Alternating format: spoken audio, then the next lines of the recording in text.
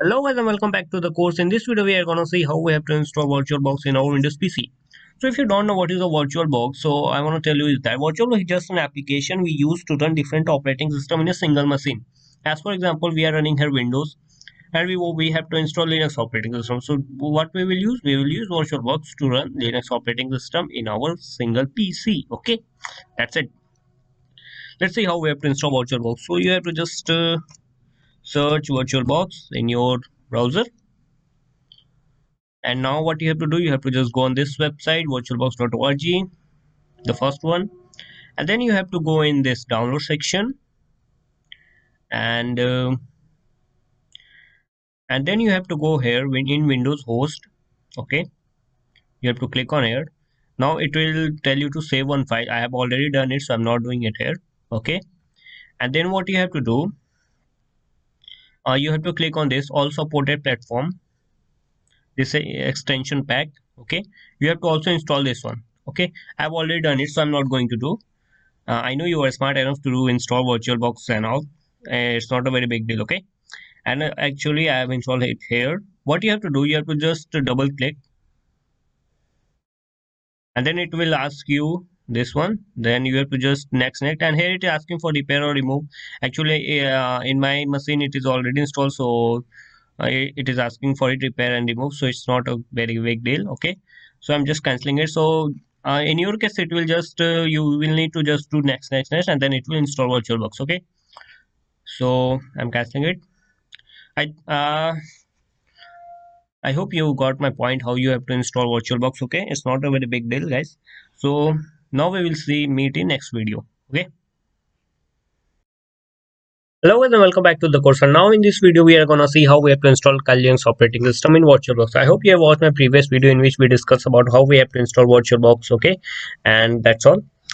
And today I want to say that there is two sides, the complex one, the simple one. Okay, in this if you are downloading from official, then it's a many chances that you will get error and all. Then for a beginner it is not possible to resolve that error. You get frustrated and everything.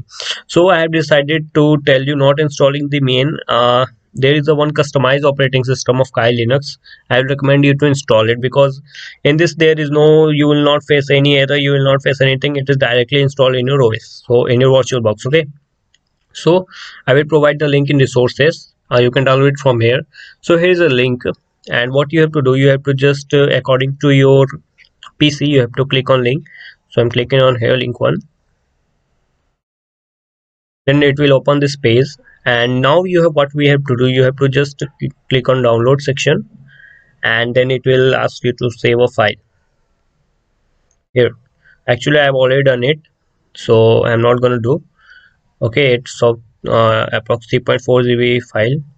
Okay, so now what, after finishing download, you have to go on that location where you have downloaded, and in my case here it is. And what you have to do, you have to just double click on it, and then it is come up like this, and then you have to select a folder. Actually I'm selecting other one.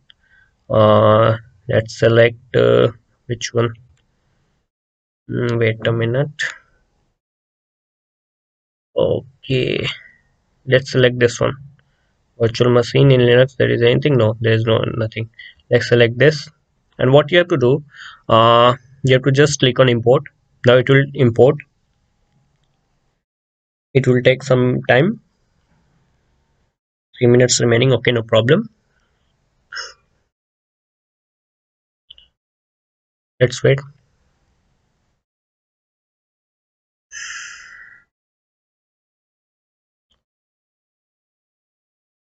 Yeah, tell me in comment section, are you enjoying or not? Actually till now we have not started anything, but later in course we are gonna rock. We'll see everything from basic to advanced level. And yeah, tell your friends also to join us. That will be great honor. Okay, I hope this will take approx 5 minutes, but it's showing 8 minutes. It should take less time. Okay, first let's pause the video. It will take more time.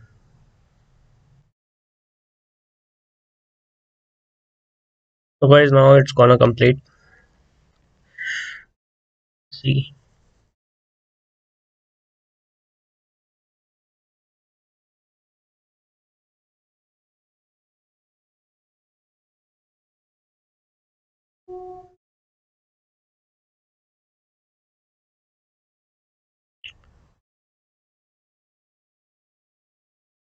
It's taking time, yeah. Yeah.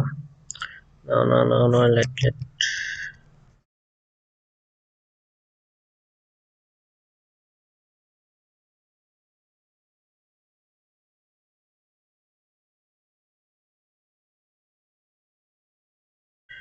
me complete.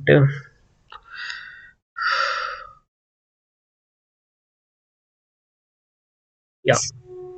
Yep. Now we have imported. Now what you have to do, you have to just click on start, and then you're done.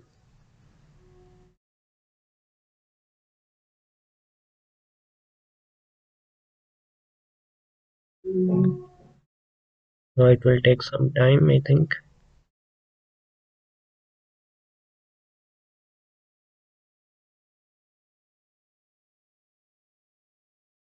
Oh, guys, we have just installed it finally. Now it will take some time. Just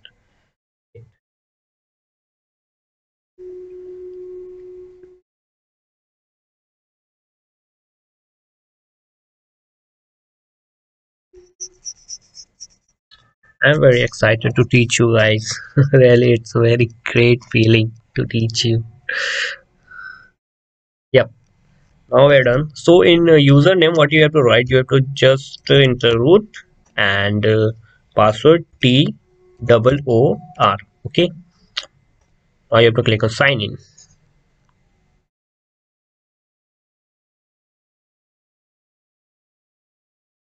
Now it will open. Wait. So wow, great. So guys, congratulations, you have installed Kali Linux operating system. Great. So now, uh, here is just a overview I will give you tomorrow on in my next video. Okay. So congrats, you have installed Kali Linux, and it's a great. I hope you are excited to see it. Okay. So now we will meet in next video, and we will start our main part, our learning Linux journey. Okay, so that's it for today. Let's meet in another video.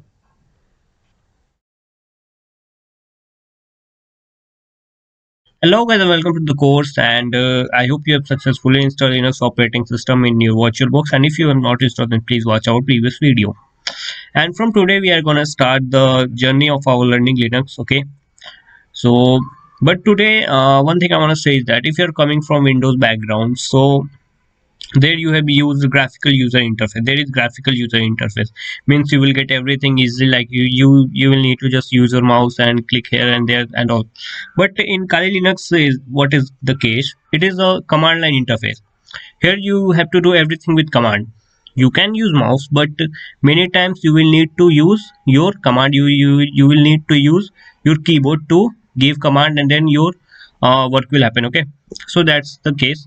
And before starting, I want to clear some concepts here, like what is a shell, what is a terminal, and then I will start with some basic commands. Okay, so let's start. So actually I want to tell you here is the what is a shell. So shell is nothing but it is a program. What it does, which takes input from your keyboard. You will give it input from your keyboard, and then it will display you the output. That is the only work of shell. I hope you got my point. So you can take as for example the Alexa. Okay, you tell Alexa play music. What Alexa do? Alexa plays some music for you. So what are you doing? You are giving input from your mouth to Alexa, and then Alexa do some program and all, and then it play a song for you, so it gives you output. That's the same case with the shell. I hope you got my point. It was a very great example. Okay, and now I want to talk about terminal. So let me open it. So this is a terminal. This is your Firefox browser, and this is file manager. These are some tools. Okay, so open it.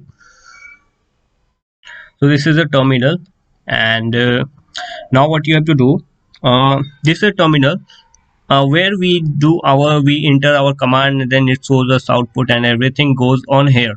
on our terminal. Okay, so this is a command line interface, that's the thing.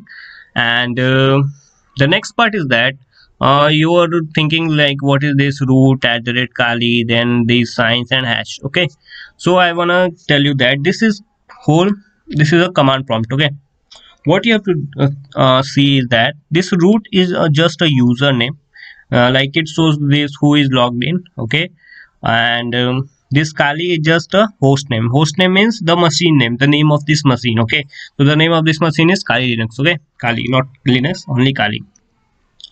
And you were thinking, oh, what is this hash? Okay, so wait, I just cleared it also. So hash is just like, you can say, if you are logged in as a root user, like you are not logged in as a different user like other user, you're logged in as a root user. Root user means what? The main like owner, you can say owner. Okay, so if you are logged in as an owner, then it will display you hash sign. And if you create some other users and then you are logged in with that username, then it will show dollar sign. Okay, I hope you got my point. So I hope till now that is everything is clear for you. And let's enter anything I am entering. Okay, let's enter this. See what it says. It says this command not found. Okay, and I entered this because I want to tell you something. If you press your upper key in your keyboard, so it will show the all the previous command. Okay, so I'm enter only this, so that's why it is showing the only one. Okay, and if you press downward, then it will come back. Okay, so let's enter our first command, the very simple, the very easy. Let's enter the date. Let's see what it will display. Yeah, obviously it will display your date. So today it is 19 Jan. Okay, 2021, and the time EST. Okay, and let's take another one. Which should I take? Let's take calendar, CAL. It will show the calendar. Let's say DF. Don't be hesitate, it's something I will tell you what is this. So DF, what is DF? DF is a command which is used to display the space used, or space the space which are free in our file system, not in only in file system. Okay, if there is a file manager, then you want to see how many space are used and all, so you have to enter command df. But you were thinking about what is this 99896 like zebras and all, you were thinking what is this. But for human readable, you can enter this one. Now you got my point. You will got my point. Let's see df5.h. Let's see what will happen. You here you can say it is displaying in MB, GB, KB form. Okay, so that what I was telling is that, so it will easy for you to read it. And this command just used to display the free space and use the space for a file system. And if you enter free command, then what will happen? It will display the space used by the RAM. That's it. This will you what we say, this will help to show the space used by RAM. That's it. And if you do -h, then what will it will display? It will just display in human readable form. That's it, that I was talking about. So for today, uh, don't go much. In next video we will come with another command. Okay, and the last command which I will show you is exit. What it will do?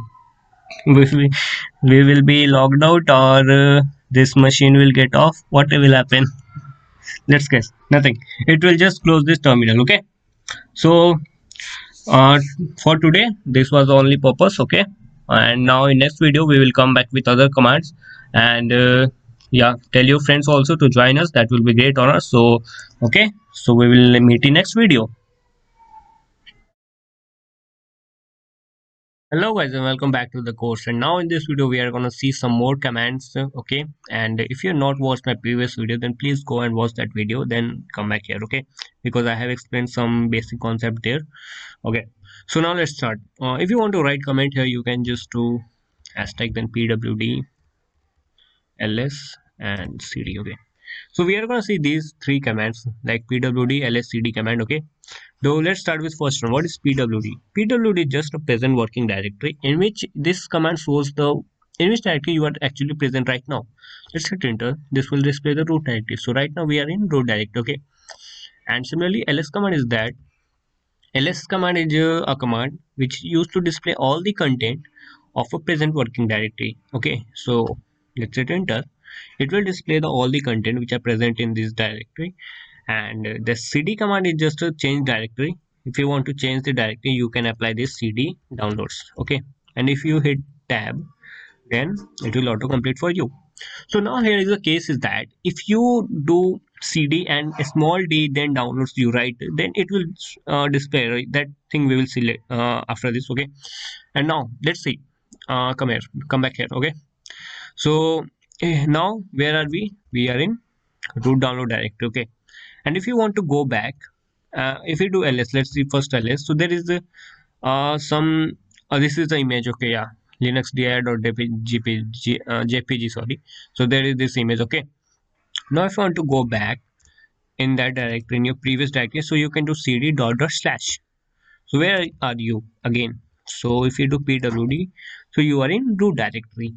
Okay, so now what I want to tell you is that if you do cd downloads, then it will show no files, no such file directory, because capital A, small a, two different things here. That's why I am telling. Okay, and now we will see the file structure of root directory. So sorry, linux file system. So in linux file system, it is a tree like a structure, just like a tree. And tree just a main branch root, and then there will be sub branches. So just like a same here is the case. Here is the root, then these are the sub branches. Okay, okay, so now let's go in some directory. Let's go in usr, in which there is some files. Let's do ls. So there is some file. Let's again go in cd include. Again there will be some file. Okay, so now if you want to go back, you just enter cd dot slash.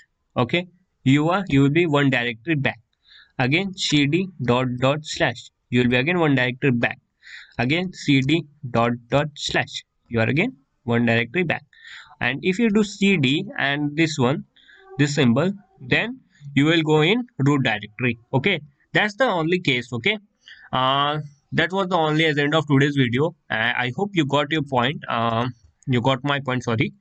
And if it is not clear to you, then please ask in comment section, guys. Okay, so this is not a problem. It's not a very big thing to understand. I hope it is clear to you. And still if you're not clear, then we will see everything in comment section. You will ask and I will answer everything here. Okay, so thank you for watching this. Now we will see other more commands, other more things in our upcoming videos. Okay, so thank you for watching. Hello guys, and welcome back to the course. And as we have seen in our previous video, that we have seen ls command, pwd command, and one other command which was a cd command. Yeah, so now today we are gonna see about the ls command same, but that we will see in advance. Okay, and the next command is file command, and the next one is less command. Okay, so what we have to do is, uh, in less command we have seen that it display the content of that present working directory. Okay, in which directory you are. So how we check? We check by pwd. Okay, so ls command is just showing the directory, but now today we will see in advanced section. So let's do ls hyphen l. So what it will do, it will change the format of displaying content, as it was displaying in that as given as above. Okay, but now it is showing in longer format. Okay, and then when later we will talk about this, what is this to root and these all things. Okay, so don't worry about that.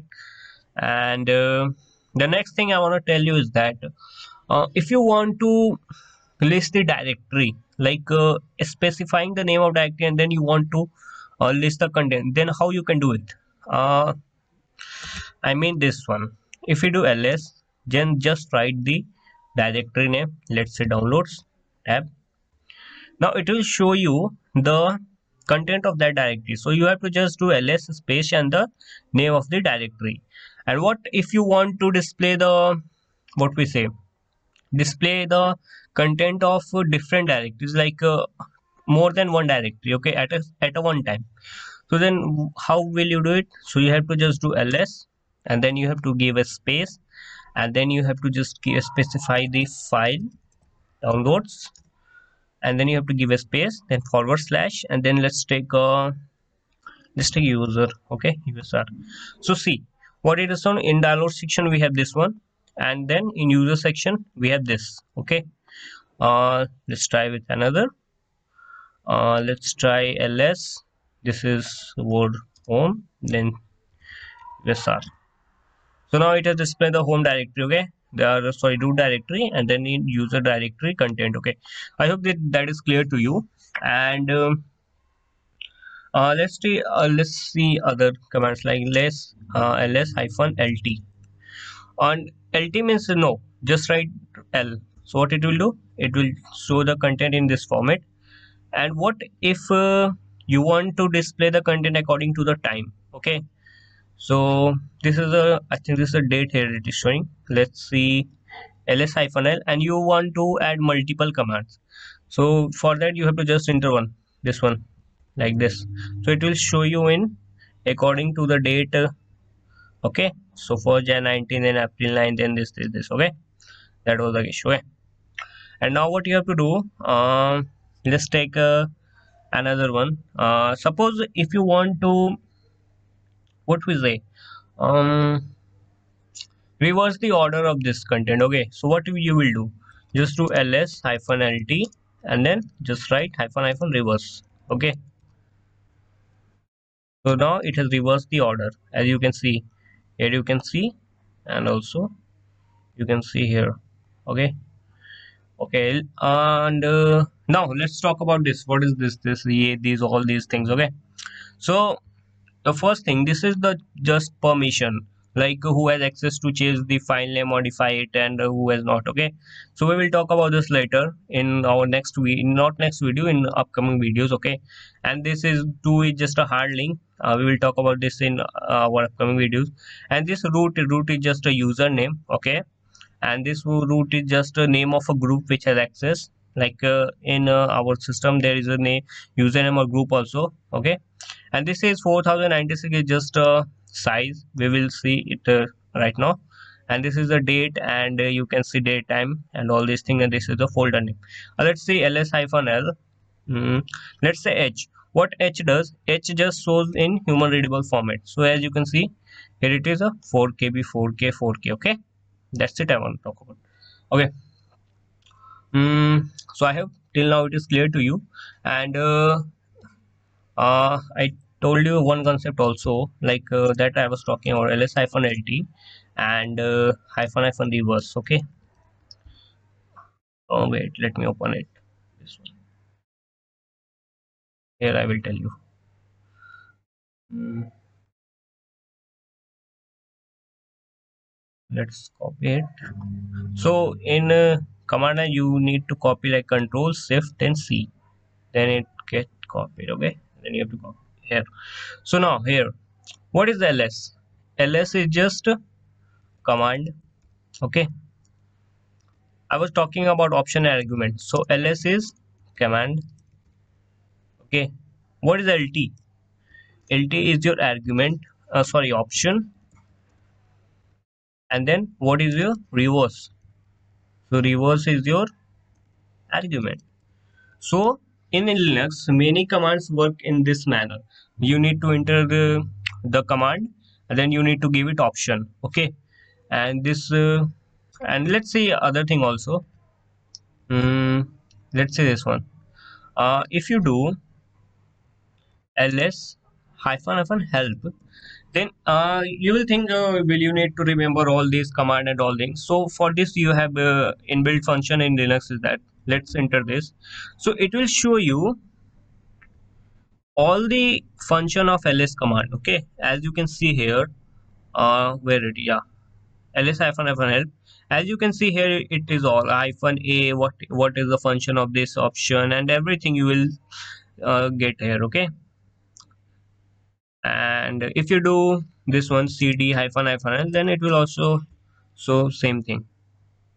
What are the function of cd command, what all those things. Okay, I hope till now it is clear to all of you.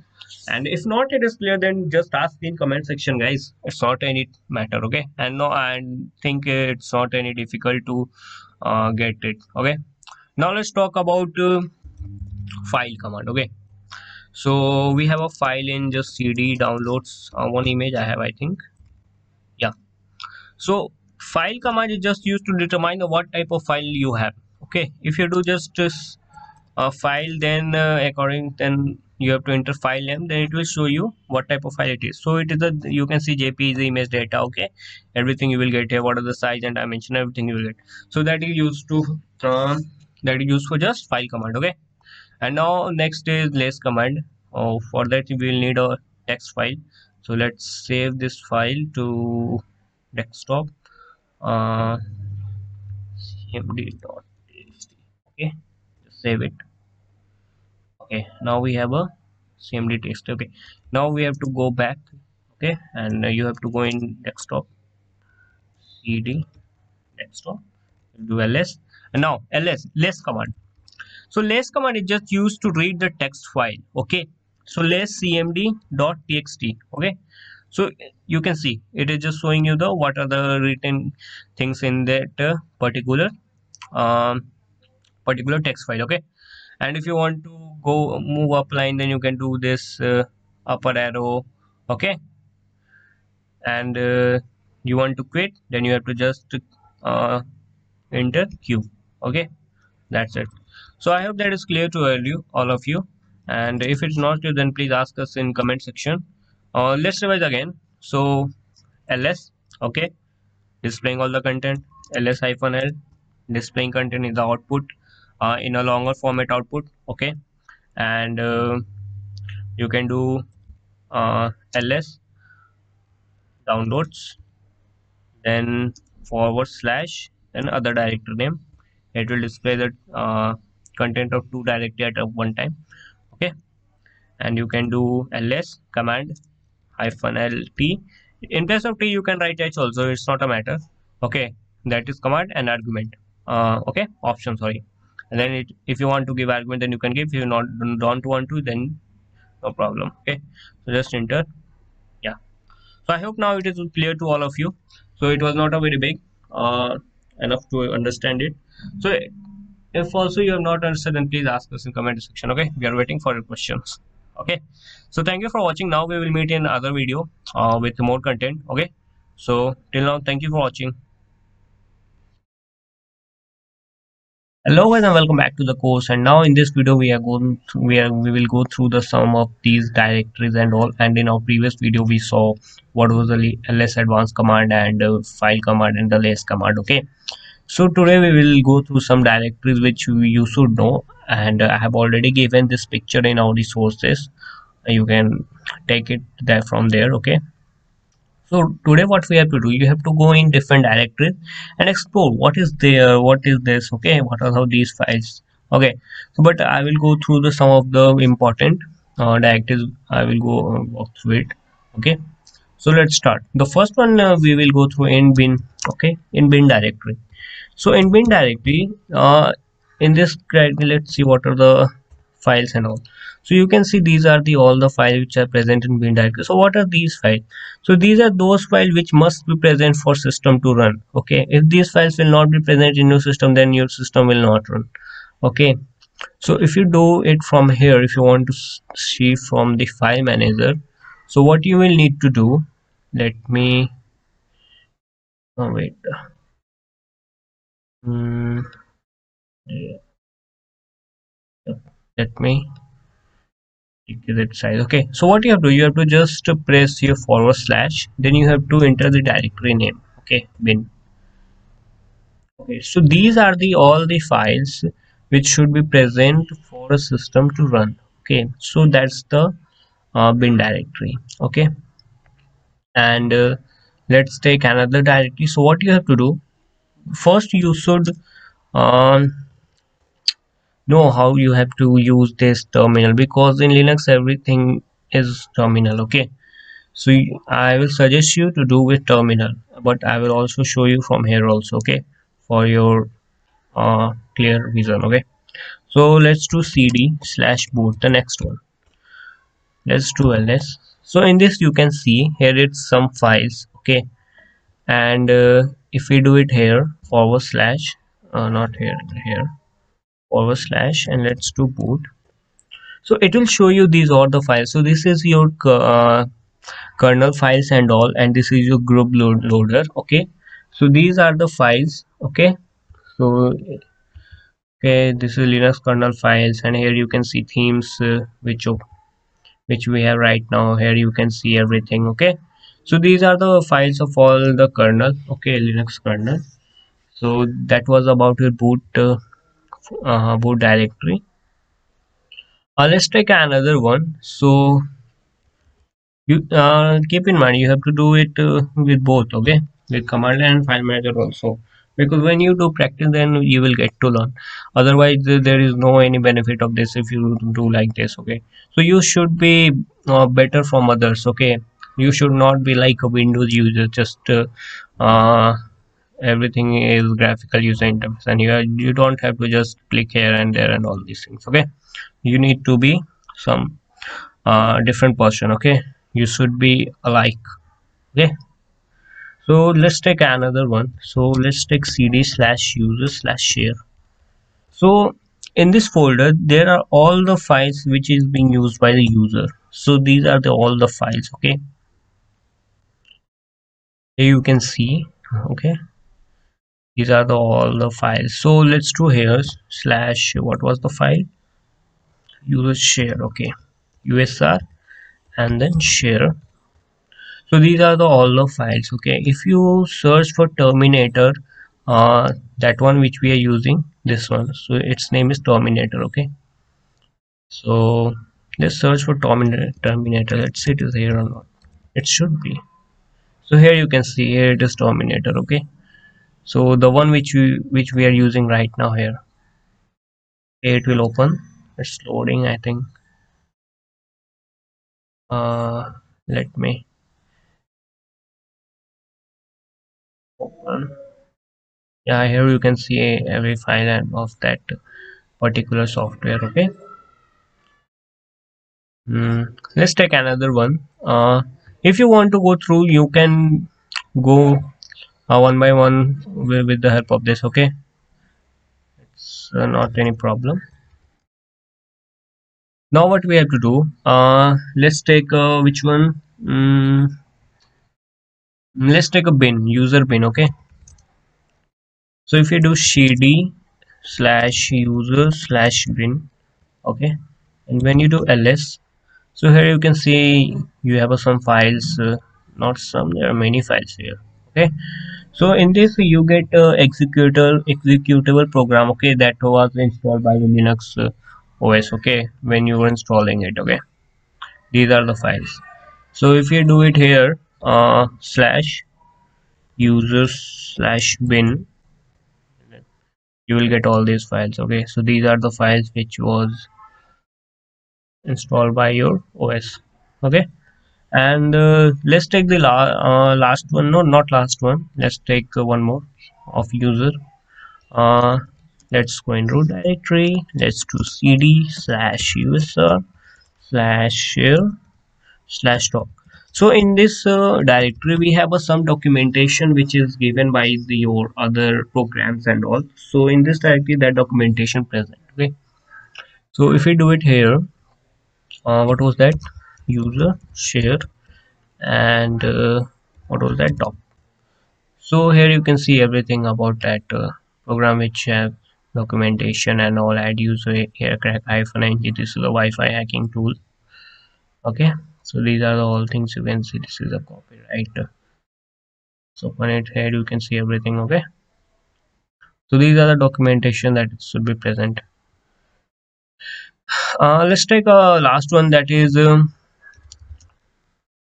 log, which where your log files are stored. Okay, so cd slash war slash log. Okay, we do ls, and let's close it. Now we will use the command which we have learned in our previous video. Okay, so here you can see these are the commands and all. Okay, first of all let's do clear, and now yeah, ls, and here you can see everything file and all. Let's take what type of file is this, messages and all, messages. Okay, So it is a txt file. Okay, so if you want to read this file, so what you have to do, less, and then that file name, message. So here you can see it is everything here about that file. Okay, here you can see. So that was a log that is presented, that what you do, all the things that are stored here, okay, in your system.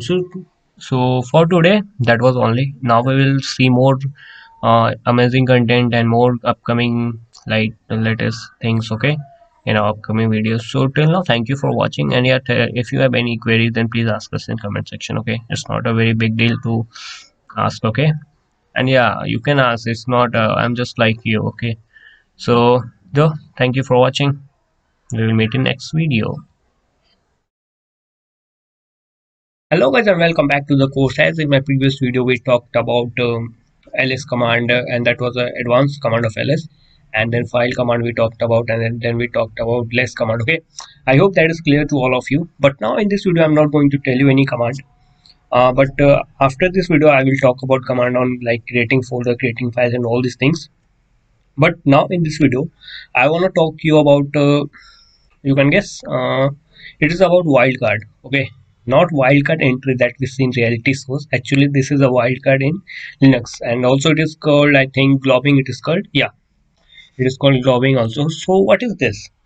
So wildcard is just special characters that we use to um, find exact name of any file or exact name of any directory. Okay, so that is only about wildcard. I hope you got my point. So what is the definition here is just, it is a special character that we are going to use now, right now, to find exact file names, okay, or similar file names you can say. Okay, so let's start. Actually I have written here sorry.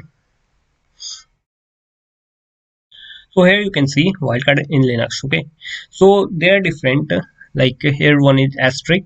The asterisk we will use, then we will use question mark, then we will use that big bracket, and between them we will add character, and this one. So you can hear I have written their meaning also. So it means like any character that is a member of the set character. Okay, so in this between we will write some character and then we will find. Okay, and it means that the character should not present, and this is a class. Okay, any character that is a member of the specified class. Okay, now you were thinking, so why this bracket is being used? So bracket is used to match any occurrences of character defined inside the bracket. That means simple, if whatever we will write in that bracket, so that should match. Okay, and sorry, here you can say here is commonly used character classes. So these are the classes, some alum, alpha, digit, then lower, upper. Okay, so you will get to know with example here. Okay, so we will see everything one by one with example. So here I have already written example for you guys. Okay, so what does ls and then space asterisk do? So let's check what it does. Okay, so let's open the terminator. So ls asterisk, okay, what it does, it just displayed everything of that directory. So right now in which directory we are in, so we are in root directory. So it just displays all the content of that directory. So if we do normal ls, then it will show these all things. Okay, I hope it is clear to you.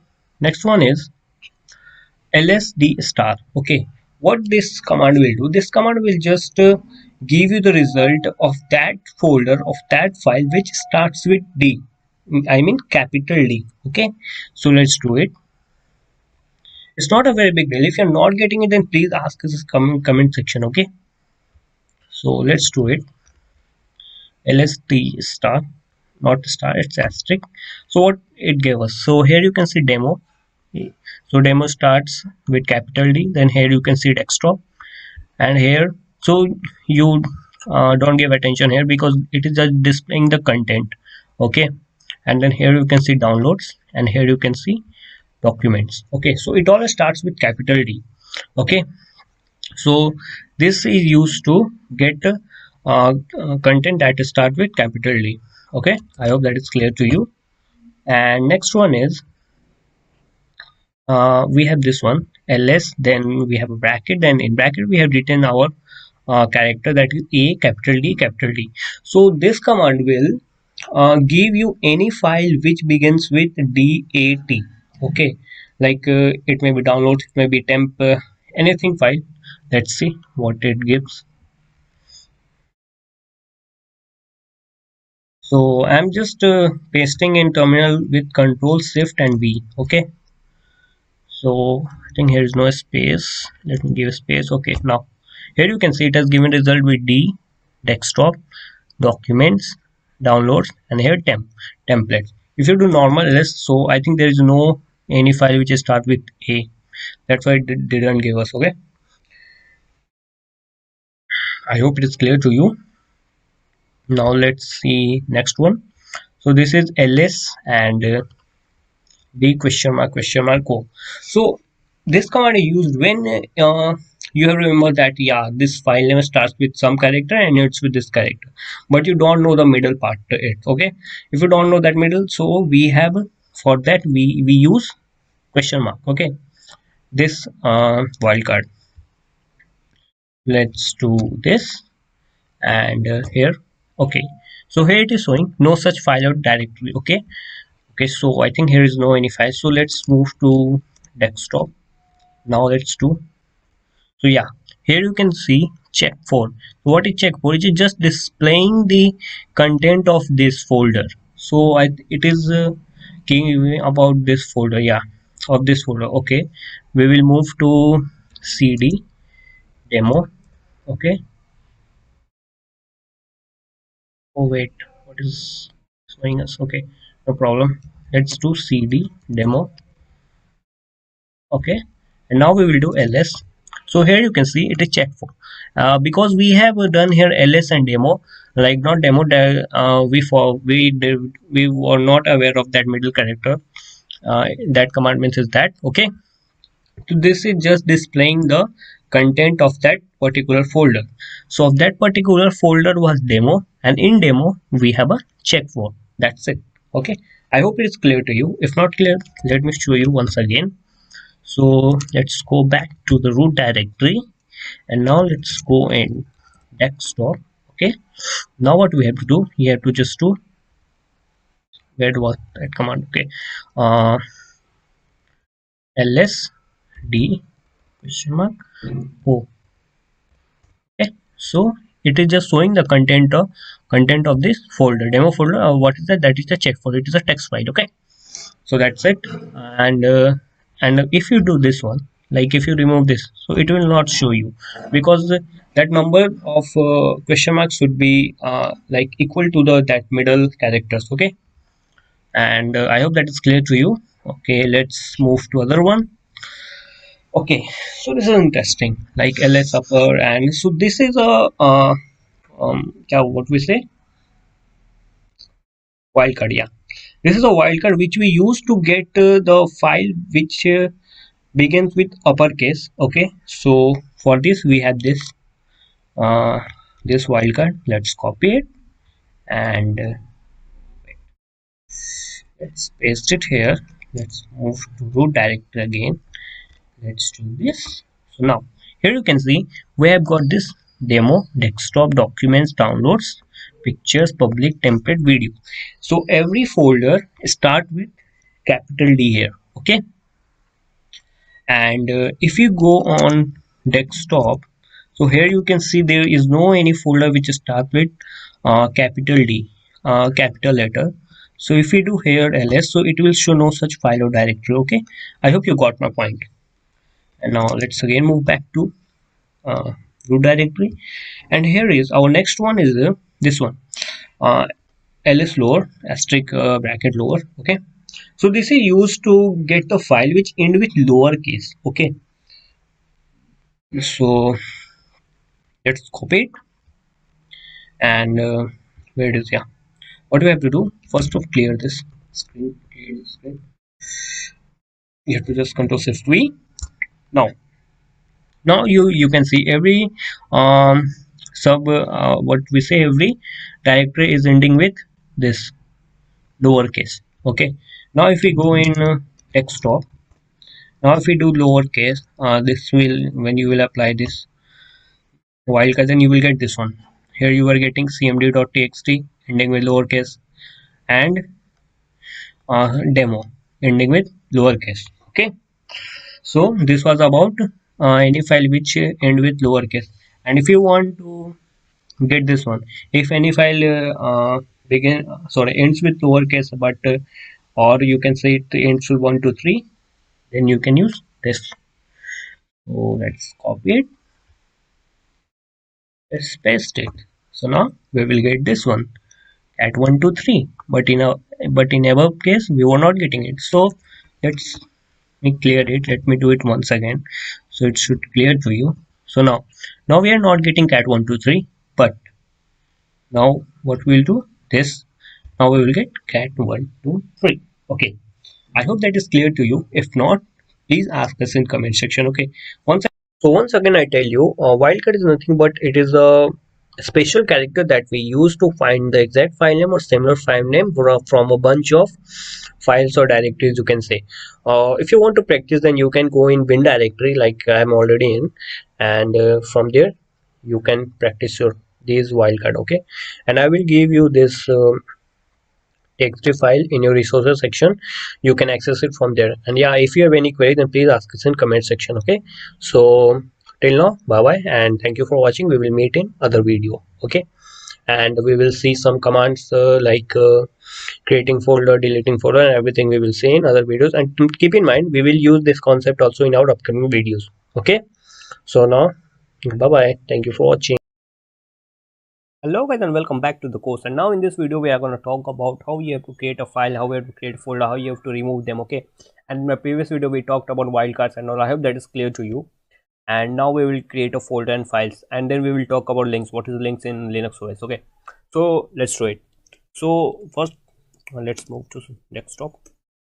Now for creating a file, you have to enter this command cat followed by this greater than sign. Then you have to enter the file name. Let's enter file1. Okay, and then what you have to do, you have to just hit enter. Then you have to write the content that you want to write in that file. So let's enter I'm learning Linux. Okay, let's enter. Let's hit Ctrl D to save. Okay, now when you open this file, you will get let me first okay, now open it. Now here you can see we have I'm learning Linux. Okay, now what you have to do, now I hope that is clear to you how you have to create a file. There are also other methods also to create a file, but that we will talk about in other lecture. Okay, now how you have to create a folder. So it's very easy. You can write mkdir, mk for make, dir for directory, mkdir. Now then what you have to do, you have to enter the directory name that you want. So let's say demo. When you will hit enter, then here you can see you have got demo. Now again let's do, and then suppose you want to create a folder, multiple folder at one time. So what you can do dir1, dir2, dir3, dir4, as much as you want. Okay, now here you can see we have got where is 4? Yeah, here is 4.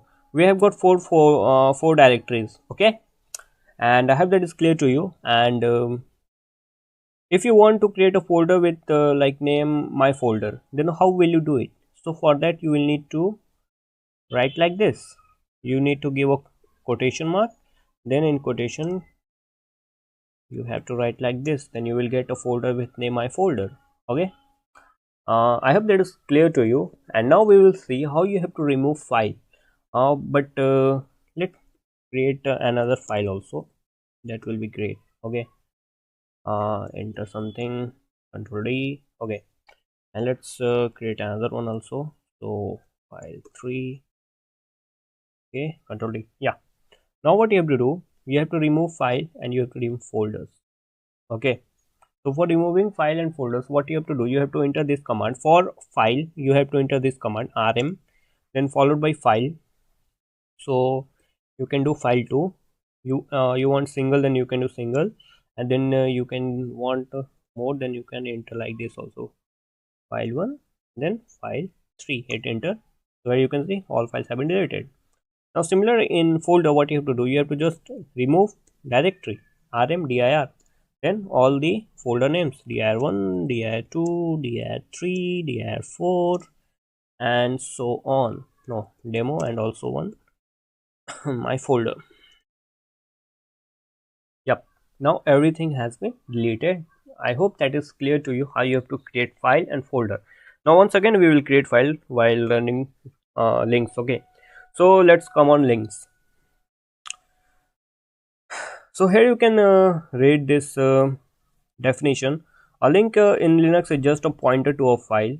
Link pointers in any programming language. So like pointer in any programming language, links in Linux are pointer. Okay, so if you have learned in programming language, then must you have heard about pointer. If not, then I will tell you. A pointer is nothing but a variable which holds the address of another variable. Okay, and in case of link, here you can see um, this is pointing to a file or directory. Okay, it points to any file or directory. It holds the address of that particular file or directory, you can say. And for this, I have created a written a simple C program, and here is a pointer. Here you can see here is a variable x which is holding the value 5, and here is another variable that is a which is holding the address of x. Address of x means memory of that particular x, means memory location. Okay, where x is located in that your memory. So when you will run this program, then you will get the address. So here you can see address of x is 64222116. Okay, and first of all let me clear it. Now I can run this program. So here you can see the address of x. I hope that is clear to you what is pointer. So pointer is nothing but it's a variable that holds the value address of another variable. Similarly, links is nothing but you can say a variable that holds the address of file or directories. Okay, I hope that is clear to you. And there are two types of links, that is hard link and symbolic links. So in case of hard links, what happens, it works only for files. Okay, it works only for files, not for directories. And what happens in this case is uh, you have a file and then you want to create a same file but with different name. Okay, I hope you got my point. Suppose you have a file with name file. Okay, but you want to create a same content, so you can create like this only file 1, file 2, file 3. Okay, but content will remain same. Okay, and then what you have to do, then we will talk about symbolic links. Okay, so what is symbolic links? Symbolic links is nothing but it's just like a shortcut in Windows operating system. As we have a shortcut in Windows, as similarly symbolic links does same work. So it just create a directory. Okay, it works for directory with the same name. And then what you have to do, let's go in so here is a that your command which we'll use for hard links and symbolic links. So let's go, and now what you have to do, let's create a file, cat file1. Okay, enter any command, and then let's create one folder, mkdir demo, not demo, let's take demo. Okay, now we will create one hard link. Okay, so for creating a hard link, what we have a command, let's check here. So you have to give command ln, then original file name, then link name. A link name means which you want to give that name, particular name, you can give anything. So you have to hit ln, then you have to enter file1, and then you have to enter another name. So let's hit file2. Okay, so here you can see we have got a file2, and when you will open this, then content will be same in both cases. So here you can see hd something, and when you will open it, so here you can see the same content. But when you will try for directory, then let's see what happens. You are trying hard link for directory, so it will say hard link not allowed for directory. So for directory, what you have to do, you have to just apply -s flag, and then that directory name, and let's write where I'm writing here, wait, then you have to write another icon, that is demo2. Now here you can see it is just like a shortcut symbol. And one thing I want to tell you is that in hard links, whenever you will delete the actual file, the main file, then your link file, I mean this file will not be affected. But in symbolic thing, what happened, whenever you will delete this file, then your this file will be affected. Okay, so let's do it. So when I will delete this main file, then here you can see we have this file and with the same content. Okay, and whenever you will delete this file, then see what will happen. Here you can see, I think it looks like this file has been corrupted. Okay, so I hope that is clear to you, and if it is not clear, then please ask us in comment section. It's not any big problem. So for today, uh, this is much. Okay, and now we will meet in next video. Okay, so thank you for watching. We will meet in next video. Hello guys and welcome back to the course, and now in this video we are going to talk about how we have to copy files and directories. Okay, and in my previous video we talked about how we have to create files and directories. I hope that is clear to you, and if not, then please watch that video, and in this video also we will create some files and directories to copy it. Okay, so let's start. What you have to do, you have to just enter in desktop. That's not necessary. Okay, and what you have to do, you have to create two files. So cat, then file1, enter something, Linux, control D, again file2, okay, enter something, operating system, okay, control D. Okay, so what you have to do, then again we will create two folders. So directory1, okay, mkdir directory2. Okay, so now we have here two files and here it is two directories. Okay, so what we have to do, we have to copy these files. Okay, if I will hit this command cp file1 and file2. So cp used to copy files. Okay, cp is the command which we use, and what this command will do, this command will just overwrite the content of file1 into file2. So let's see what is in file1. In file1 we have Linux, and in file2 we have operating system. Okay, so when I will hit this command, then see what will happen. Okay, so when we will open this file2, so here it also Linux. Okay, so it is just overwritten the content of file1 into file2, and I hope this is clear. So we have just copied the content of file1 into file2. Okay, so now what we have to do, we have to copy this file into some other location. Okay, so we have to hit cp file1, and then you have to hit the whole, I mean proper location of where you want to copy it. So I am copying it to into download section. So when you will hit enter, and now when we will open download section, and you can go in downloads like this by applying more than two command at a time, downloads. Okay, and now we are in download section. Now we will do ls. So here we can see, here we have a file1. Okay, so I hope that is clear to you, and if let's go back to desktop.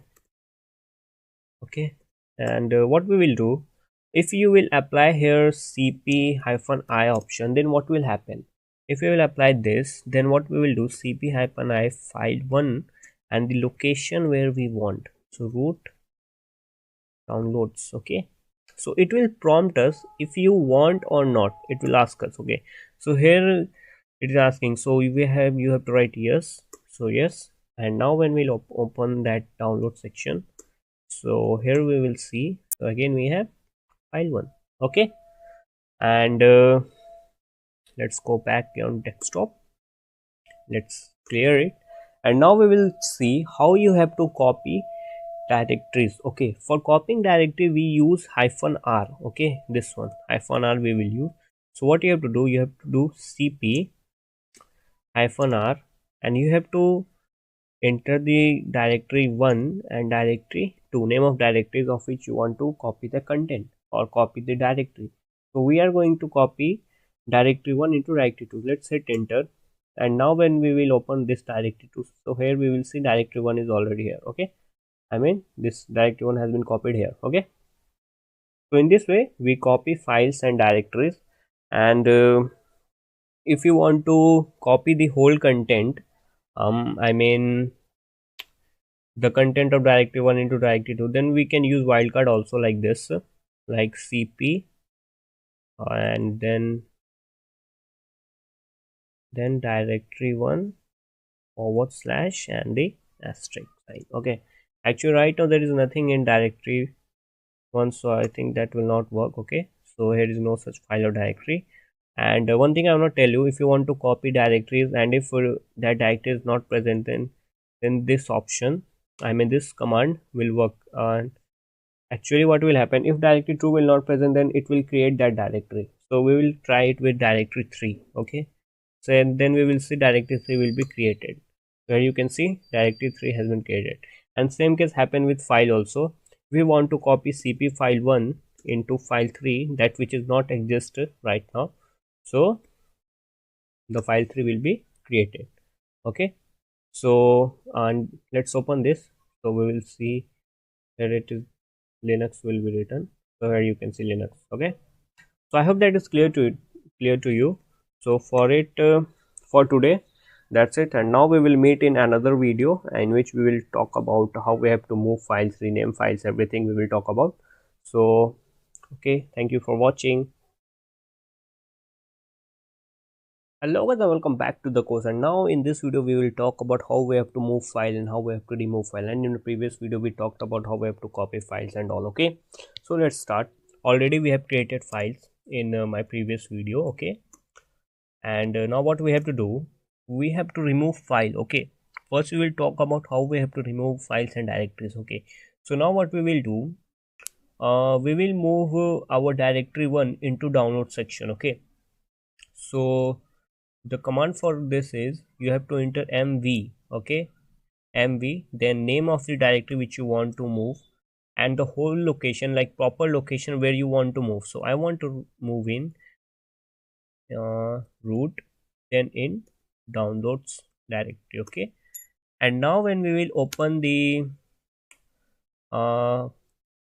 let's do and and then cd and then downloads. So what's happening? Yeah, now we are in download section. When we do ls, so we will have a, here is directory 1 is there. Okay, and now again we want to move directory 1 onto desktop. So let's hit this command mv directory 1 and then slash root, and then here you have to just hit desktop and then hit enter. So here again we have directory 1. Okay, and let's do another one. I hope that is clear. Just remember this mv, then enter the that directory name and the proper location. Okay, and next is, if you want to move directory 1 into directory 2, then what we will do. So before that, first of all let's go back on desktop. So here is desktop, and now we are on desktop. So we have to move, so we will just enter same command. So we have to move directory 1 into where we have to enter on desktop, and then on desktop where you want to move in directory 2. When you will hit enter, and then when we will open this directory 2, we will have directory 1 here. Okay, here you can see we have a directory 1, and let's do same thing again. Let's move back in directory 2 and let's move directory 1 onto desktop. Okay, I hope that is clear to you, and let's go back on desktop. So what we learned just moving this directory 1 into download section, and then how you can move the directory into this directory 2. Actually the main thing is you have to enter this command, then you have to enter the name, and then you have to enter the proper location. Okay, that's it, you have to enter for moving the files. And if you want to move this file 1 file 2 into directory 1, then how you can move it? You can move it just by simple this command mv, the file name file 1, another file name file 2, and the directory name. That's it. And when you will open this directory 1, then you can see here will be file 1 and file 2. Okay, and now we will talk about how you can rename the folder name, okay, or directory name.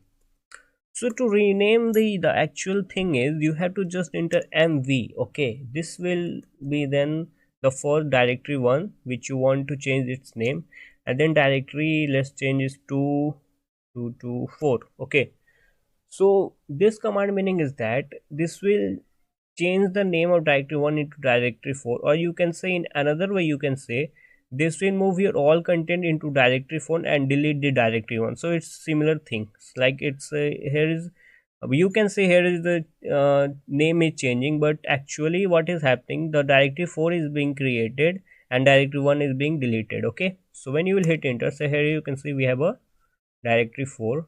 Okay, and we have all the files. Okay, so that's it, and next we will talk about some more amazing things. So I hope that is clear to you, and if not, then please ask us in comment section. So till now we did so much things like moving file, renaming file, copying file, ls command, ls advanced command, team, not team, that was another command, and also we did what is links and what is wildcards. So till now we have done much thing, and next we will see again so much command and all. So, and if you want to practice, then you can do practice, because practice is very important in Linux, and if you're not practicing command, then you will forget uh, in only your days. Okay, so I will just tell you to do practice as much as you can, that will benefit for you. So that's it for today. So thank you for watching. We will meet in next video.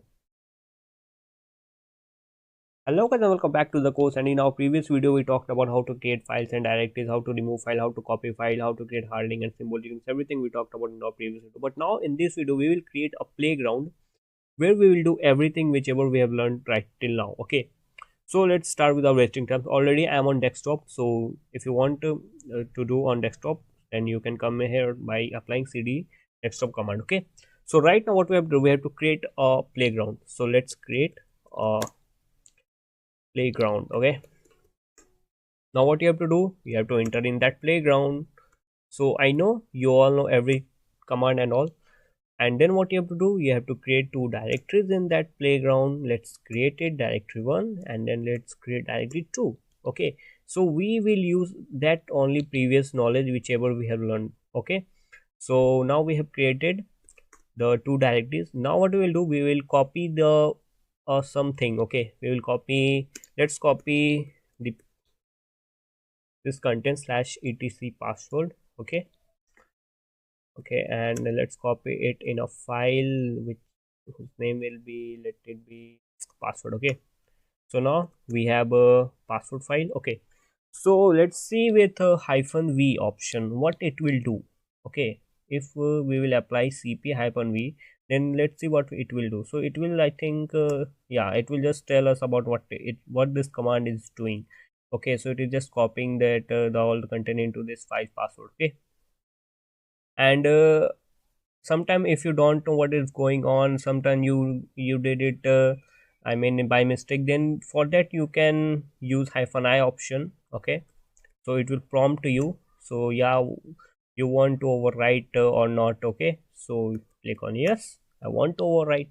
Okay, so we did creating a playground, I mean that directory, playground directory, then we created directory 1, directory 2, then we created a password file in which we have copied the content from /etc password content. Okay, and now what we will do, we will just do ls, and we have seen this password. So that password name is not looking good, so let's do it with some fun. Okay, why not? So let's rename that file with mv, then name of the file, and then the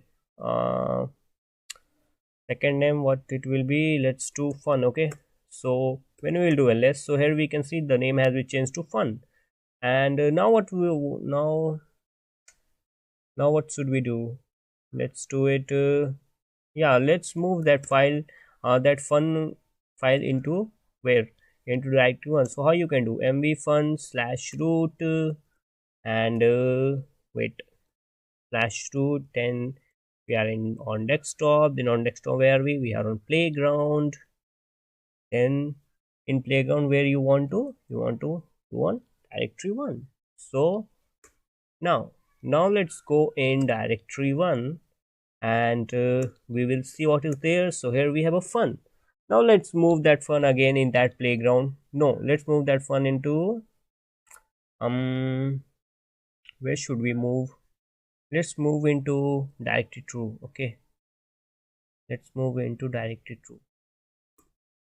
Okay, so it's showing cannot move fund to playground, no such file or directory. Okay, so we didn't give the actual full location, that's what it's showing. Let's do from here. Now let's go back one directory. How you can do cd dot dot slash. Now again go in directory 2, now to ls. Now we have fun here. Now let's move that fun into again that in main playground directory. So how you can do, just press upper key and now move fun into this playground directory. We will again go back by cd dot dot slash. Now we are in playground directory. Now we will do ls. So here we have directory 1, directory 2 and fun. Okay, so until now what we did, created a directory, created a file, copy file, move file and rename the file. Now seen everything. Now what we have to do, now let's create a hard links. Okay, hard links for fun. Okay, and then we will create symbolic links for directories. Okay, so create a hard link. So how we create, so we create by ln command and then we write the file name, then again the file name. So let's write hard fun. Okay, that's funny. Okay, so we have created a hard fun. Okay, so let's create another one, hard 2 fun. Let's create another one, hard 3 fun. Okay, so right now we have created hard links and I want to tell you one thing, like in hard links what we do, we just create a similar file like this. Okay, and if we create that main file, then that file will not be affected. But what, how will you recognize it? Okay, suppose another person have created hard links and you have to, they will tell you to recognize it which is hard links and all. Okay, so how will you do it? For this we have a special command that is ls-li. Okay, with this command you have to check this number, inode number. If that, this is called inode number. Okay, if this inode number is same for files, so it will indicate that this is a hard link. Okay, so here you can see the fun and hard 2, hard 3, okay, and hard fun, both uh, 4 file have same inode number. They are indicating same inode numbers. Why they indicate same inode number? Because their content is same, but just their name is different. That's why their inode number is same. I mean, it is indicating to the same data. Okay, so I hope that is clear to you. And let's create a what we do. Let's create a symbolic links for directory 1. Okay, and here we will do sim dir. Okay, again do sim1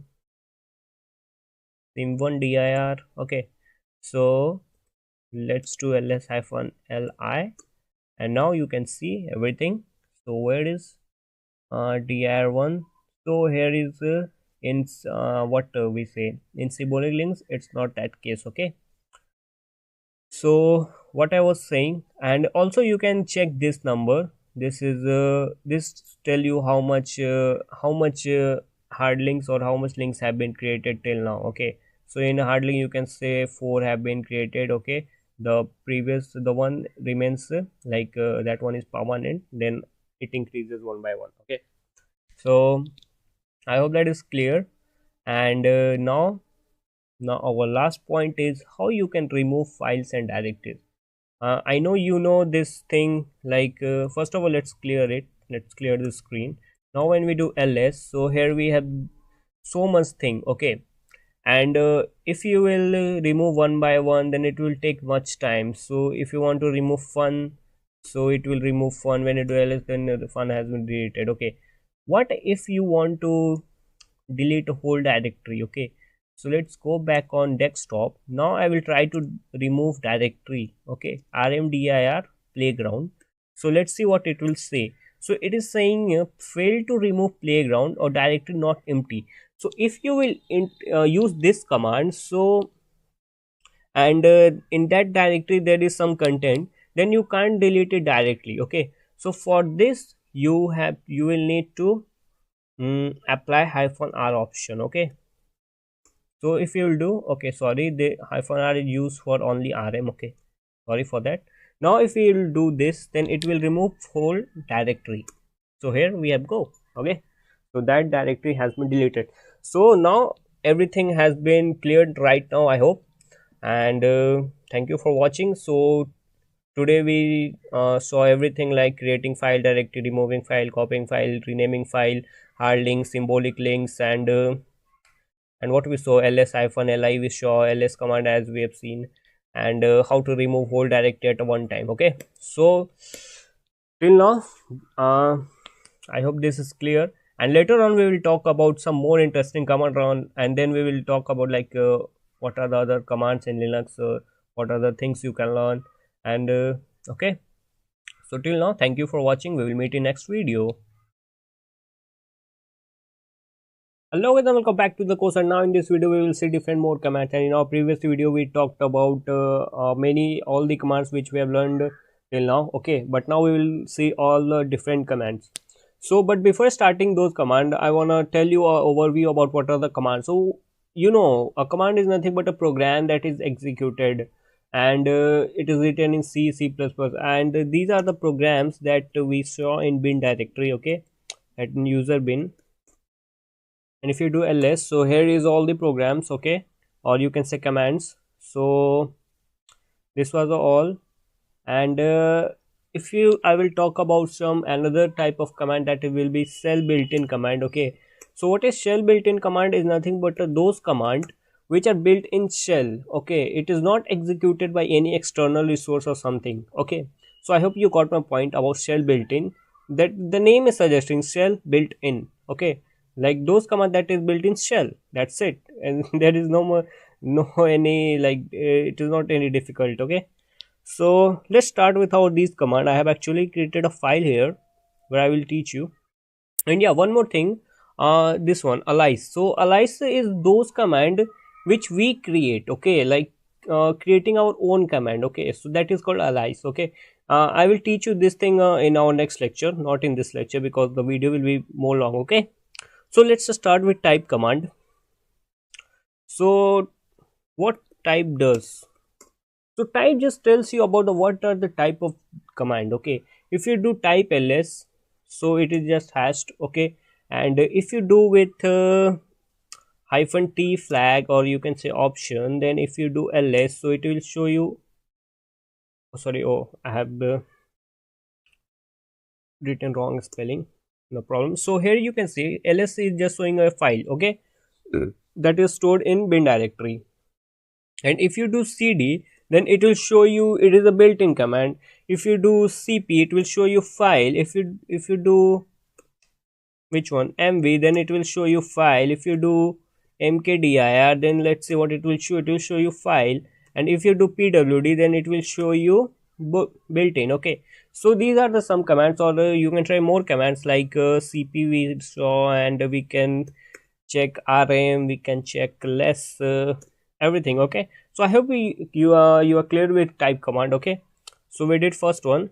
So type command is nothing but which tells about the what type of command is, okay. So now let's move on to next one, that is which command, that is, let's see what it is showing, display which executor program will be executed, means it will just display the location of that particular thing, okay. So if you try with cd command, so it will not show you something because cd is just a built-in, it is executed by shell.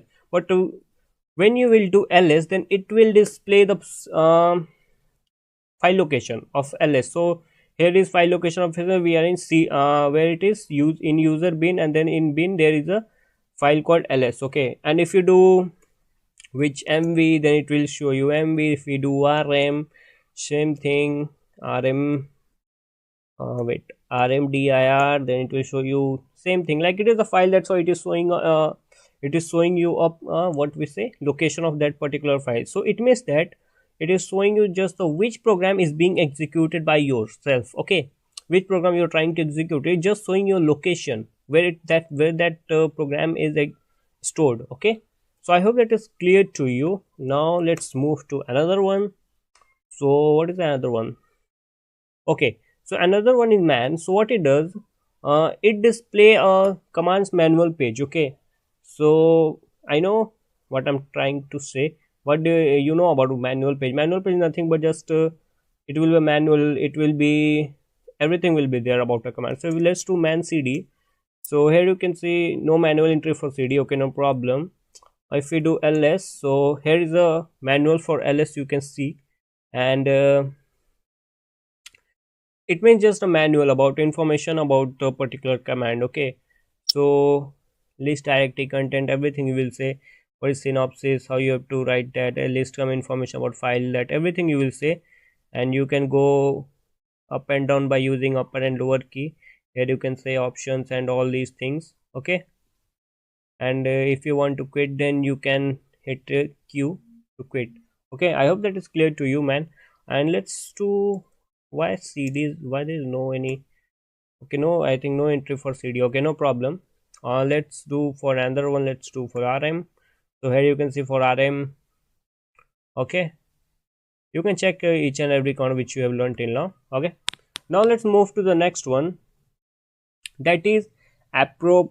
What is this? Apropos. Okay, yeah, so this display list of appropriate commands, which means that suppose if you have forgot or something, some commands. Okay, or if you want to trying something, so then you can search for this.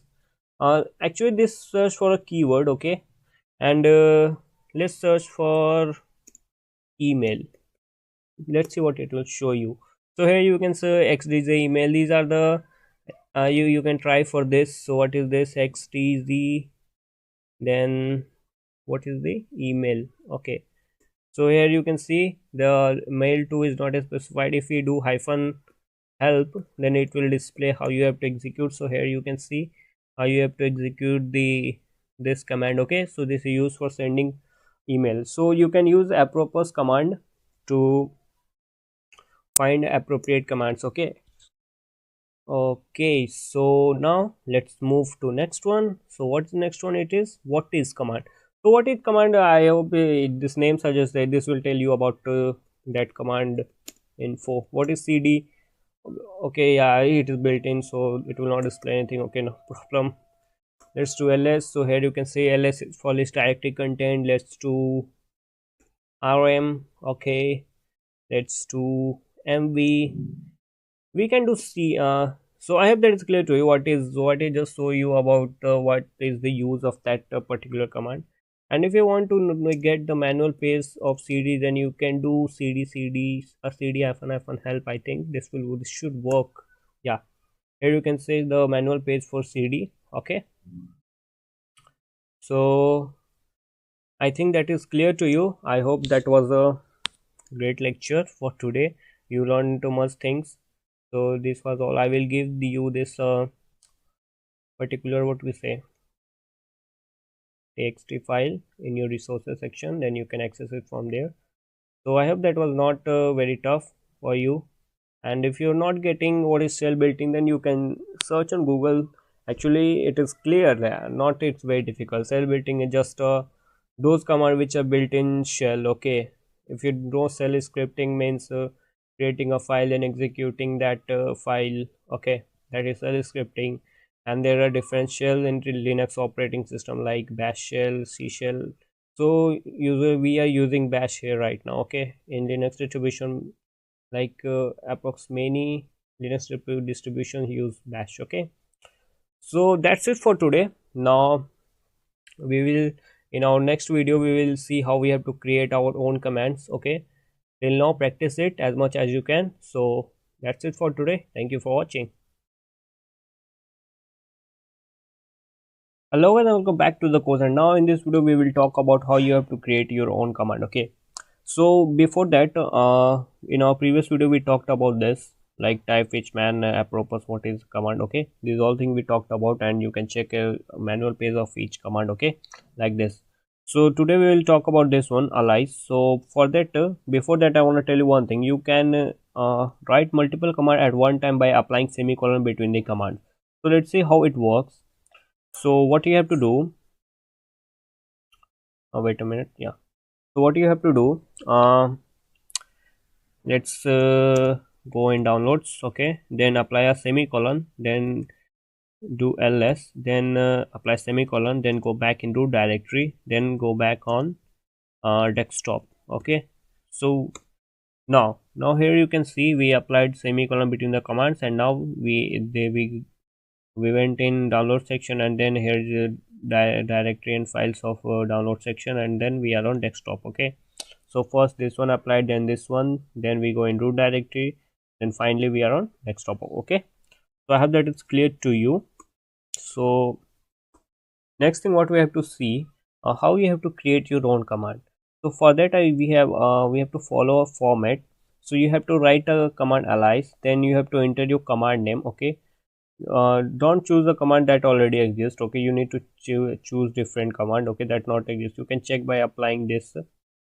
Suppose if you want to check for test, so here you can say test is already exist. Okay, so you can't use text test. Okay, so and then what you have to do, you have to apply a single quotation, and then in those quotation you have to write the actual command which you want to do or perform. Okay, so let's do it. So what you have to do, you have to hit alias, and then you have to do command name, let's say downloads, then equal sign, quotation mark, and then actual perform actual command. Okay, which you want to perform. So what you have to do, first of all we will go in root directory, then apply a semicolon, then go back, then go in download section. Okay, we hit enter. Now what you have to do, whenever you will enter downloads, then you will go in downloads. Okay, and suppose if you are on desktop, okay, and from desktop you want to go in download section. So before what you were doing, you were doing like cd dot slash, and then you are going in download section. Okay, like this. But now what you will do, let me clear it, and again let's go in desktop.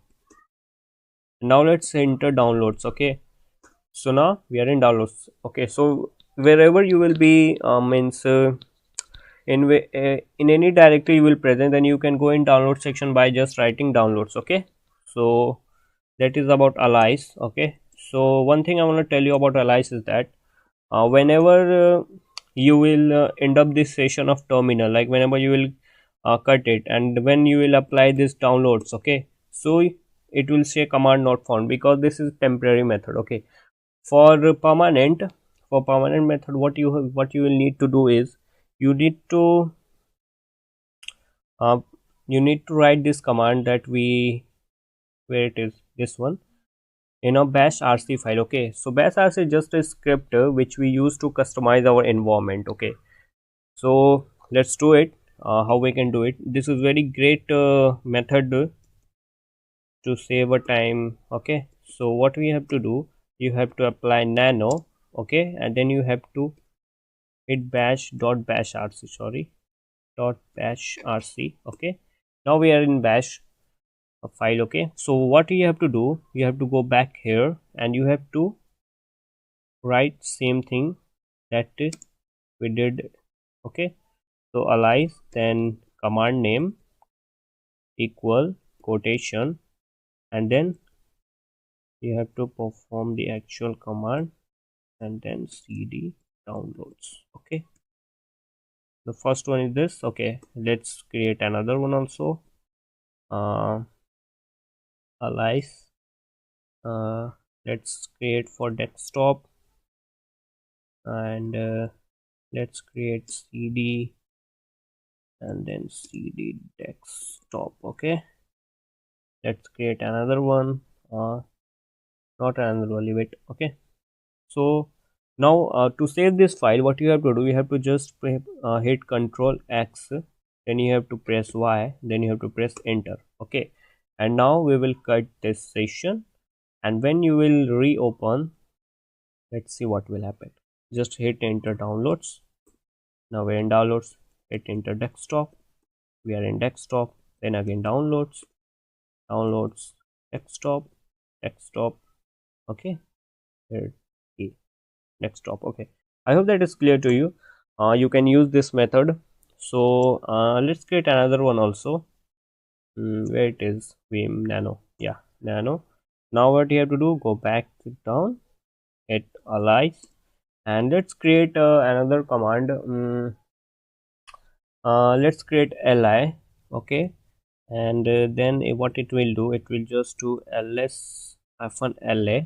Okay, just hit control x and hit y, enter. Now if we'll do li, wait a minute, just close this session. Now do li.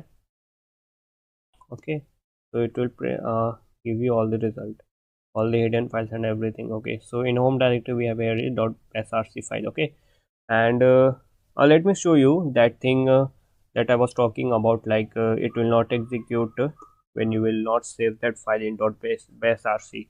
So let's create alias for let's create ls hyphen li. Okay, now we have created 4. Okay, we will hit enter. Now we will do 4, so it will give you this result. And whenever you will cut this session, and whenever, and then you will apply this 4, then see what will happen. It will say command not found. Okay, so that thing I was talking about. So to run this command permanently, you need to save that command in where, in .bash rc file. Okay, so I hope that is clear to you. And uh, today we saw how you can create command and all these things, so that was very interesting. And so today we will end this topic. Okay, so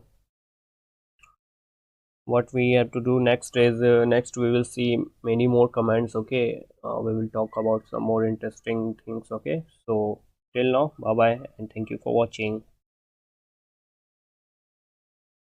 Hello guys, and welcome back to the course. And now in this video we will talk about redirection. Okay, so let's start. So redirection is nothing but it is a unique feature, you can say, in a Linux operating system, which we use to redirect our standard input or standard output, or you can say error, to any file. You can say what happens in reality. Actually, let's open let me explain you with a example. Let's open terminal. What happens when you enter ls command? Okay, and then when you enter, so what happens, that result which we get is being sent to a standard file that is called standard output. Okay, and the error sometimes that we get, any error, that is sent to a standard file called standard error. Okay, I hope you got my point. So what happens, there are two files, standard input and standard error. Okay, so what is the meaning of redirection here? The meaning of redirection here is nothing but changing the output. Okay, we will not get output on a screen. So here what is happening, we are getting output on a screen. Okay, but after the sometime we will see how you can get output in a file and all these things. Okay, so let's start. So before that I want to tell you one thing, this about this symbol. This symbol is used to it is called a redirection operator. Okay, and with this symbol you can create any file also. So let's create a file on desktop directory /root and desktop, and let's create a file output.txt. Okay, so here we go. Here we have a output.txt file. Okay, now what you have to do, you have to get the output of this command. Okay, this command is giving us out this output. You have to get this output of a command where, in this output.txt file. So let me clear it first. What you have to do, you have to write a command, apply a redirection operator, and apply the full path of your file. Okay, output.txt. Okay, output. Okay, O is capital. Yeah, now when you open that output.txt, so how you can open it, you can open by let's go on desktop and apply cat output.txt. Okay, so here you can see we have output of all the of ls command in this file. Okay, now for your convenience, let me open it also. Okay, why it's not opening? Okay, yeah, here you can see we have the same output as given here. Okay, I hope you got my point. So that is a redirection. Okay, that is a redirection of output. Okay, so there are also some things I want to tell you about this. So what you can do, if you will, I mean, let's apply this command also, ls-l, and let's save that file in root, then desktop, and then output.txt. Now when you will do cat output.txt, then you will see that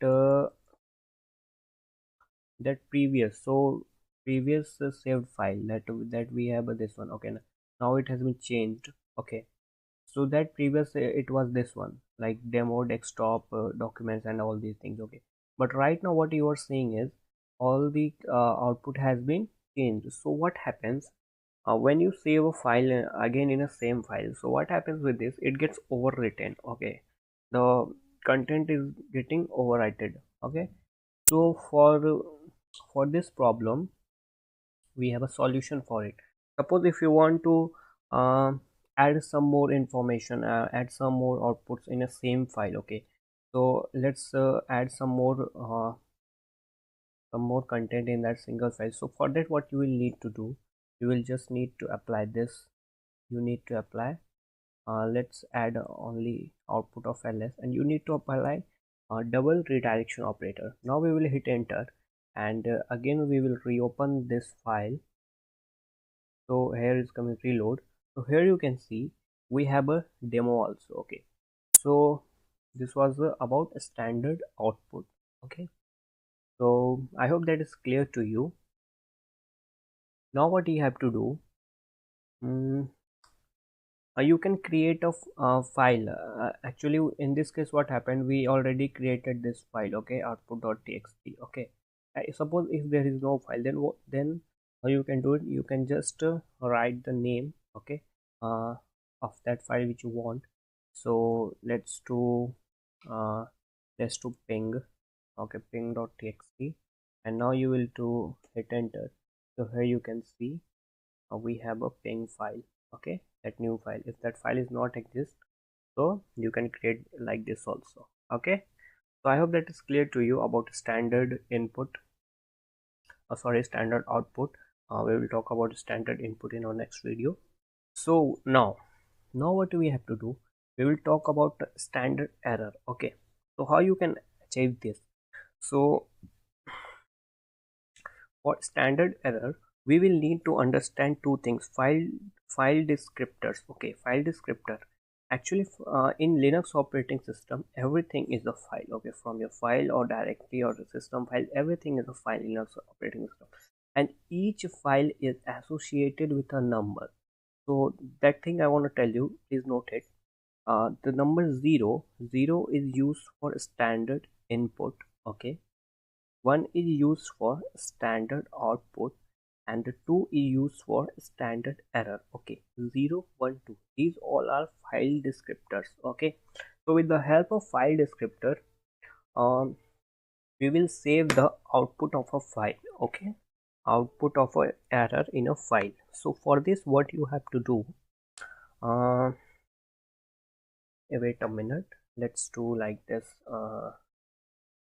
Okay, so what you have to do, you have to apply ls, and let's do -l, and this is an unknown directory. There is no directory like this, user usr. Okay, and let's just save that output. Where should we save?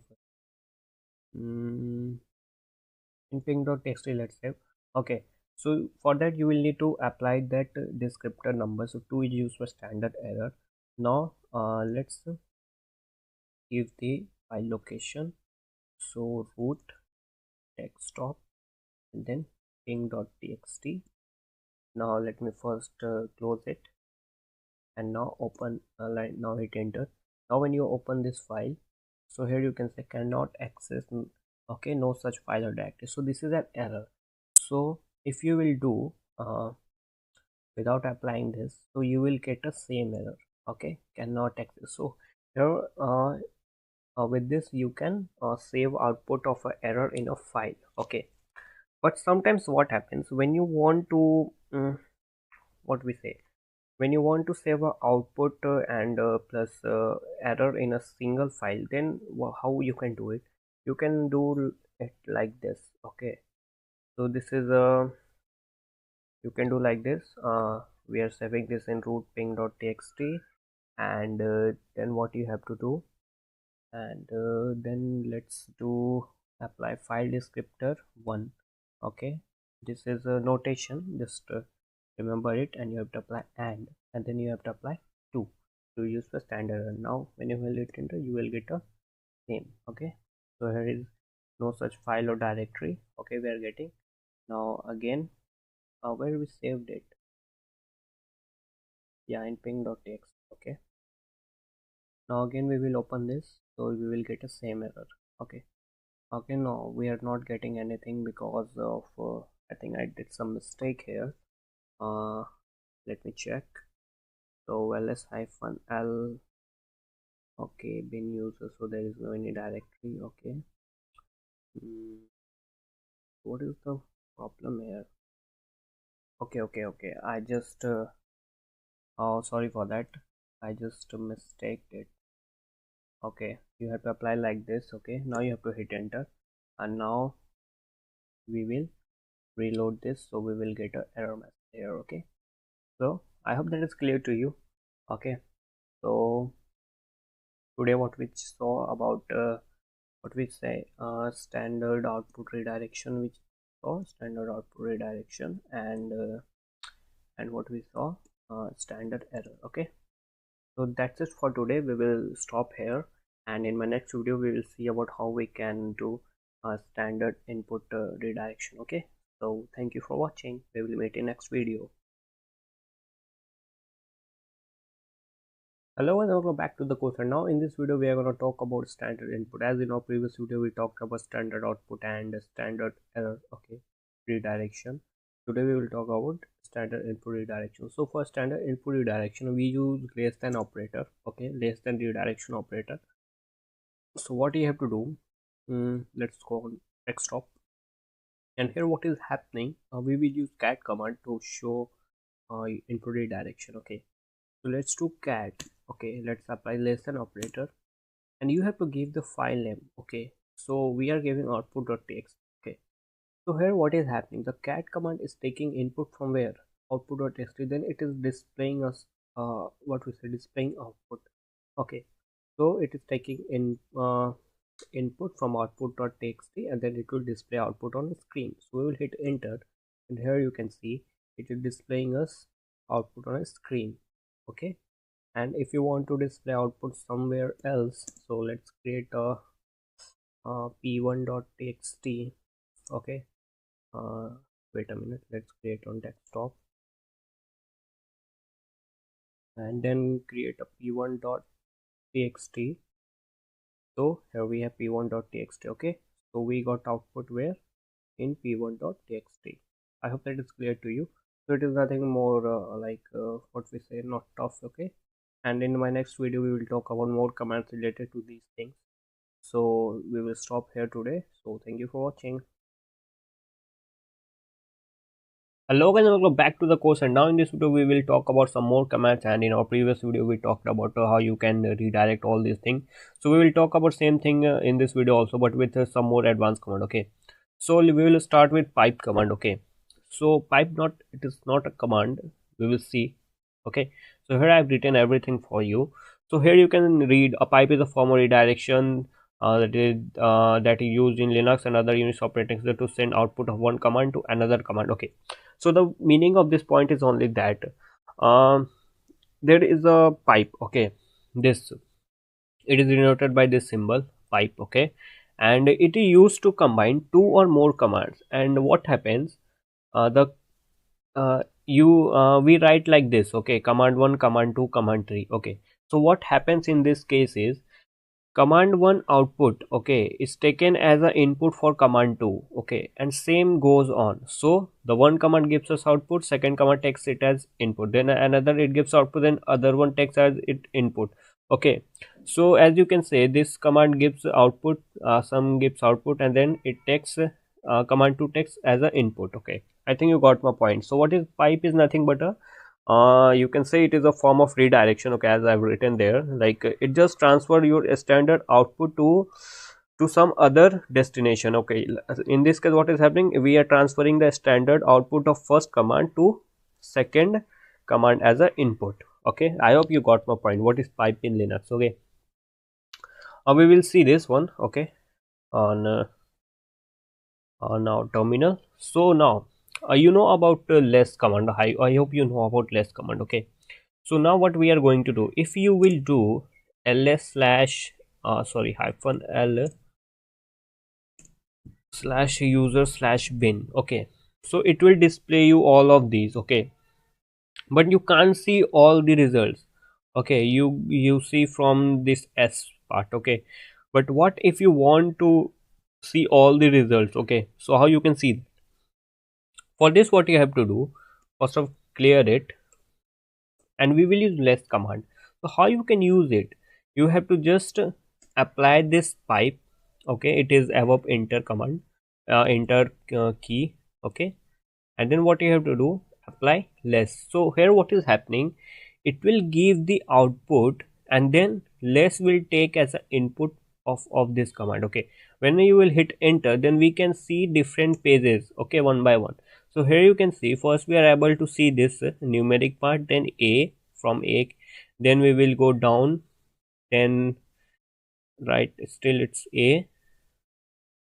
Here you can see the b part. Here means you can see one by one page. Okay, so that is the benefit of this pipe command. Like we can give what we say, we can give one command output for input for a second command. Okay, I hope you got my point. What is the use of pipe? Okay, so for quit you just have to enter q. Okay, I hope you got it. And now we'll move on to this one, the grep command. Okay, so grep command is very easy. It is nothing but here you can see, if you want to search a particular thing. Okay, if you want to, suppose if there is a file, and if you want to search for any particular keyword, or any word which starts from a letter, or in any word in which there should be no any a letter. Okay, so for that purpose we use grep command. So let's see how you can use it. Okay, so for demonstration purpose, I will use a simple this output.txt file. First of all, go on desktop, and we will do cat and output.txt. Okay, so this command will show you all the results. Okay, like demo, desktop, document, everything. Let me open it here also.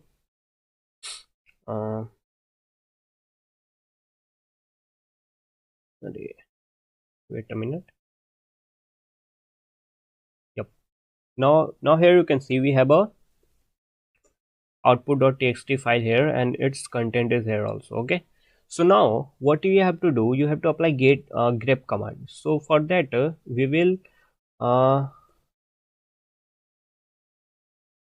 write cat output.txt. Now this command will give us output of all the find. And now what you have to do, you have to find that only content in which you can say that start with only d. Okay, so what you have to do, you have to just type grep, and you have to just type d. Okay, so it will print all the content that starts with d. So let's do.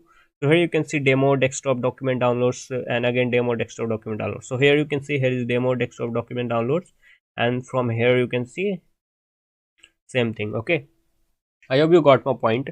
So here what is happening, this cat output.txt, okay, it was giving some output. Okay, as previous it was giving some output. Then what happened, this grep d takes the output of cat output.txt as an input, then it displays us the result in which only there is d. Okay, I mean the content in which only in which we start with d. Okay, d letter. Okay, I hope it is clear to you. And here are also some special these option and function. Here you can see, if you will hyphen v, then it will show all the lines that do not match the search string. Okay, hyphen c, hyphen n also. If you will apply the hyphen n, let's see what it will show. Now if you want to, and if you want to search for downloads, okay, so what will happen, let's see, downloads. Okay, so here you can see it is showing us here line number 5 and line number 17. So if you will check here, in here is line 1 2 3 4 5. Okay, So on 5 you can see here is download section. Again let's do at 17, at 6, 7, 8, 9, 10, 11, 12, 13, 14, 15, 16. Here, yeah, 17. On 17 also you can see here is a download. So in this case, in this way you can see the line number and all these things. Okay, now moving to the next command, we will see the grep command. Okay, sorry, grep not, we will see the sort command. So sort command is just a command which is used for sorting purpose, sorting alphabetically or numerically. Okay, here is also some special option. If you will hyphen r, then it will reverse sorting and all these things. If you will use hyphen f, then it will sort numerically. If you will use hyphen f, then it will sort case insensitive sorting. Okay, so now what you have to do, uh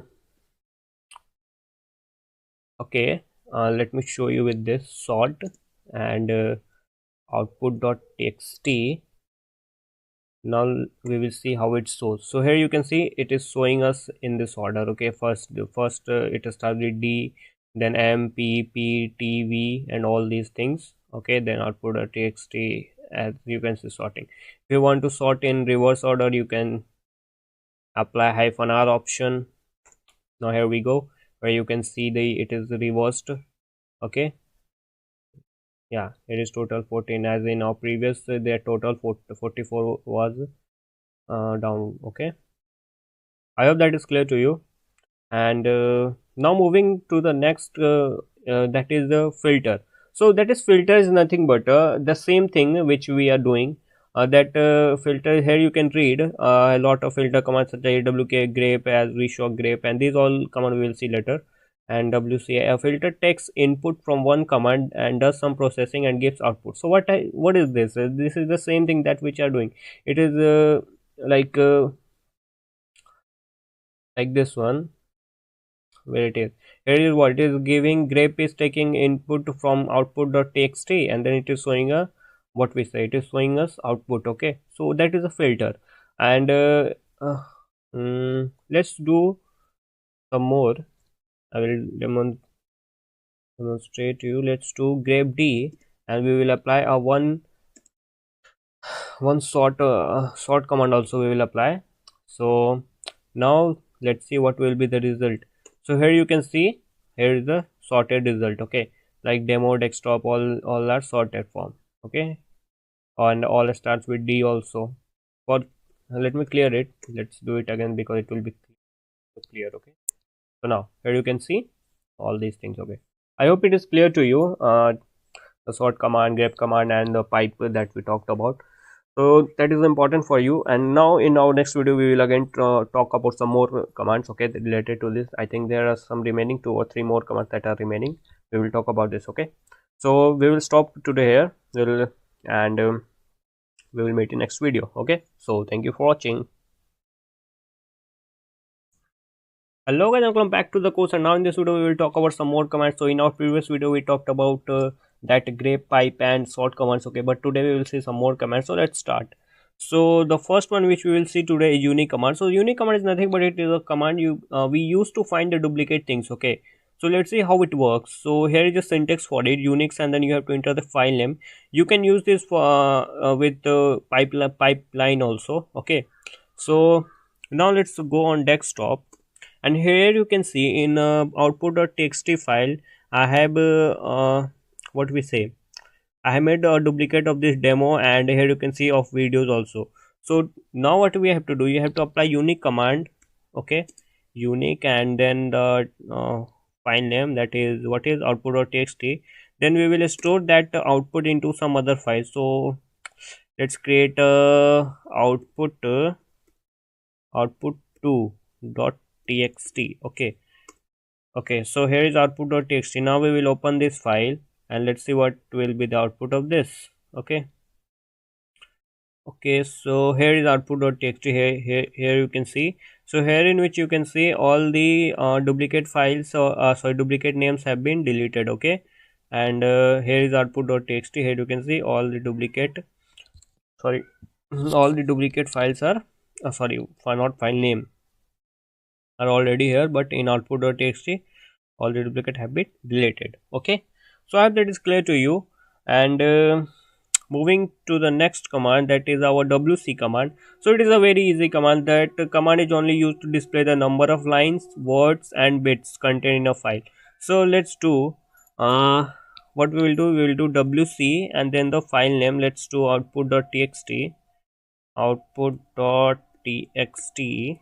Now okay, so you can see it has 33 lines and 194 words and 1139 bits. Okay, its size I think 1139. Okay, so this is quite easy, and we can apply with that what we say pipe also. Let me do, I don't want to write all this.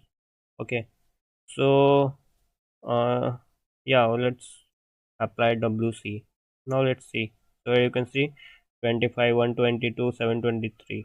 Okay, this is for unique, not for output.txt. Okay, don't be confused. Okay, let me show you way without a unique also, otherwise you will get confused. So let's do, here you can see both these output and the above output, this one, both are same. Okay, so I hope that is clear to you that the wc command is quite easy to understand. And now here is some interesting command, head and tail. Okay, the head command and tail command. So what is the use of this? This is a like we can use it what we say, head command is just used to find the what we say, the first 10 lines of a command, and tail command is used to find the first last 10 lines of a command. Okay, not command, output, sorry, I'm saying command, it is output. I mean, if you apply head command, so by default it will display you first 10 lines of output, and then if you apply tail command, it will display you last 10 lines of output. So let's do it. Let's do head and what we say, let's do output.txt. Okay, output.txt. now it will display you first 10 lines. So here you can see the first 10 lines. I think here is option of line or not. Let me show you, display line number. Yeah, here is. So here you can see the last 10. Here we have a public. Yeah, public. Let me show you. It is output.txt. Okay. We are saying output 2. Here is output.txt. Okay, here is. Okay. So here you can see at line number 10. Let me display the number where it is. Oh man. Wait a minute. Why it's not working? Yeah. Display line number. Okay. And here you can see the at 10 number we have a file. Okay, so this is the use of head command, and if you will use for tail, it will show you last 10 lines. So here is last 10 lines. Okay,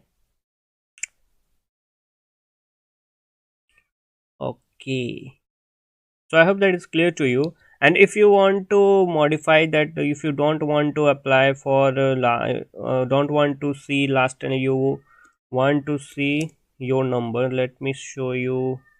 Let's do 5, so it will display 5 line. Okay, let's do output.txt, then it will be easier to understand. So you can see it is displaying 5 line. There is 1 2 3 4 and 5.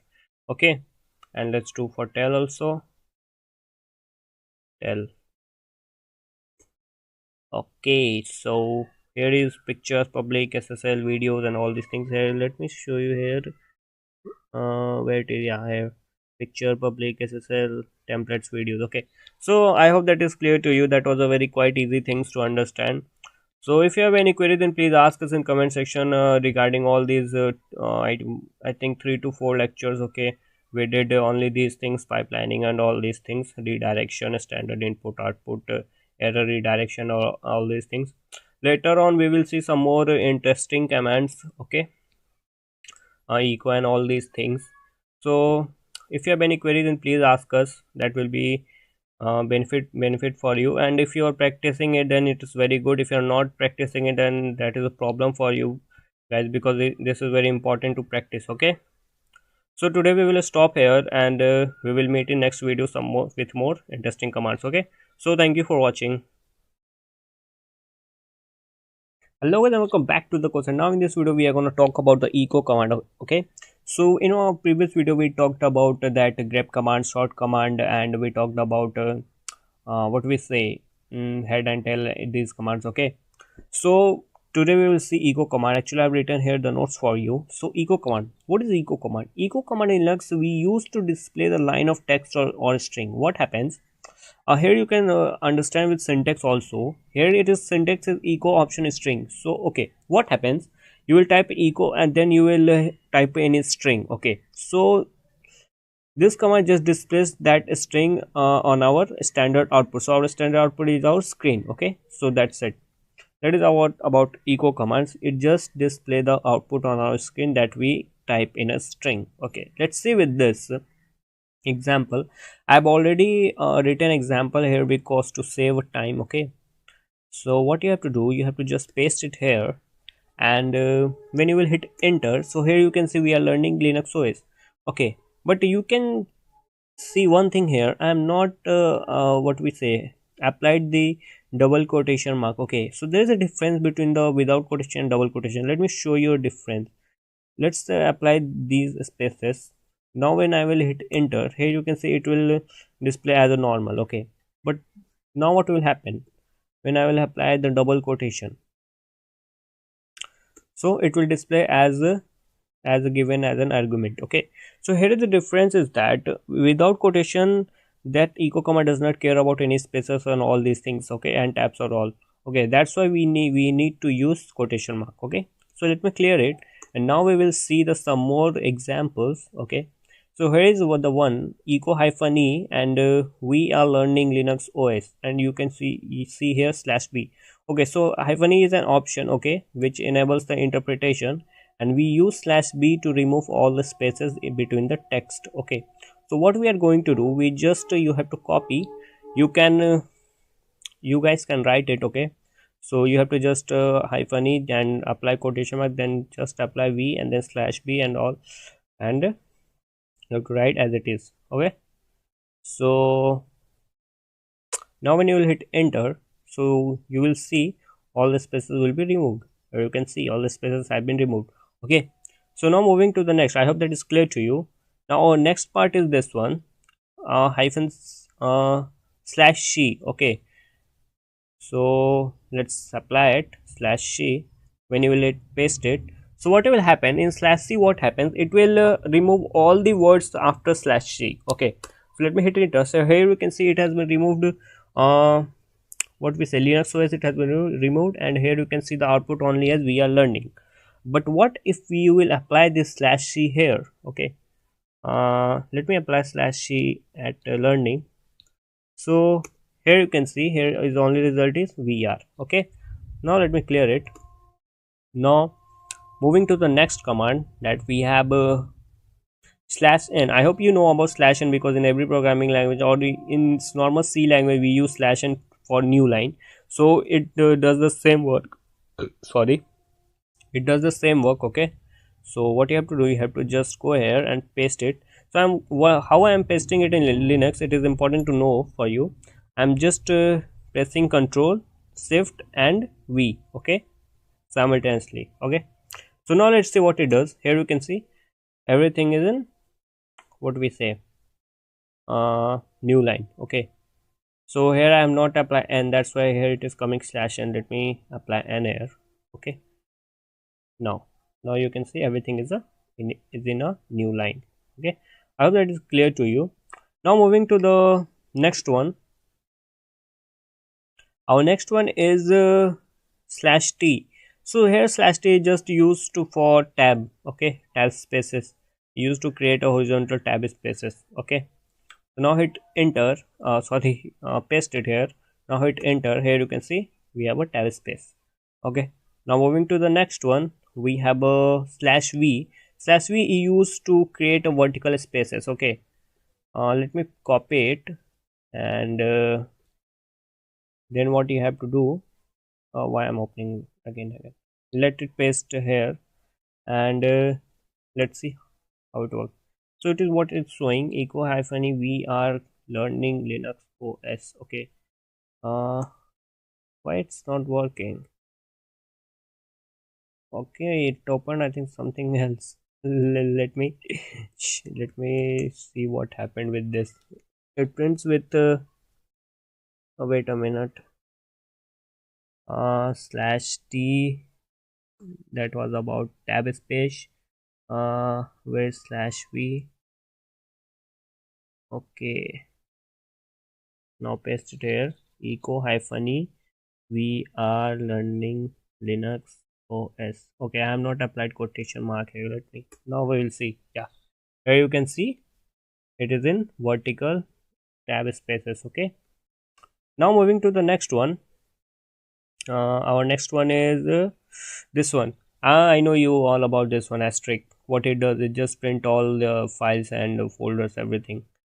Okay, so we will do echo asterisk, then it will just print everything. Okay, so we can use wildcard also. If you want to use echo, then d, any start with any folder start with d, then we will get those folder demo desktop document. If any folder ends with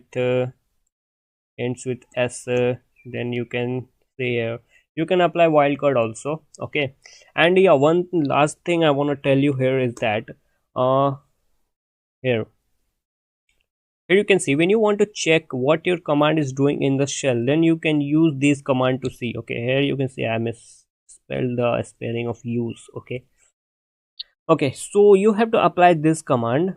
I mean, when you want to see the what your command actually is doing in a shell, okay, so you can use this command. So let's hit this control shift V, and now okay, now what do you have remembered, we have created a alias for desktop, this one desktop. When you will hit enter, then this, because of this syntax, we will be able to see the what actually this command is doing. Okay, so let's do it. So when I hit enter, then it is showing first you are going in root directory, then this command is going in cd desktop. Okay, I hope that is clear to you.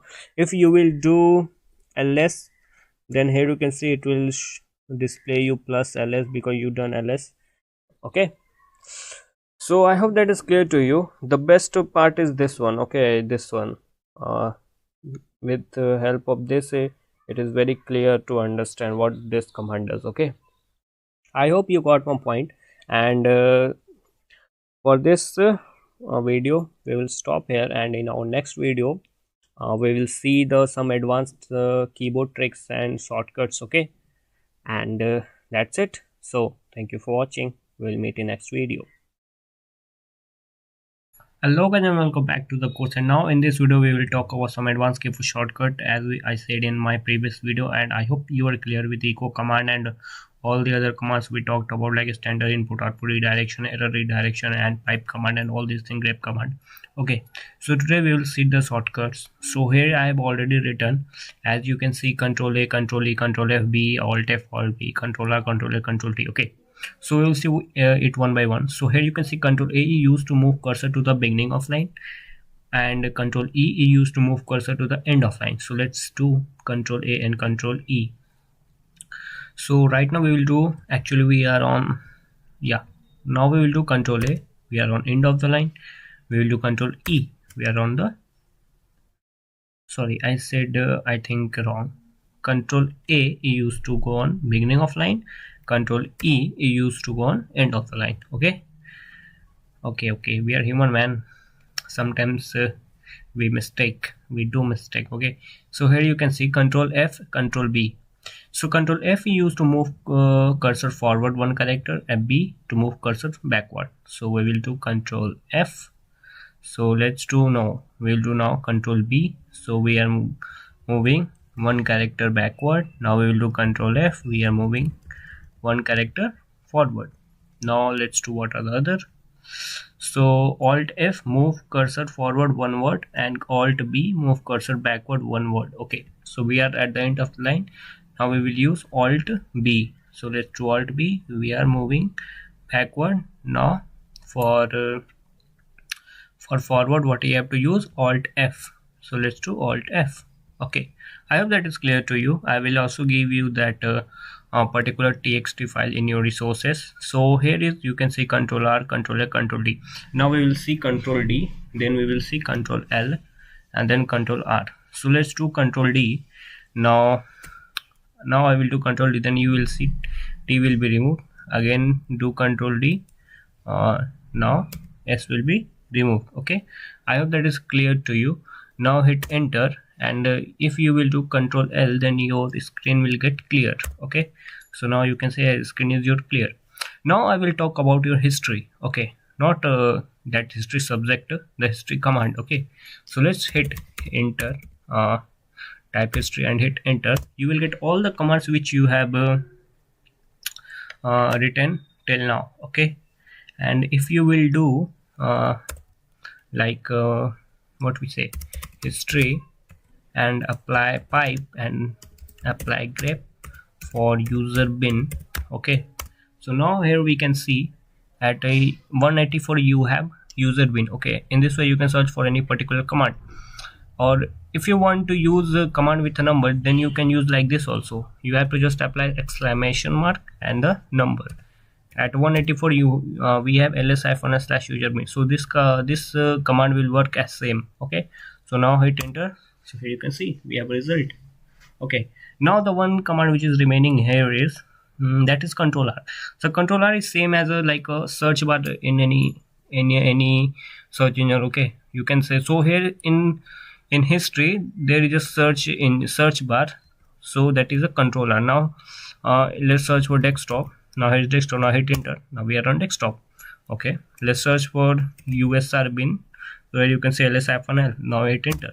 We have got result. Okay, I hope that is clear to you. Okay, and one thing I want to tell you, actually I have told it earlier also, but I want to repeat it. This is desktop, write something, anything else. Now for copy in this terminal, what you have to do, you have to just select it, and for copy that particular selected thing you have to press Ctrl Shift and then C, and for paste Ctrl Shift V. Okay, so this is just is not a command, that's what it is showing. Now we will copy this one, Ctrl Shift C, and we will paste it. Okay, so you can see this is a desk. Okay, I hope that is clear to you, and today we will stop here, and in our next video we will talk about permission, and then in another next video we will talk about some processes and all, then we will complete our course. Okay, so thank you for watching. We will meet in next video. Hello guys, welcome back to the course, and now in this video we will talk about Linux file permission and ownership of Linux file, and how you can change permission and all these things. Okay, so let's start without wasting time. So first of all I want to tell you about this. Let me open this. So here you can see ownership of Linux files. I have already written all these things for you. Okay, so basically there are three types of users. The first one user, then group, then other. A user is nothing but the owner of file, who create a file, that is the owner of file, that it is same as the user. So user is the owner. Okay, if you create some file, then you are the owner of that file. Okay, so what is a group? A group is nothing but you can take an example of a college project you do in a team. Okay, so someone of your team member wants to access some file, then what do? You create a group where everyone can access that particular file of your group. So similarly in Linux also there is a group where each user of particular group can access files. And then it comes other is nothing but those user who who are neither in a group nor a user. Okay, I hope you understood. I mean those who are not in a team, you can understand like this also. Okay, so practically it means everyone. Okay, and now we will talk about the modes of change permission. Okay, so let's see how you do it, but before that let me tell you, I hope you know it. First of all, let's go on desktop and let's do ls-l. Okay, so here you can see this we will talk about only this today. Okay, this is the permissions of a file, and this is hard link, and this is the user, who is the user. So we are logged in as a root, and then root, this is also a group. Okay, root is a group. Okay, and these you can see the file size and date and all these things. Okay, I hope you got my point. So now what we will talk about is this, that is the modes of change permission. Okay, but before that I want to tell you, you can change the permission of any particular file by applying this command, that is chmod. Okay, you can apply this command. So let's do it, how you can do it, but let's create a directory also. So how you can create directory? mkdir, and let's create a directory that is dir1, dir2, dir3. Yeah, 3 is enough. Okay, so let's arrange it here: directory 2, directory 3, and these are the files. Okay, ping1 output.txt, this is output.txt. Let me delete it, output.txt, and p1.txt. okay, let me let it be, leave it. So 3 files and 3 directories we have right now on desktop. So now we will talk about this modes of change permission. Actually there are two modes, that is octal mode and other one is symbolic mode. Okay, now here you can see there are some number that is 0 to 7, and this is the permission type, like no permission, execute, write, read, write. Okay, so now let me tell you, there there are 3 types of permission. That is what we say, that is a uh, r r for read, like a user can read the file. Okay, and then there is w. W means write, it means they can read plus they can modify that file also. And then it comes x. X means execute, then it means that file can be run. Okay, so these are the 3 types. Now we will talk about the 2 modes through which we can change the permission. So first one, we will talk about the octal mode. Okay, so let's move into Linux, and now I have already written here also the for you octal mode. Okay, let me minimize it. Yeah, here you can see, I hope it is visible. Here you can see I have written numbers from 0 to 7 and their permission and then symbol. Now let's do, when you do ls-l, you will get all these things. So here you can see the first thing which I want to tell you is, if you get this hyphen sign, or you can say minus sign in a starting, then this shows that that particular thing is a file. Okay, so here you can say hyphen, then it means it is a file. Okay, and then if you see d in other like in directory 3, you can see there is d, so it means that that particular thing is directory. Okay, I hope that is clear to you. Now let's talk about how you can change permission, or before sorry, before that what you have to do, I'm going to tell you one thing. Let me write here any permission like that one. Let me copy it, this, control shift C, let me paste it here. Now here you can see these, this is different, this is different, this is different. Okay, so this is for, this shows your what type of file of what type of file is. Okay, it is file or directory. Okay, so and this shows the for which you want to change permission. So this is for first one, is first 3 is for user, then this 3 is for your group, and these are for what we say others. Okay, so now what you have to do, you have to change permission. Now here you can see this r, w, r, these all these things. Okay, now what you have to change permission, how you can change permission, you can apply this command, you can apply chmod. Chmod is used to change permission. And yeah, one thing also, here you can see plus operator also. No, we will talk about this in symbolic mode. Now we will change this permission with number. Okay, so now let's start. Let's hit any random numbers, 746 747. Okay, and change for output.txt.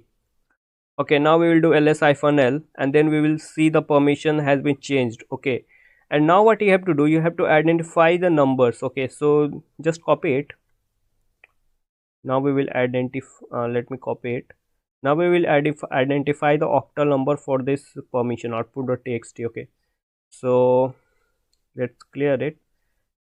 Now this is first one is different, these 3 are different, these 3 are different. Okay, now let's assign all these permission. So rw minus, here you can say rw minus is for read plus write, that number is 6. Okay, Now check r minus minus. So r minus minus is for 4, that is read. Okay, 6 4. Now you can see rwx that is for 7, 647. So now here you can see this is for 647. Output the permission of output.txt is for 647. Okay, as we applied here 647. Okay, you can apply, when you will apply 647 for other files also, then you will get the same permission. Okay, let's apply for ping.txt, and let's again apply for p1.txt. okay, and now do ls-l. Now here you can see we have same permission for all the above 3 files. Okay, I hope you got my point how you have to change the permission. Okay, let's do again. If you want to change permission, let me clear it. Yeah, let's do ls-l. Now let's change permission and let's write only 7, that execute that permission is read plus write plus execute. Okay, now let's do for which file, let's do for output.txt. okay, so now we will do ls-l. So here you can see it has been given read write execute. Okay, and this is only for other people. Okay, others, not for user, not for any what we say, any group. Okay, so now let's do for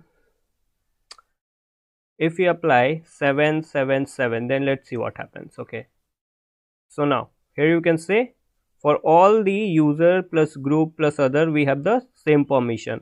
Okay, I hope you got my point how you have to apply this change permission and all these things through octal mode. Okay, so we will stop here today, and in our next video we will see about how we can change the permission through the symbolic mode. Okay, so thank you for watching and we will meet in next video. Okay,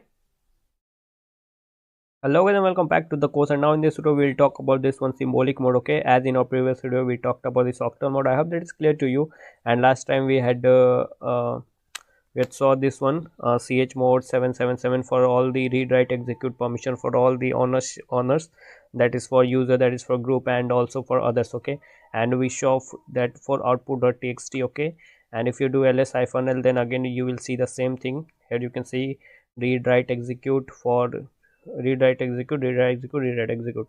Okay, you just have to this divide them in 3 parts. Okay, like this. Here you can see I have done. Okay, I've shown you in some example, I have shown you this. Okay, so now what you have to do, we have to change permission with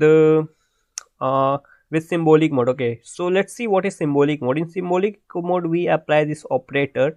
So plus operator is used to add permission to a file or directory, and minus is used for remove the permission, and equal is used to set the permission, override the permission set earlier. Okay, and here is user denotation, that is u for user, g for group, o for other, a for all. Okay, and here is some example, chmod plus x file.txt. okay, so now let me clear it. Now we will do on directories. Okay, so for directory 1, here you can see d is for directory. Let me copy it first. Let's copy.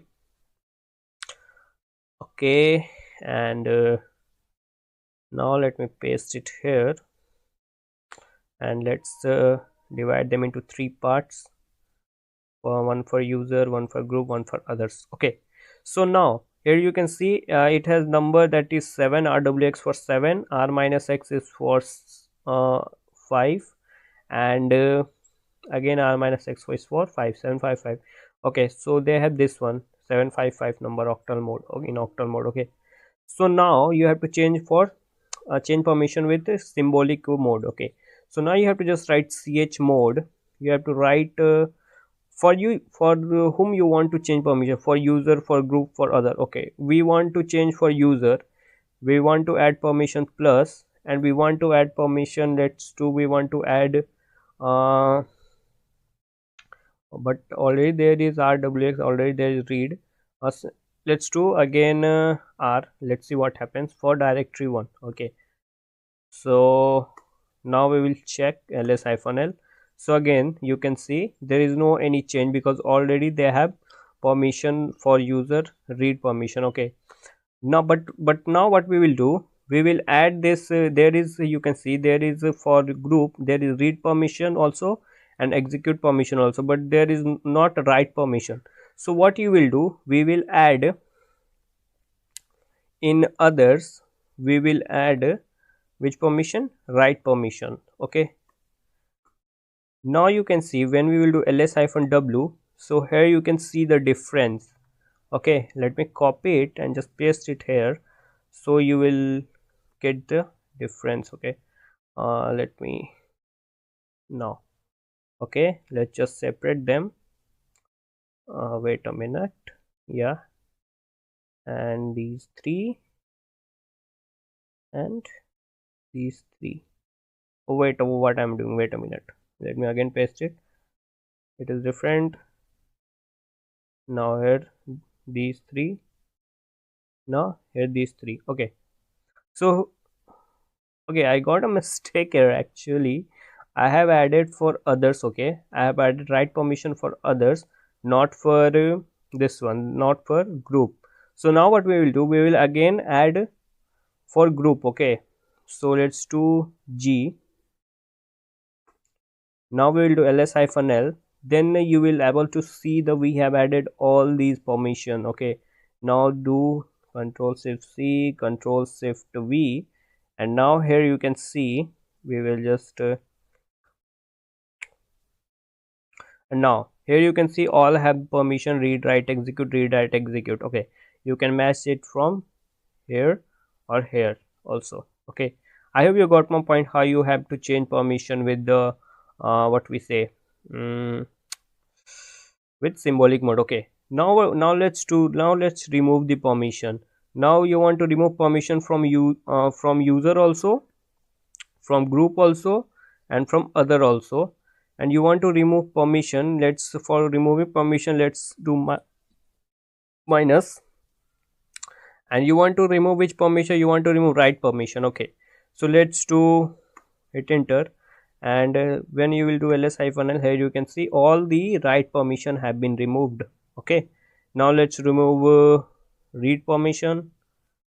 So now we will do ls-l, then you can see all the read permission have been removed. Now let's remove execute permission also. So X, and here we go. Now this directory has not any permission. Okay, so I hope you got my point, and let's do with equal sign also. Now we will set permission for user. Okay, so instead of minus sign, we will do equal, and we will apply plus X, I mean add execute for all the user. Okay, in directory 1, let's hit enter.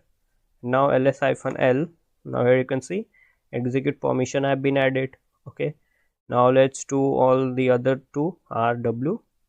Now hit enter. Now here you can see again we got the same result with the equal sign also. Okay, so this was only about permission. I hope you got everything. If you not got anything, please ask us in comment section. Okay, and there is only one topic remaining, that is the process, that we will see in next video. Okay, I hope you enjoyed this course, and again we will see some more courses on Linux, because it's not very, what we say, it's not very advanced, but still it's enough to start your journey in cyber security or ethical hacking. Okay, there are also many things in Linux which we will see in part 2 of this course. I will add courses, okay, in this course if it is possible, or we will create a separate course for it, for advanced things. Okay, so let's meet in another video. Okay, so till now, bye bye, and thank you for watching. Hello guys, and welcome back to the course. And now in this video we are going to talk about the processes. Okay, so let's start without wasting time. So what is the process? Process is nothing but you can say as a like what your Linux operating system is doing. It's just a process. Okay, like whenever you run a program, then a process is created. Okay, along the process PID number, that is PID, that is process ID, is generated with that process. So every process has a particular PID number. Okay, so I hope you got it. What is the process? That is not a very big deal to understand. So I have written also definition also here, you can get it from here. So I will give this link, this txt file in your resources. So here you can see the process, nothing but whenever you run a program, then that is a process. Okay, so every time you run a shell command, a program is run and a process created for it. So each process in Linux has a process ID. Okay, so everything is written here, you can read it, it's not a big deal. So each process in Linux has a what? Process ID. So, and one thing remember, process ID always in what we say, in ascending order. Okay, so I hope that is clear to you. So, and we use two different commands to see the processes in Linux operating system. So that are ps and top command. Okay, ps command and top command is used to see the processes, ps and top. So first we will start with the ps command. So let's see what are the, how it works and what are other things in that. So let's hit enter ps. So here you can see we are getting some results like 1662, that is a PID, TTY and time CMD. Okay, so the PID is the process ID, TTY is just a name of the terminal, and the time is how much time from what we say, like how much time that process is running. Okay, and then you can say the CMD and bash ph. Okay, so like which command is running that particular process. So but this output is only for the this session. Okay, for this session only. Okay, it is not for overall. So for that, what you will need to do to check the overall process, you need to apply ps-aux. Now it will give the more result. Okay, let's see what it gives. So here you can see the it is giving this very much result. Here you can see the user, like who is the user who is using that particular process. So here we are the user, the root, we are logged in as a root, so root is using that process particular. What is PID? PID is just a process ID. Here you can see PID is just an ascending order, 1 2 3 4 5 6 7 8 9 10. Okay, so it is an ascending order. This is a percent. What is percentage CPU? Percentage CPU is the percentage usage of CPU. What is percent in memory? Then VSZ, RSS, TTY, everything we will see here in text file. So percent in memory is just a memory uses. VSZ, what we say, virtual memory size. RSS is the physical memory size, that is your what we say, RAM. TTY is just a name, here is not provided. Stat is just a status code, that means what your process is doing. So S is used for sleeping, I less than, that is a priority process, and T is used for stop process, as you will see that code. Okay, now start that at what time this process start, all these things. So I started that PC at 7:33, so that's why it is 7:33, and the time and all the CMD, like which command is using that process. Okay, so I hope that is clear to you.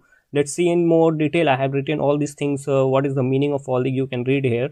So here you can see for user, percent CPU utilization, percent memory, the percentage of process reference set size to the physical memory on the machine. Okay, VSZ, virtual memory, RSS, RAM, status. Here you can see TSR. These are the important. You can get code on internet. Okay, so start is for the time when the command started. Okay, I hope that is clear to you. We are done with ps command. Now what we have to do, we have to see the next command. Okay, that is the top command. Okay, and yeah, if you have any query, then please ask us in comment section. Don't be hesitate to ask us. Okay, that is important. So now let's see the top command. What is the top command? So here we have top. So here you can see the definition. The top command is just like a ps command. It also shows us that processes and all these things. So what will happen if you hit top command? Let's say top. Let's say top. Now here you can see, here again we are getting the same result, not same result, but here is some different result. So here is the PID, user, PR, NI, VIRT, all these things we are getting. And the main important thing of using the top command is that it what we say, it changes frequently, like in seconds it changes. Okay, so let's see what are these commands. So PID is process ID, user is user, like who is the user, we are logged in as a root, so root is user. Then PR, NI, VIT, let's see what are those. So here you can see like PID, process ID, user, task. On a PR is just a priority of the task. Okay, what is the priority? NI is the nice value of the task. VIRT is the total amount of virtual memory used by the task. RES is the non-shared physical memory, same percentage CPU, percent memory, and command. Okay, so here you can see all these things, PR, NI, and VIRT, that is virtual memory, all these things, this is the RAM. Okay, so I hope that is clear to you. Here you can see time, here you can see this is changing frequently. Okay, frequently it is changing everything. Okay, so to quit this process, so we hit Control C. Control C is used to interrupt any process, like it used to stop any process. So we will hit Control C. Okay, so now it has stopped. Now just hit clear. Now we will talk about the important, not important, it is used to kill any process. Okay, you want to kill any process, so how will you do it? We will use kill command for that. Okay, so here you can see I have already written this kill command actually does not kill any process. So here is the theory behind it, what for kill command.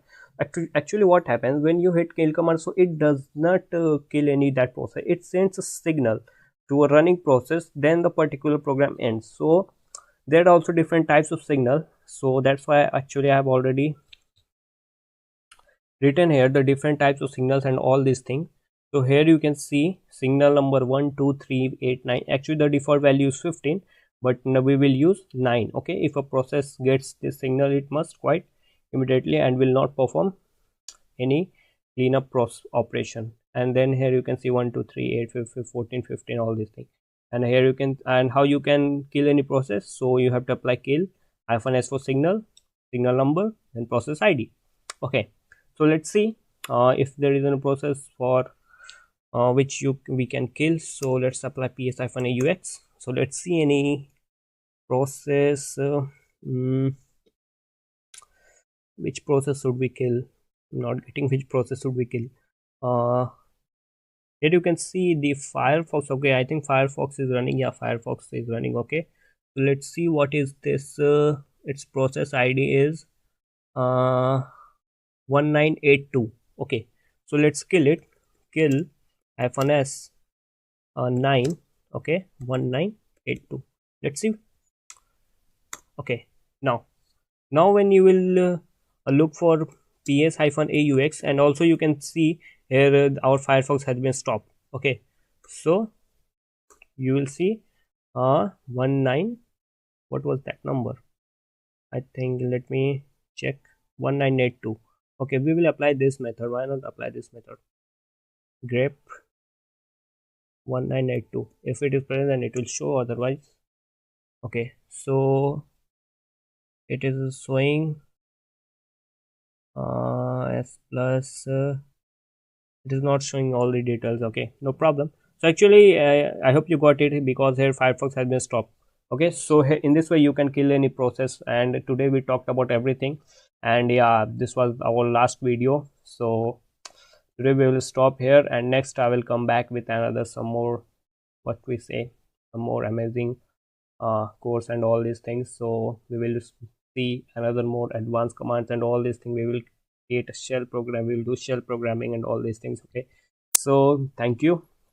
We will again meet in our next course. Okay, so thank you for watching, and you can see you will see more details in our message section. Okay, so for today that's it.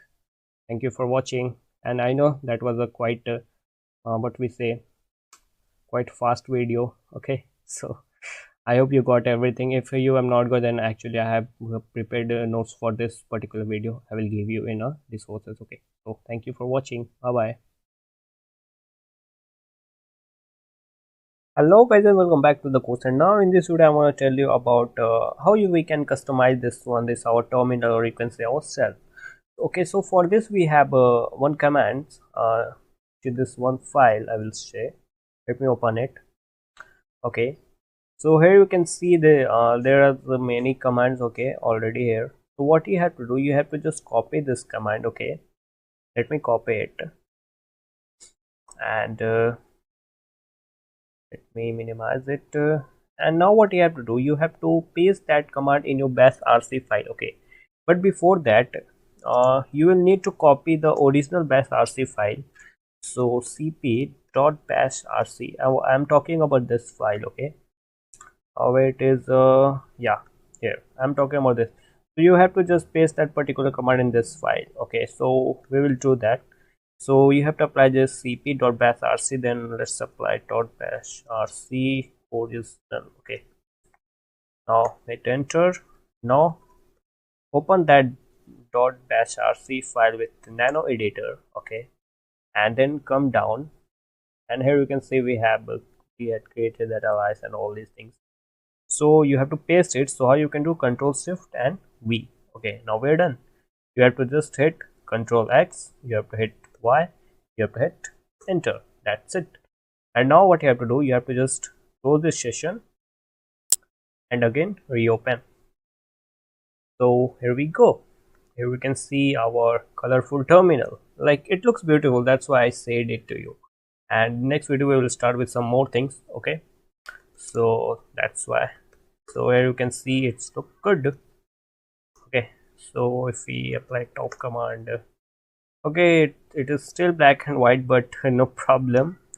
Like, this prompt is looking nice. Okay, that's why I told you about that. So today we'll stop here, and in next video we'll talk about some more interesting things. Okay, so thank you for watching. Hello guys, in this particular video we will be installing the Ubuntu operating system in our VirtualBox. Okay, so this is the website from where you can install the iOS image of the Ubuntu OS, and you can just click on this download button and your download will get started and you will get the iOS image. Okay, so for that you will need to install VirtualBox also, so but that is very easy part, and actually I have already installed it, and you have to just click on here new. Just name the OS as the Ubuntu. Okay, and this will be the same. Don't change the default folder, just click on next. Provide a suitable amount of memory. Next. Create. Next. Next. And here it's all upon you how much space you want to provide to that Ubuntu OS. Okay, so default is 10 GB. I will go with that. Click on create. Okay, now we are good to go. So in the system, it's all upon you how much you provide, the same as it is. Okay, you have just click on 128 MB. In audio we don't have to change, in network nothing, storage also now we don't have to change anything, so just click on OK, and you will need to just start. And here already it is selected, so if not you will need to just click on here choose virtual disk file, and then you will need to just select that particular iOS image folder. Okay, not folder, that iOS image file. So I will just click on start here. So now it will start. You just hit on enter.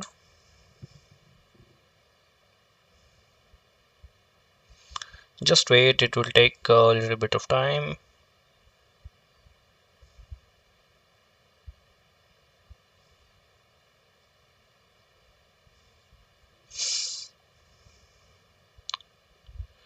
Okay, make it large. Yeah, now it's fine.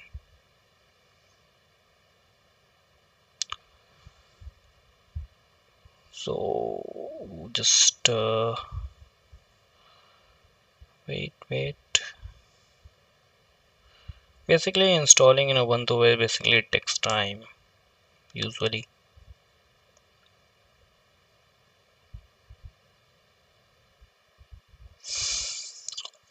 We will need to just wait.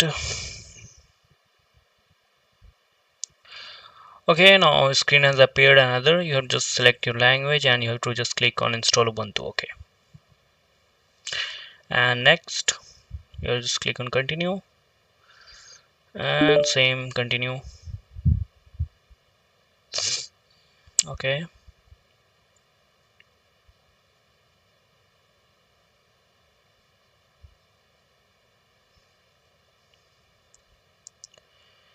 it will take a little bit of time for the all installation, and yes, just click on install now. Don't worry, your data will not get deleted.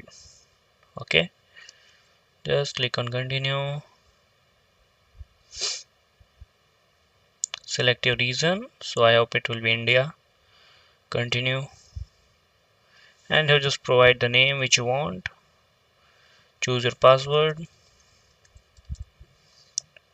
and same. Okay, click on continue again.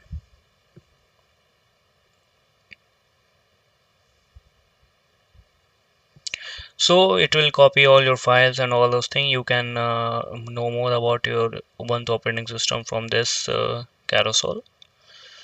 Okay, so till now it's copying. I'll just pause the video. Okay. Okay, so file has been copied. Now it's installing the system. Okay, so it will also take some amount of time. So again, I pause the video. So here you can see the package is getting downloaded. So it will take approx 3.5 minutes of time. Okay, just wait for it. After that, it will get installed. Okay, so finally we have installed and it is asking to restart your computer now. So just click on the start now button and just wait.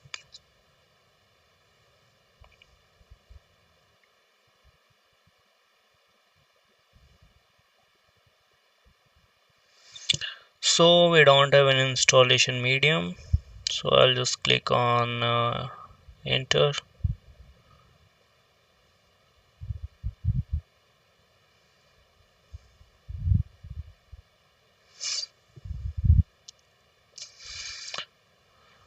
So just wait.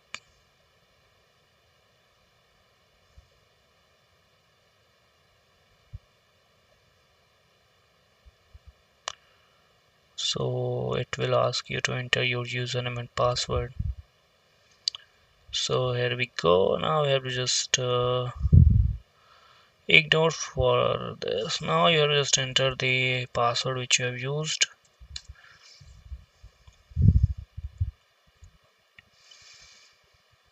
Okay, so here we go. And okay, I have to just move into the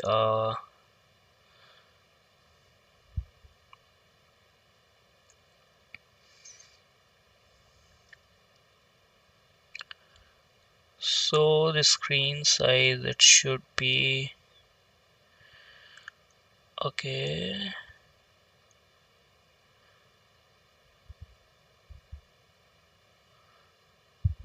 We basically do it with this. Let's do again. Let's see it happens or not. So we will see this in the next video actually. So but we have successfully installed the OS. Okay, so let's do next, done, and control alt T to open the terminal and just hit the command which you want. Who am I? So it's iOS. Okay, so finally we have installed the operating system, you can see, and you can now use it. Okay, so it's asking to update. Now just power off. Okay, so that's all for today's guys, and I hope you liked it. So we'll meet you in the next video. Thank you for watching. Hello guys, now in this particular video we will be installing the Visual Studio Code because we will use this IDE to write our shell scripts. Okay, so let me tell you how you can install it in an easy way. So here is the Ubuntu software. From here you can install multiple softwares. Now you have to just search for the Visual Studio Code, and it will take some time to load. Let's wait. Um, So, but before that, let me tell you about what is Visual Studio Code. So, it's basically one of the IDE which we use to write our codes. You can write code in any language which you want, from C++ to Java, Python, everything. Okay. So here you can see the review is also good. Now you have to just click on this install. So it will take some time for installation. Uh, let's wait. Okay, it is installed now.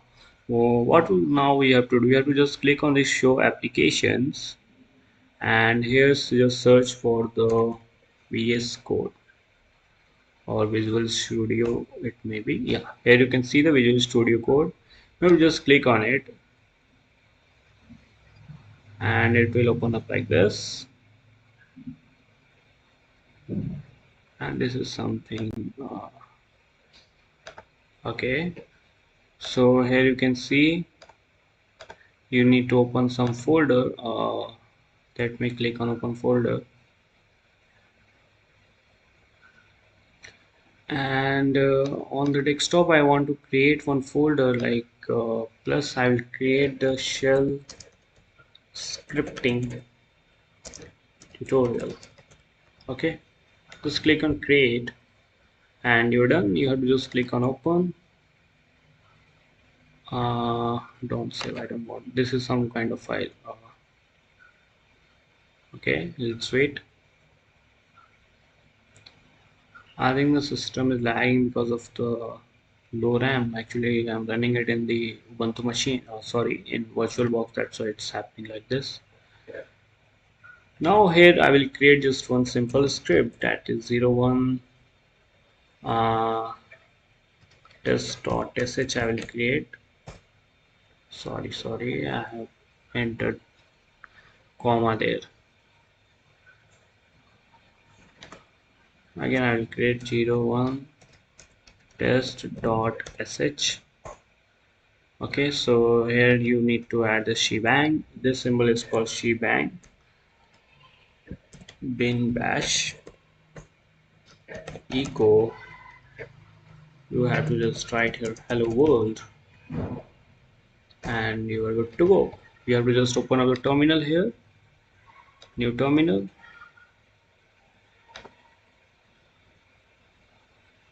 and you will need to just add the permission for this particular file, that is 01test.sh, and you need to just execute it uh, dot slash 01 test.sh. Okay, let me just do ls why it's not executing. Okay, dot slash 01 test.sh. Why it's showing by no such file or directory. Okay, I think I have by mistake written like this.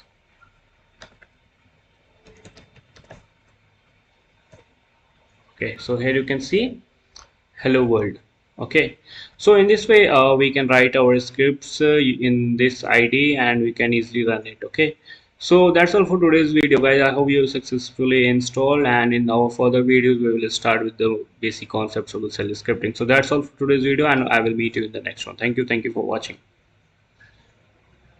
Hello guys and welcome back to the channel. This is Ayush, and from now we are going to start our the Linux shell scripting tutorial. Okay, so we will start with the basics to the advanced, and we will cover many concepts, like we will cover like programming concepts like if else, for loops, and also we will create some scripts like automated scripts, and we will do some minor projects also. So now from this video, like in today's video, we will cover some basic concepts like what is a shell, what is a bash, and also we'll see how you can create your first script. That will be a very interesting thing. Okay, but before starting, let me tell you, like we use shell scripting mostly for the purpose of the automation. Okay, if you want to automate some kind of task, then you can use the shell scripting as an automation. Like not as an automation, you can say like shell, you can use the shell script as a tool to automate your work. Okay, so now first of all, now let's come to the point and we will learn about the what is a shell. Okay, so shell is nothing but you can say it's just like interface which provides you to write some codes and write some commands. So right now this terminal is using the bash shell. Okay, so but also according to the some other articles, some books, shell is just like an interpreter. Like it basically runs uh, like executes the command line by line. Okay, so that is the work of the interpreter. Like it executes the code line by line, and if some error occurs, then it will just throw it on the screen. So shell is just also like an interpreter. It basically interprets the .sh files or .sh programs, you can say, or you can say the scripts. So now you will say what is a script? So a script is nothing but the like your program file. Just like in Python you create .py file, so similarly in shell scripting and or in bash scripting we create the .sh file. Okay, so why we say like shell acts like an interpreter? Because it interprets the .sh files or .sh programs, you can say. So I hope you got a fair idea about what is a shell. Okay, so now let's start with the basic concept, like what are the different types of shell in our Linux operating system. Okay, so there are many cells like bash shell and also like K-bone cell, born again cell. Okay, so you can get the list of the cells in this particular directly. Not directly, it's a directory. Okay, so here you can see the multiple cells is being used or present in my this operating system. So for this whole series, we will like stick with the only the second one. This one bash is bash. That means born again shell. Okay, but this sh the first one shell was the first shell which was created by the Linux, and the next there is born again shell came into the role. So we will use the born again shell for our this entire series, and now what we have to do, we have to just create a one single script of hello world, and also let me tell you the what is this bin. So the cell your shell will be present in this bin directory. Okay, so now but before creating your first script, let me tell you the what script is being used by this session or by this terminal. So you need to just enter this echo and the shell $shell, and here you can see the bash shell is being used. Okay, now what we have to do, we have to just create the first script, that is the hello world script. How we will do it? We will just I'll move on to the desktop and I will create the cat hello world.sh. Why.sh? Because like we are creating the shell script. So bash script, that's why we are using the .sh extension. So here you can see the file has been created hello.sh. Now I will use this hash slash bin bash. It's just like this line basically tells tells our script or our the shell to which shell to use. Tell the interpreter which shell to use. So here I'm just defining like I want to use the b bash again shell, that is this one bin bash, not sh. Okay, so now I can do echo is just like the print command. Okay, echo hello world, I'm learning bash scripting. This one, now hit control D, and to run the script you need to add some permissions. So you cannot directly run the script. If you will check the permission for hello world.sh, so here you can see this is only read write permission, you cannot execute that script. So to give the particular permission to this particular file, you will need to just add the permission using the chmod. You will, if you will use +x and the hello world.sh is the name of the file, so permission will get added, and here you will see the execution permission has been added, and the color also has been changed from white to the green. Okay, now to execute, what you do, you have to just do // and the name of the script, and we are done. So as you can see, our script has been executed successfully. Okay, so I hope you like this guys, like how you can create the shell scripting, and also I hope you got to learn about the what is a shell, what is bash, and if not, then please go and you should explore yourself also to gain some kind of knowledge. Okay, so that's all for this guys, we will meet you in the next video. Thank you for watching, and I will come up and meet you in the next video with some amazing concepts. Thank you. Now in this video we will be learning about the what are the variables. Okay, so first of all let me tell you about the what are the topics which we will be covering in this particular video. So let me just open up the terminal and I will write all those topics which we will be covering this particular video. So first of all we will cover variables. What are the variables? then user defined variables, and next environment variables. Okay, so these are the topics which we'll be covering in this particular video. So first of all, let me start with the variables. Okay, what are the variables? Okay, but before that, let me first open up my VS Code. Actually, I have already done it here. You can see. Now you have to just create one file, that is 02 variables dot sh. Okay, so we will use .sh extension for creation of file, and I hope you have already installed this VS Code. Actually, in our previous video, we have covered this part of installation. So now what we have to do, you have to just enter this shebang, and then you have to just you are good to go. You can write any command here also, like you variables, you can write here variables. Okay, just save it, and here is the run button. If you run it, maybe it will run. Yeah, it's working fine.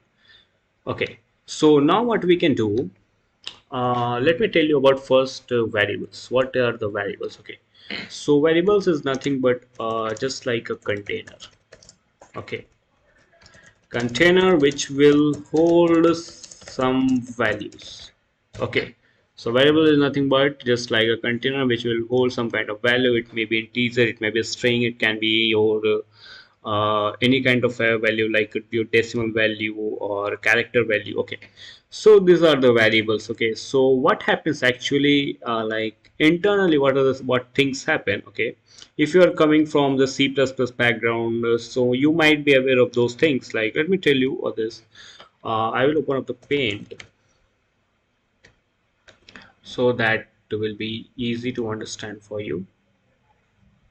Okay, so I will just create a block here. Okay, so what happens if you create a variable? Suppose you create a variable a equal to 10.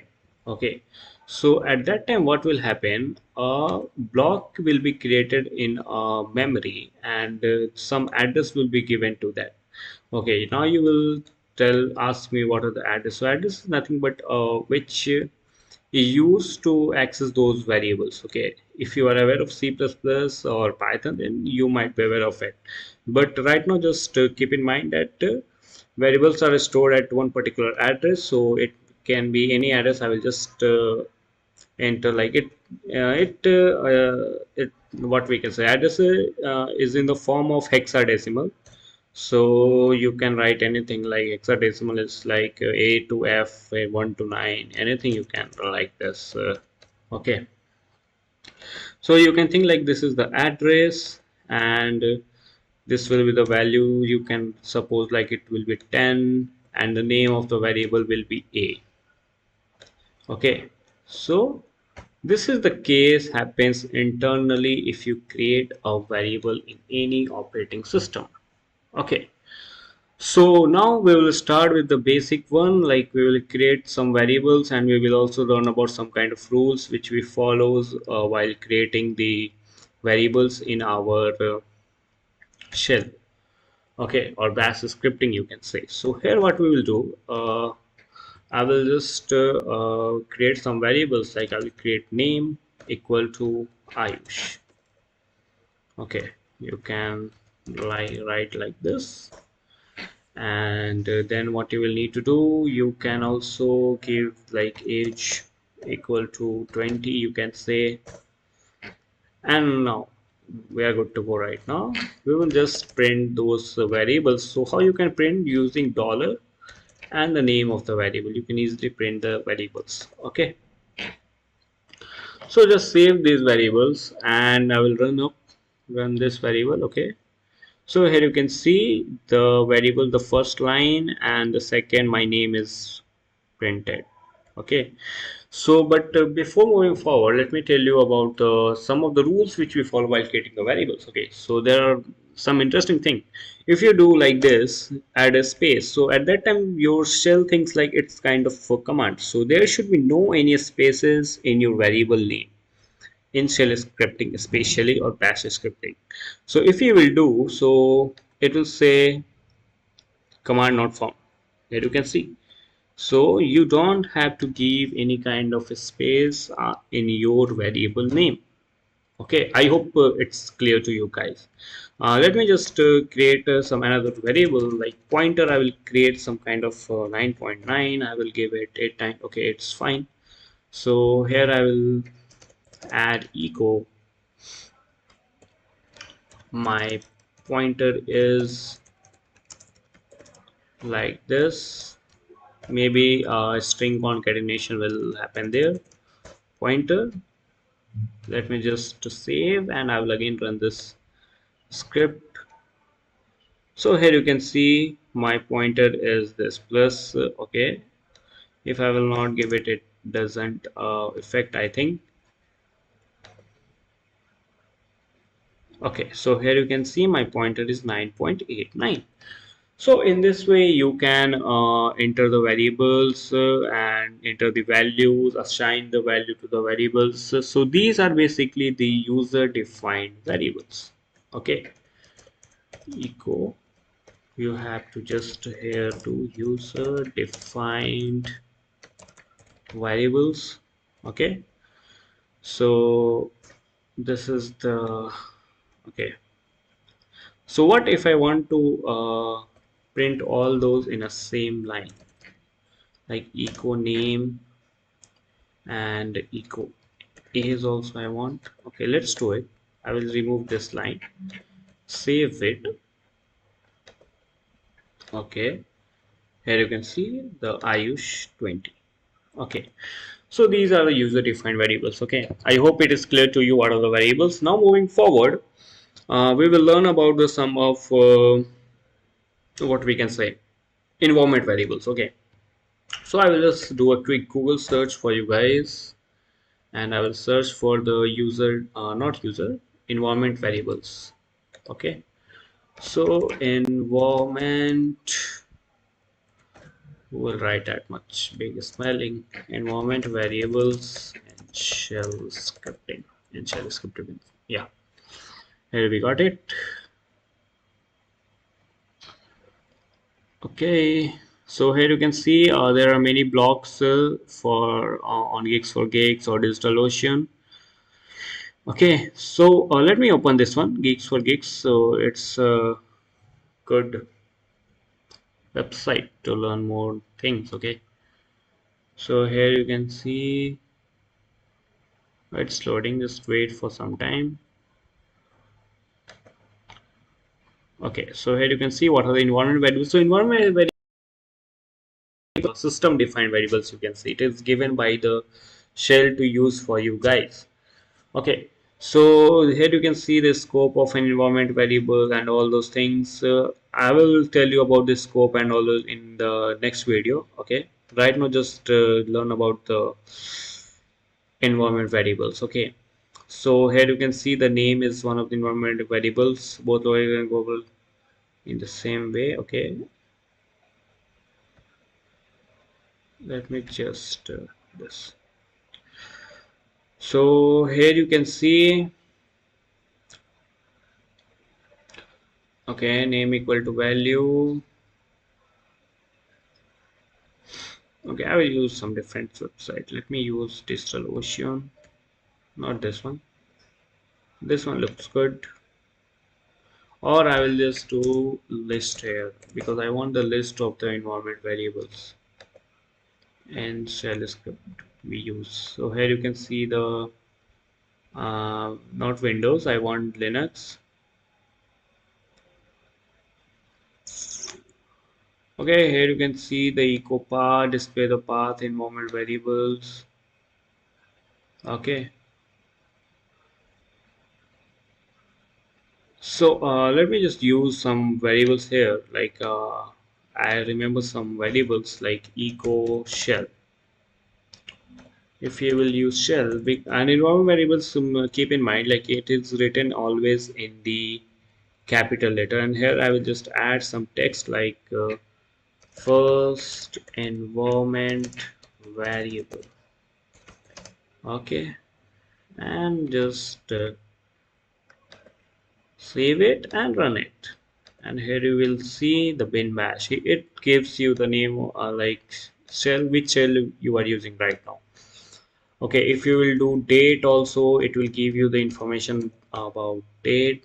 Okay, so just save it and run it from here, and here you can see the, okay, it's not displaying me the date. Why? I don't know. Okay, DATE, it should.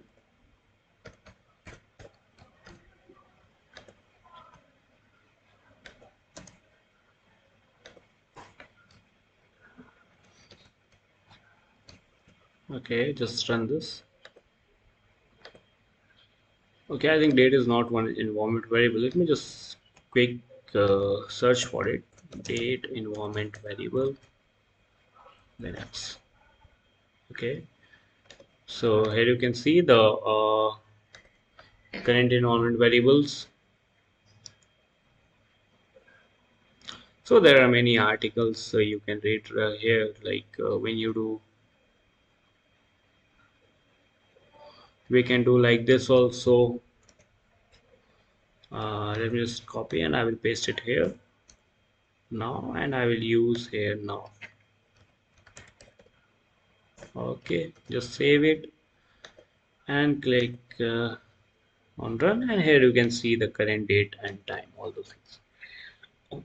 Okay, so in this way you can use variables, you can assign values, and I hope you got to learn about these user defined variables as well as environment variables. And in the next video also I will tell you some more environment variables. Okay, so I hope you like this particular video guys, and thank you for watching. And if you have any queries, then you can ask in the comment section, and for these all the source code I will be posting on my GitHub repository. I will give the link in the description. Okay, so thank you for watching. I'll meet you in the next one. Thank you and bye bye. Now in this video we'll be learning about how we can get the input from the user. Okay, so basically we will see with the many examples, like suppose I will ask the user to enter his name, so at that time user should be able to enter his name and all those things.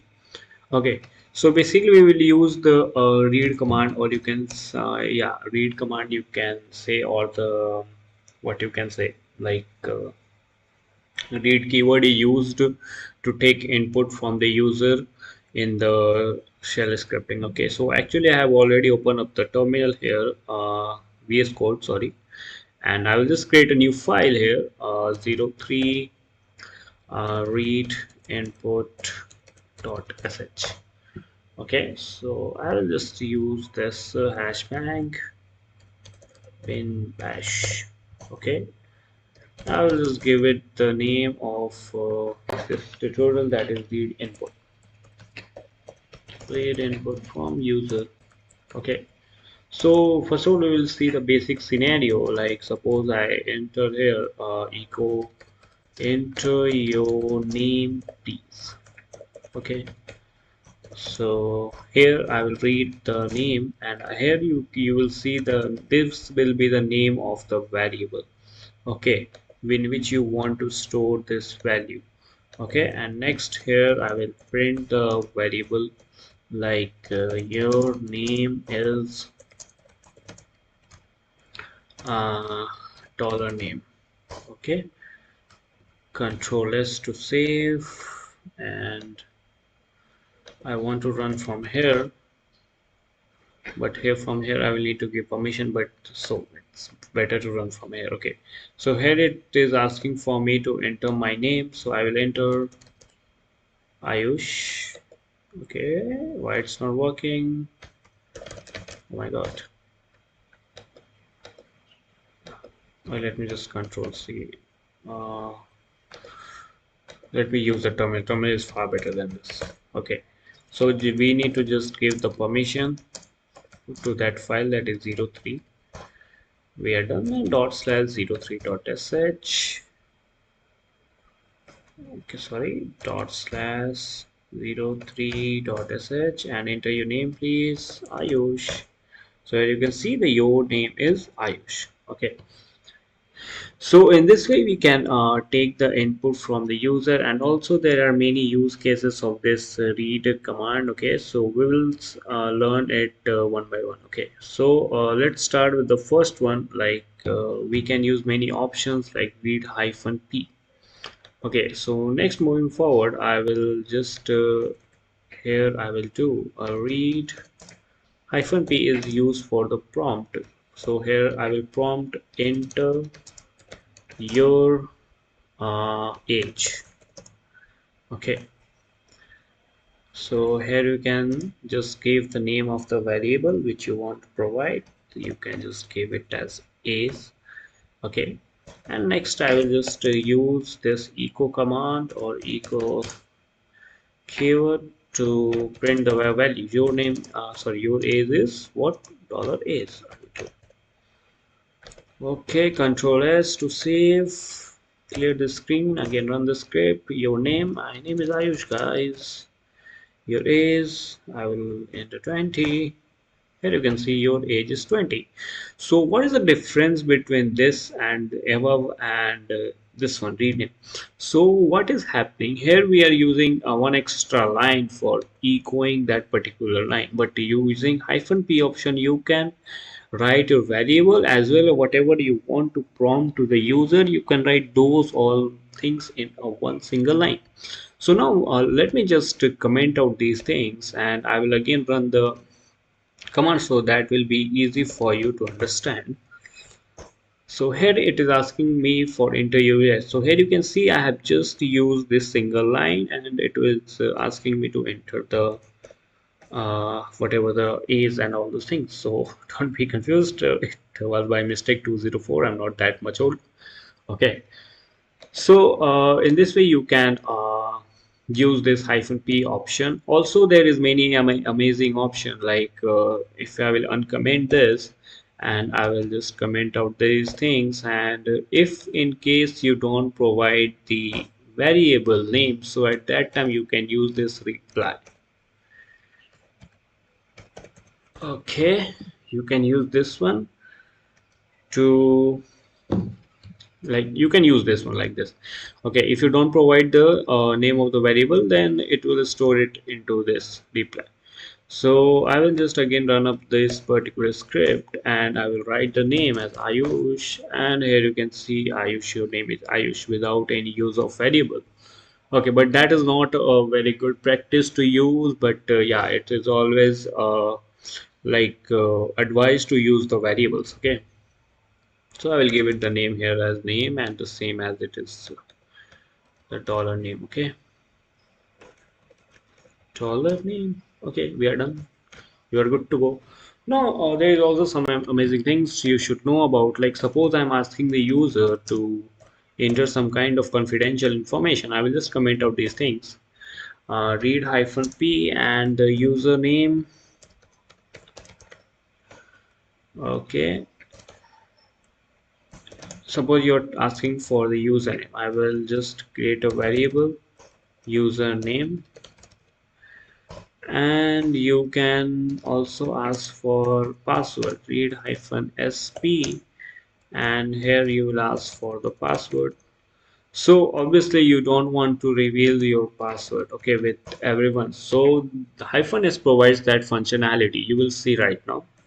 So I will just echo those two variables. So here I will write like this: your, not your, just use username, and then dollar username.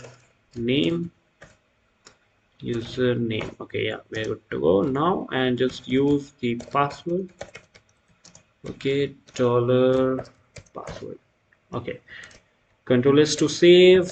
Let me just clear the screen. Again, this one, username, my username is this one. You can follow me on Instagram. I know I'm promoting. And for password you can use it's easy to crack. Okay, so here you can see the username is this one and password is this one. But you, I hope you just what we can say, notice like the when I was typing the password, it was not visible. Okay, I will use one more echo for the blank space. Okay, again I will run the script so that could be easy to understand. So I will use username Ayush and the password is something in the C. I am typing but nothing is displaying on the screen. And here you can see now username is Ayush and password is this whatever I've written. Don't know what I've written. Okay. So this is the thing. Okay, so I hope you got to learn about like how you can take input from the user. Okay, so now thank you for watching, and if you have any query you can ask in the comment section, and surely I will post these codes inside your inside my GitHub repository, not yours. Okay, but you can access that repository. So that's all for today's guide, and I hope you guys liked it, and we'll meet you in the next video. Thank you for watching. Now in this video we'll be learning about the command substitution. Okay, so as the name suggests, command substitution, which basically means we can use a variable name as a command. Okay, you will store the commands in a variable. It's not that interesting. Okay, so we'll be learning these things in this particular video. So let's start. What first thing you have to do, you have to just open up your terminal, you have to just open up the VS Code. Okay, so I have already opened up here the VS Code, as you can see. So now what you have to do, you have to just create one file. I will name it as 04 command substitution.sh. Okay, I hope his spelling is correct. Yeah, it's correct. By the way, it doesn't matter at all. Okay, so now what we can do, you have to just paste this. Okay, hash bang. Okay, so here let me just enter this like echo. This is no, not like this. You have to just enter this command substitution tutorial. Okay, tutorial. Okay, so now let me tell you about the first command which we can use as a variable. Okay, so I will create one variable, current directory. Okay, so how you can get the current directory in Linux? Okay, if you have watched our Linux series, then you know the command that is a pwd, present working directory, which gives you the current directory location. Okay, so we will use the pwd, but before using those things, right now I will tell you the ways how you can what you can say how we can declare that command to a particular variable. Okay, so you can use the backticks. Okay, just the button left of one. Okay, and here you can enter the whatever command which you want. And right now I want pwd, and you can just print this one like your present working your present working directory is like this, bro. Okay, is we will use this one, not hash. I need dollar current, not container current. Okay, yeah, we are good to go right now. I will just add some permission plus x to that particular file, that is 04. Now we are obviously good to go. Oh, I think something, yeah. So here you can see we have done some silly mistake, like we don't have to give the space here. If we'll give a space, then it will give you the error command not found. Okay, again I think command substitution tutorial 04 line 6 home IUS or no such file or directory. Wait a minute, you will need to do like this, guys. Okay, so let me just clear the screen. Yeah, we are good to go. Here you can see the your present working directory, this one, home IUS desktop server scripting tutorial. Okay, so in this way you can use this particular thing like okay. So now the next method is how you can do it. So the next method is like this. I will just copy it and comment it comment this line, and I will use this like this. You have to use the dollar and the pwd. Okay, so now we can do like this. Clear the screen, hit the command, and here you are good to go, guys. Here you can see the isn't working directly. Okay, now moving forward, suppose you want to create one file. So new file, I will create the name a new file, and I will use the backtick. uh, I will use this command cat. I need hello.txt. Suppose in this case I want hello.txt. So I will use this one like here, and I will use echo dollar new file, control C, not C, control S to save, clear the screen. So here you can see hello.txt has been created, and I will write hello.txt from has been created from command substitution tutorial. Okay, tutorial. Control D to save. Okay, so here you can see the same text. Okay, so in this way you can use the command substitution technique, like using a backtake or using dollar, whatever the way you like. Okay, but the most preferred is this one, dollar and the parenthesis. Okay, so that's all for today's videos, guys, and if you have any query you can ask in the comment section, and these courses will be posted on the GitHub repository, and you will get the link in the description. So thank you for watching, and I'll meet you in the next one. Thank you and bye bye.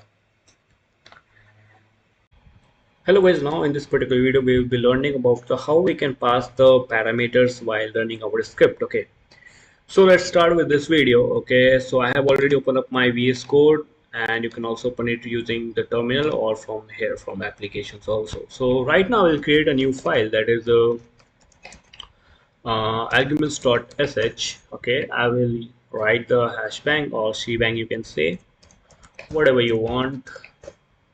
Sorry, bin bash. Okay, now here what we will do, I will run this script and I will pass some arguments and parameters, and we will use those parameters and do some manipulation in those things. Okay, so before starting the video, let me tell you first thing, like suppose I run the script, this one, command substitution, or maybe see which script I have run. Oh yeah, suppose this command substitution is one of the script. So here I will pass some parameters, like I will pass my name, my number, okay, and my something like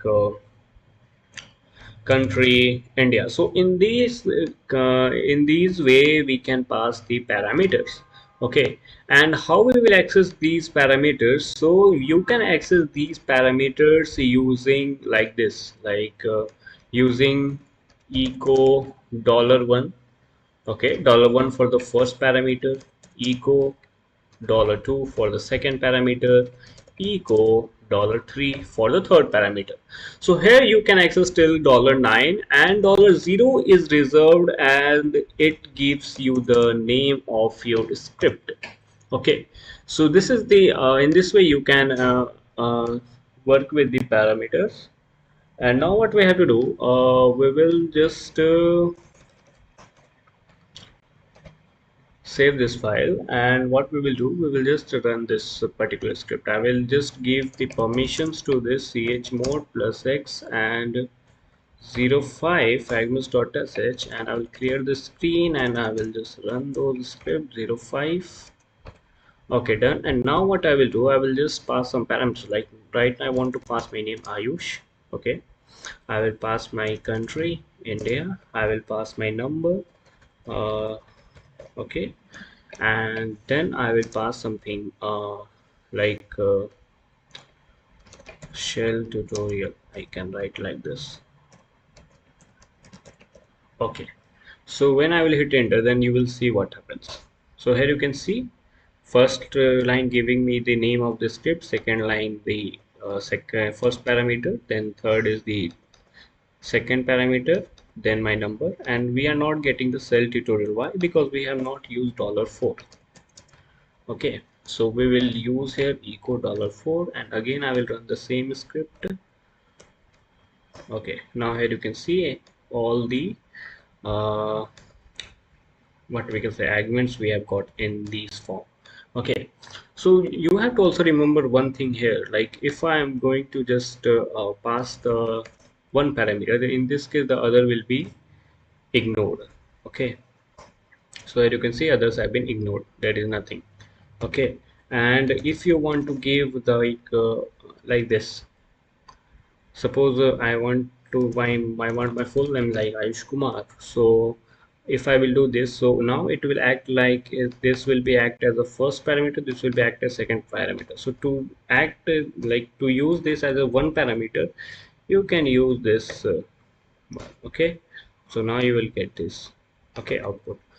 Okay, so I hope you got it how you can work with the parameters. And now moving forward, if you want to get the list of all the parameters you pass, so there are the some special characters, or yeah, you can say characters. So how will you use to print all the arguments? We will use dollar at the rate, and now it will print all the arguments which you will pass. So what I will do, I will run this script, this one, and here you can see I have got the all the arguments which we have passed, like Ayush, India, number, and self tutorial. Okay, and also there is one more, like echo dollar hash, to get how many number of parameters we have passed, not this one, dollar hash. Okay, so again just clear the screen and I will run this script, and here we can see we have passed the 4 parameters. Yeah, that's true. Okay, now what we can do, we can also store the value of these parameters which we pass in a variable. Suppose I want to store like name equal to $1, and I will just remove this, not I will remove, I will just keep it up. Okay, and then I will try to access my name. So here I can give my name is like this. We can do also dollar name.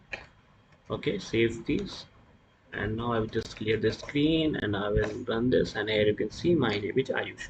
So you can store the whatever the arguments you have passed in a variable also.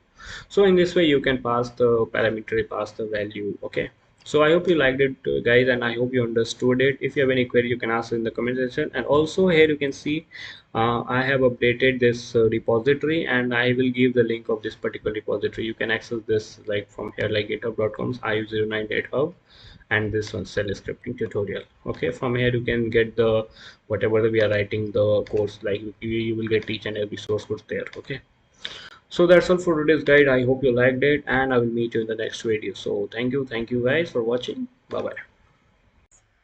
Hello guys, now in this particular video we will be creating our the first task, that is the basically in which we will whatever we have covered till now we will use those things. So basically let me tell you the scenario what we will be doing in this particular video. So basically we will first read the input from the user. Okay, that will be the IP or domain name, and next what we will do, we will be using the ping command to ping that particular server.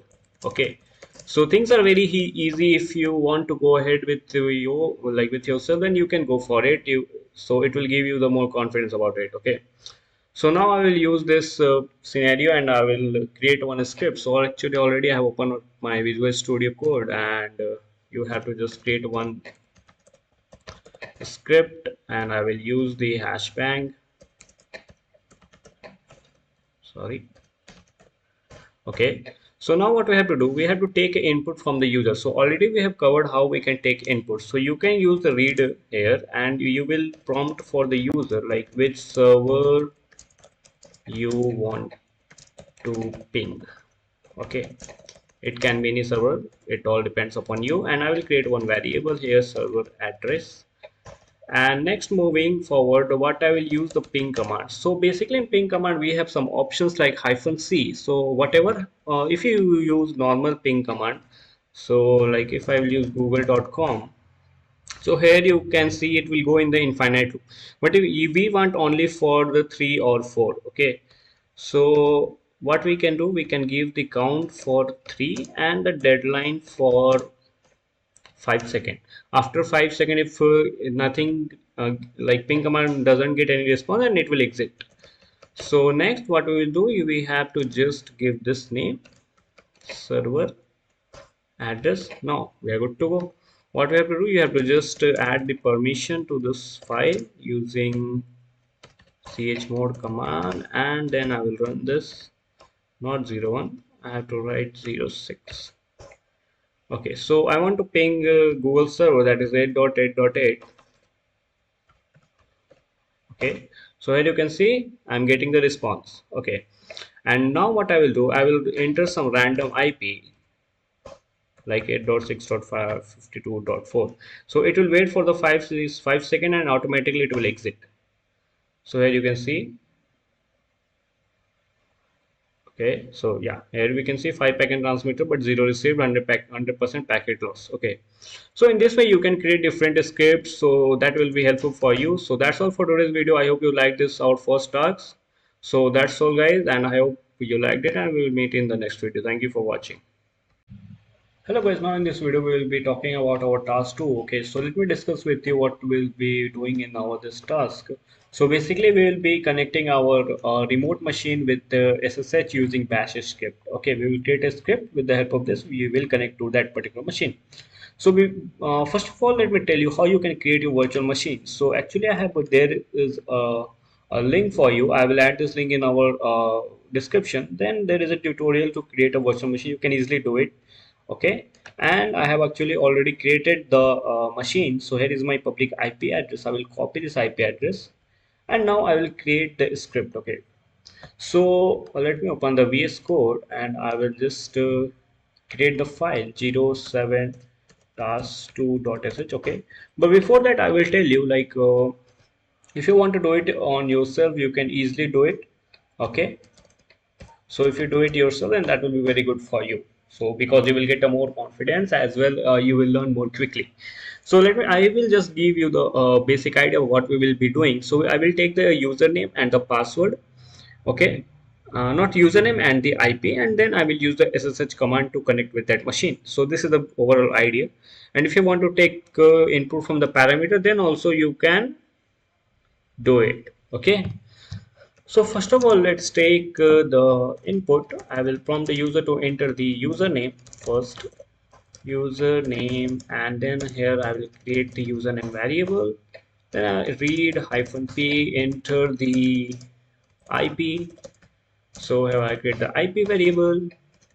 I will use SSH command, SSH dollar username. We need to do dollar username at the rate dollar IP. Okay, so this is the command which we will use. Okay, otherwise we can do with passing parameters also. We will do it that also. So now I will need to give the permission to this file 07. Now we will execute this file 07, and I will enter the username as Ayush, and my IP is not this one here. Okay, and my IP is this, and it will ask me to enter the password, so I will enter the password. Okay, so here you can see Ayush. I use the name of the VM is also Ayush, that's why it's showing like this. I will do ls here, so nothing is there. Who am I? So name of the user is Ayush here also. So in this way you can connect with the remote machine using our bash script. Okay, so you can do exit to exit, come out of the machine, and now we will see how we can connect with the using like parameters. Okay, so what I will do, I will just comment out these all, and I will create a variable username, and it will be equal to the $1. Okay, the first parameter. Then the IP will be equal to the $2. Okay, we will save the script, and I will just pass the parameters like Ayush for username and IP for this. Okay, 247. Hit enter, and it will ask me to enter the password. Now we are good to go. And again, let's check who am I? Ayush. Okay, so in this way you can connect with the remote machine easily. You can use environment variables, not environment variables, you can pass parameters, you can use variables. Okay, whatever thing you want to do. So I hope you liked it. So this is a way to learn new things by while doing some new things like create. I will like in future. I will come up with the more task. Okay. So that's all for today's guide, and I hope you have used all the concept which you have learned till now. So that's all, and I'll meet you in the next video. Thank you for watching. Hello guys, now in this particular video we will be learning about the operators. Okay, so let me first discuss with you what we'll be covering in this particular video. So we will go first with the arithmetic operators, then we will go with the relational and the boolean and so on. Okay, so I hope you guys have completed our previous video. So now let's just create the new script, that is 08 operators dot sh. Okay, just add the hash bang or bin shebang, you can say. Okay, now I will create one variable n1, enter n1, and I will create the variable name as n1, read hyphen p, enter n2, give the variable name as n2. Then I will echo, I will do addition is, or just addition. So to for in cell, how you do it, we cannot write like this n1 plus n2. There is a proper syntax for it. You need to write like this n1 plus n2. Okay, or you can inside also you can give dollar, but there is no need. Okay, so now in this way you can write the expression inside these two parentheses and the dollar sign outside of that expression. Okay. So let me just run this script once. I will give first the certain permission to this file, and then I will execute it the 08, and n1 is 4, 4, that is 8. Yeah, we are good to go now. Now I will just copy all these things like addition. So here you can go with the subtraction. What I'm doing? Wait. Subtraction, then here you can go for multiplication, and here division. Okay, and next we can go with modulus also. So let's go with modulus. Okay, modulus. Okay, modulus. Now let's give the operator, like here it will be percent. Let me just write like this so that it will be easy to read for you. For division you have to give this forward slash, for multiplication you know the star, and for the subtraction there is the minus. Okay, so let's run this script and we will get the output for each and every number. So I will give the 10 and 5. So as you can see, the addition is 15, subtraction is 5, multiplication is 50, division is 2, and modulus is 0. Why? Because modulus gives you the remainder. Okay, if you do 3 by 2, then in that case you will get the remainder as 1. So as you can see, the modulus is 1. Okay. Now next you can do increment operator and decrement operator also you can use. So how you can do it? Using plus plus and minus minus. Okay, so I will do echo increment. So here we will use dollar, and what you have to increment n1 plus plus, or what you can do plus plus n1. It will first increase and then print the value. Okay, so let's just run the script. Clear, enter the n1 5 5. So as you can see, increment is 6. Okay, in case if you do n1 plus plus, so here we will not see the increment because it first prints the value then increments. Okay, so in this case we will get the value as 5 here. Okay, so but now what we will do, if we will echo the n1, then we will get the 6. Okay, So let me just clear the screen, enter 5 5. Okay, so now here you can see you have got the 6. So I hope you got the concept of increment and decrement. If plus plus is after the variable name, then it will first print, then it will increment. If plus plus is first, then it will increment, then print. Okay, so similar case with decrement, echo decrement, where is the dollar, and you have to do minus minus n2, use, yeah, n2 we can use, and here also I do leave it as it is.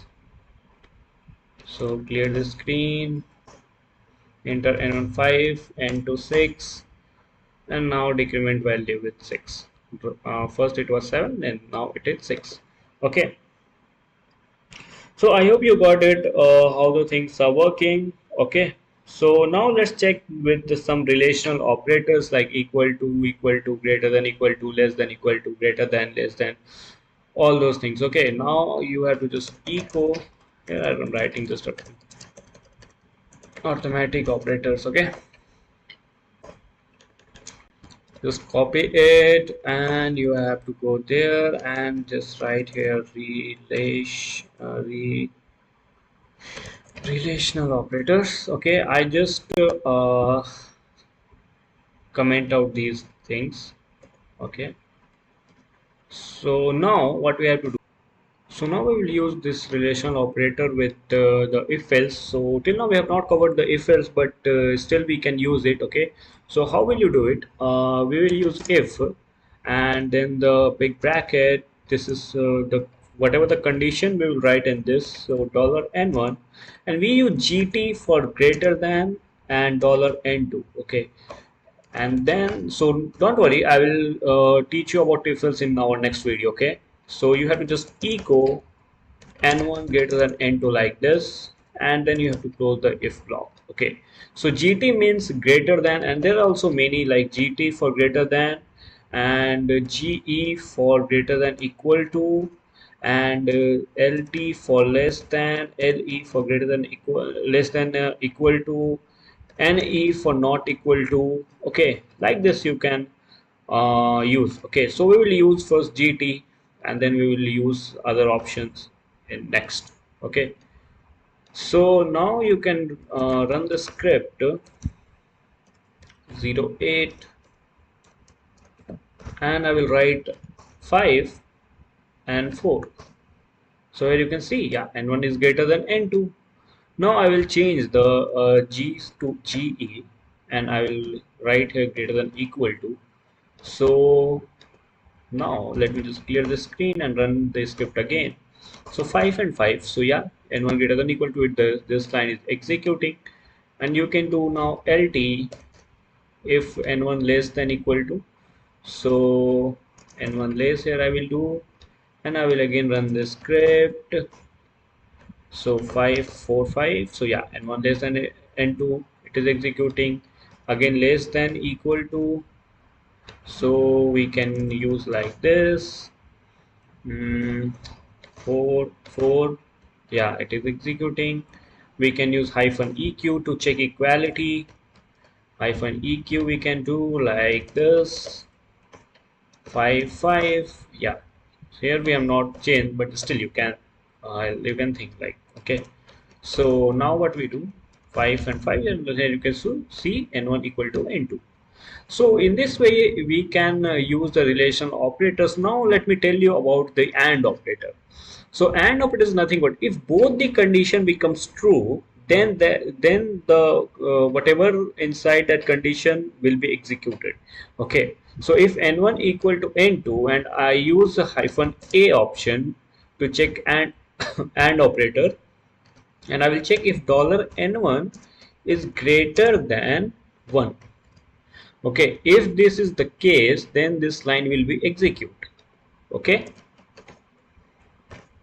so n1 I will write 5 5 and n1 greater than 1, yes. So okay, I'm getting some error here. Okay, you can write like this, clear, 5 5, yeah. Now here you got the like output as n1 equal to n2. Now what I will do, I write 0 0 and let's check what happens, whether we will get any output or not. So here we are not getting any output, but now we can use -o option for OR operator. Okay, so let me just clear this screen and use like this -0 0. So in this case like this condition is equal, like this condition satisfies n1 equal to n2. That's why this particular line has been executed. Okay, so in this way and operator and or operator works. So that's all for today's videos, guys. I hope you liked it, and yeah, if you have any query, then you can ask us in the comment section, and I will surely update this code in our GitHub repository. I will add the link in our description. So that's all for today. I will meet you in the next video. Thank you for watching. Hello guys, now in this particular video we're learning about the if else conditions. Okay, so let's start with the video, and I hope you are aware of if else, but if not, then let me tell you first what is this. So basically, if else, what happens if there will be one condition. If that condition satisfies, it is true, then the whatever the statement you write inside that if block, that will execute. Okay, so without wasting time, first of all, let me tell you about like how will we write this script, so that will be easy to understand for you. So 09, I will write here if else dot sh. Okay, we are good to go now. Okay, bin bash. Okay, so here just suppose this scenario a equal to 10. Okay, if I will write if, and the condition is written inside this big bracket. Okay, and here you have to do if a equal to 10. Okay, so then you have to write like this. Then what do you want? If this condition satisfy, you have to write like this. You can do anything, but here I am doing just printing, like a is equal to 10. Okay, and you can do like in else, you can write like this: echo a is not equal to 10. Okay, and then to close the if block, you can write like this: fi. So I will run this script, but before that we will need to add the permissions. 09, it is, yeah, clear the screen dot slash 099. Okay, 09, yeah, a is equal to 10. What if I do 11 here and run this script? So in this case, this condition will not satisfy. Okay, so how we can do it? 09, a is not equal to 10. So I hope you got it, how this thing work, like if conditions. So we will take the scenario of voting system, like there will be person age. We will take the input from the user. I will just comment out these things. Okay, read, and I will do here age. Okay, or I will prompt for the user, enter your age. Here I will do age. Okay, and we will apply the conditions on this. If age, where is the dollar? If age is greater than equal to 18, in this case we will write echo you are eligible to cast vote. Okay, in else condition, what we can write? Echo you are not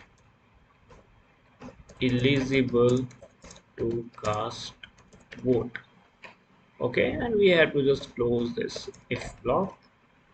Control S to save, clear the screen, enter your age 23, you are eligible to cast vote. Again 12, you are not eligible to cast vote. Okay, if or I can just do a greater than. Okay, and I use one more thing, that is elif.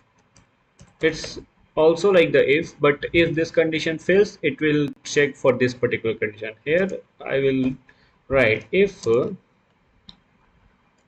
uh, age equal to, just equal to, I will use equal to 18.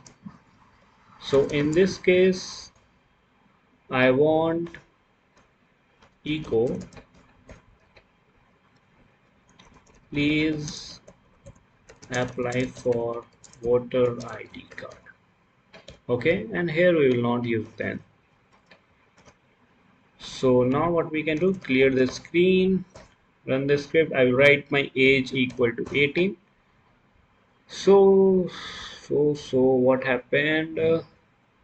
Okay, I think we will write then.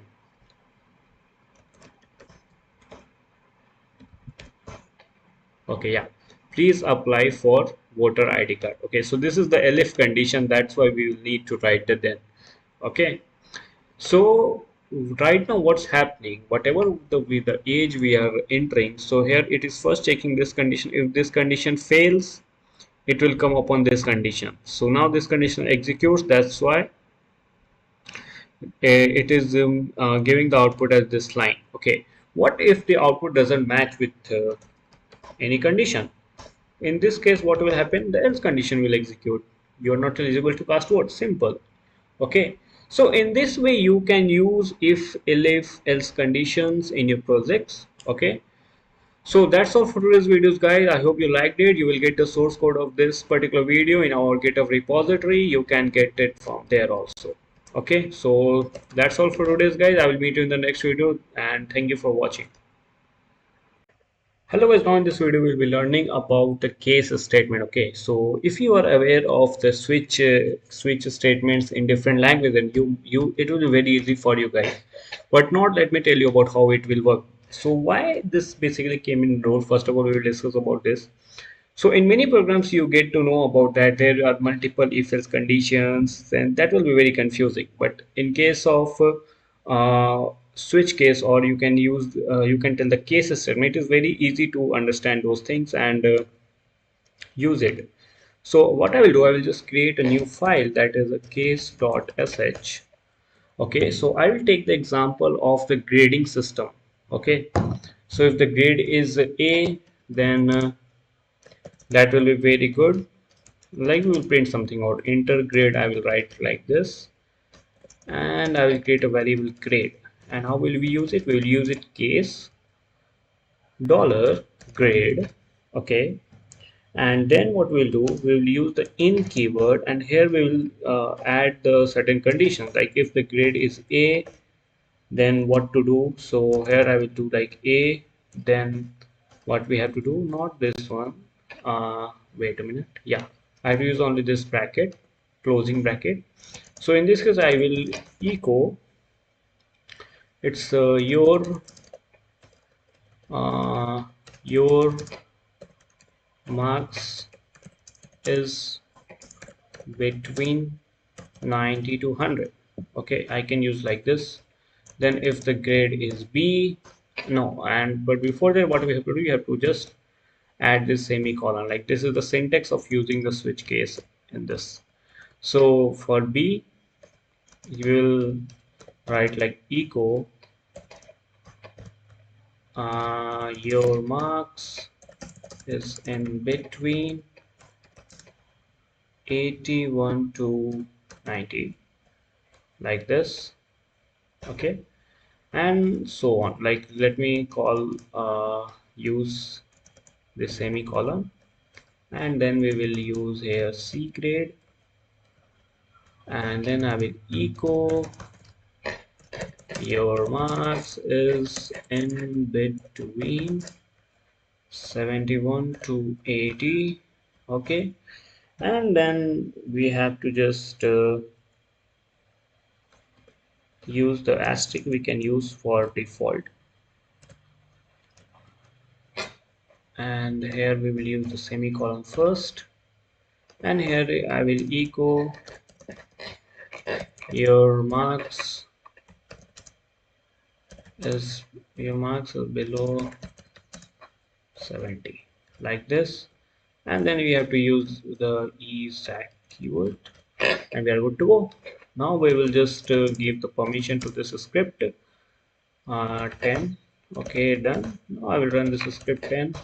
You enter my grade, I will enter C.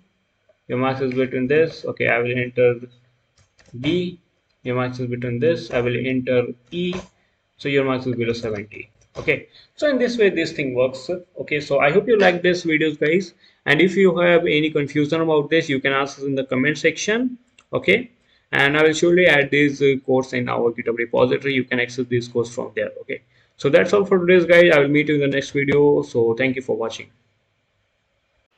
Hello guys, now in this particular video we'll be learning about the array in cell scripting. Okay, so you can see already I have created this file, that is rs.sh, and added this shebang. So before starting the video, let me first describe you what is an array. So I will just write it like this. So array, you can say like that, is array is nothing but a data structure which is used for storing multiple values in a single variable, you can say. Okay, so this is the array, simple. Suppose let me tell you the one use case. Like suppose you have to store multiple names. Okay, suppose you have to store 10 names. So how will you create it? Like if you don't know about array, you will just do like this: name 1 equal to Ayush, name 2 equal to some another name like Ankit, name 3 equal to, let's create some, write some name like Ayushi, name 4 equal to Avinash, like this. Okay, so this is not a good practice of storing names in different variables. So that's why array came in role for storing multiple values in a single variable. Okay, so I will first tell you about the like array initialization. What is the method of array initialization? Like how you can create arrays in cell scripting. So it's a very simple. So you have to just give a array name. Suppose name list, I will give name list equal to this single parenthesis, and here you have to store multiple names like Ayush, like here I will write Ankit, Ayushi, and Avinash. Okay, so here you can see all the names has been stored in a single variable, that is the name list. Okay, so now you will think about how you will access these arrays. Okay, that's the point, like how you will access it. So let me tell you first about array indexing. Okay, it is used to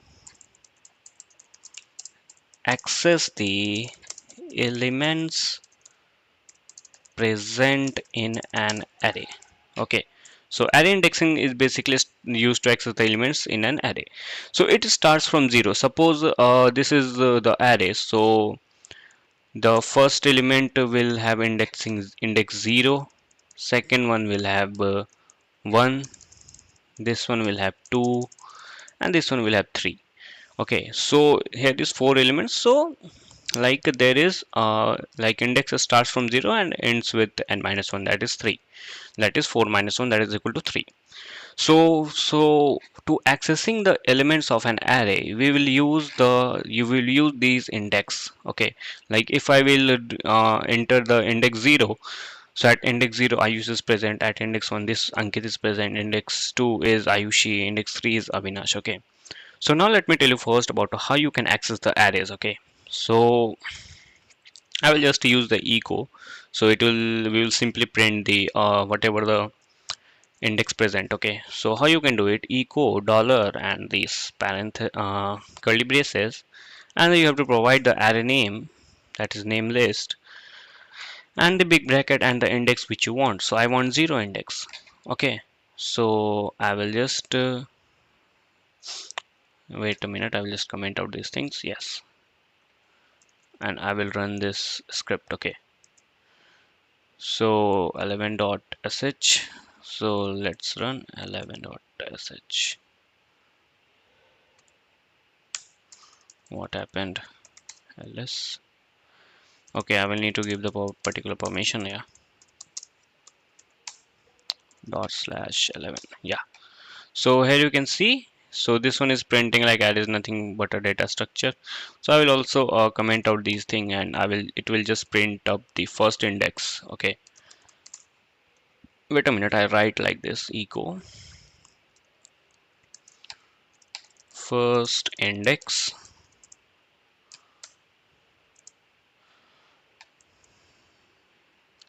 Let me run this. So here you can see the first index is this. Similarly, I will print all the other three indexes. So I will just copy these things, and here I will just write the second, and here we will write the third, and here fourth, and you have to just change the number here, like index number, that 0 1, that is 2, and that is 3.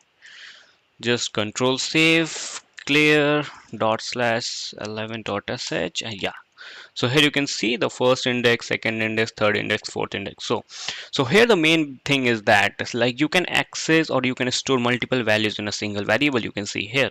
So but in this case you had to create multiple variables to store those values. So that's not a good practice. So instead of this, you can use an array. So one more thing is like if you want to print the multiple arrays, it's not multiple arrays, all the elements of an array. So how you will do it? There is also the special syntax for this. Like we use asterisk, okay, for printing. So you can use like this: echo all arrays, all array elements. So I will just write like this: name list, and this one, and here you can see the asterisk. You have to just clear the screen, and this one all array elements is here: Ayush, Ankit, Ayushi. And one more syntax is there, like you can use @ also for accessing all the elements. So here you can see. Okay, so that's it guys for today's video. I hope you liked it, and yeah, one more thing, I will upload this code in my GitHub directory or your repository, you can say. Here you will see. Okay, you can get this from shell scripting tutorial. I will add it here up. Okay, so that's it for today guys, and I will meet you in the next video, and in the next video we'll be learning about the for loops and all those things. Okay, so that's all for today's video guys. Thank you. Hello guys, now in this particular video we'll be working on the loops. Okay, so basically today we will start with the for loop, and actually there are different types of loops, but before that let me first create the file, that is the for loop.sh. So for loop.sh. Okay, so now we are done. Let me just add this shebang. Okay, so let me just first discuss about you the what is the loop. Suppose if you want to do some task, that is the there that like exists, there is some kind of repetition of thing.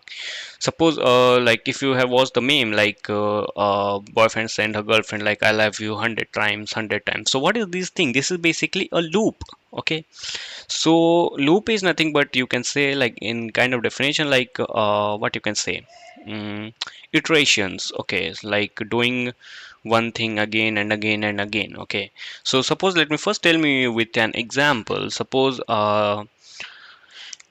in some cases, like suppose if you got some punishment and you have to write sorry for a teacher, and your teacher says like you have to write the sorry 100 times and all those things, or 5 times. So similarly what you will do, you will, oh sorry, you will do like this, like echo sorry. If you don't know the loop and all those things, you will write just like this: sorry, sorry, sorry, and like you will just simply copy and paste things. Okay, so this is what is this. This is the repetition of the same thing. So this repetition is managed by or removed by the loops. Okay, so basically there are the three types of loop, that is the for loop, while loop, until loop. Okay, I will be discussing all these two loops in our further videos, but now in this video we'll be working only on the for loop. Okay, so let's start with the first thing. But before that, I will create one array. Okay, and I will be working on that first. Okay, so let me create an array, and in this I will use the loop. Okay, so I will just create with some languages name like Python, C++, Java, and C, and yeah, like comma is not required. Okay, so but before that let me just print the these arrays, so everything I can like check everything is working fine or not. Okay, my array, and I will just provide asterisk here, and I will just give the certain permission for this file, that is the 12 chmod plus x12, okay, dot slash 12, okay.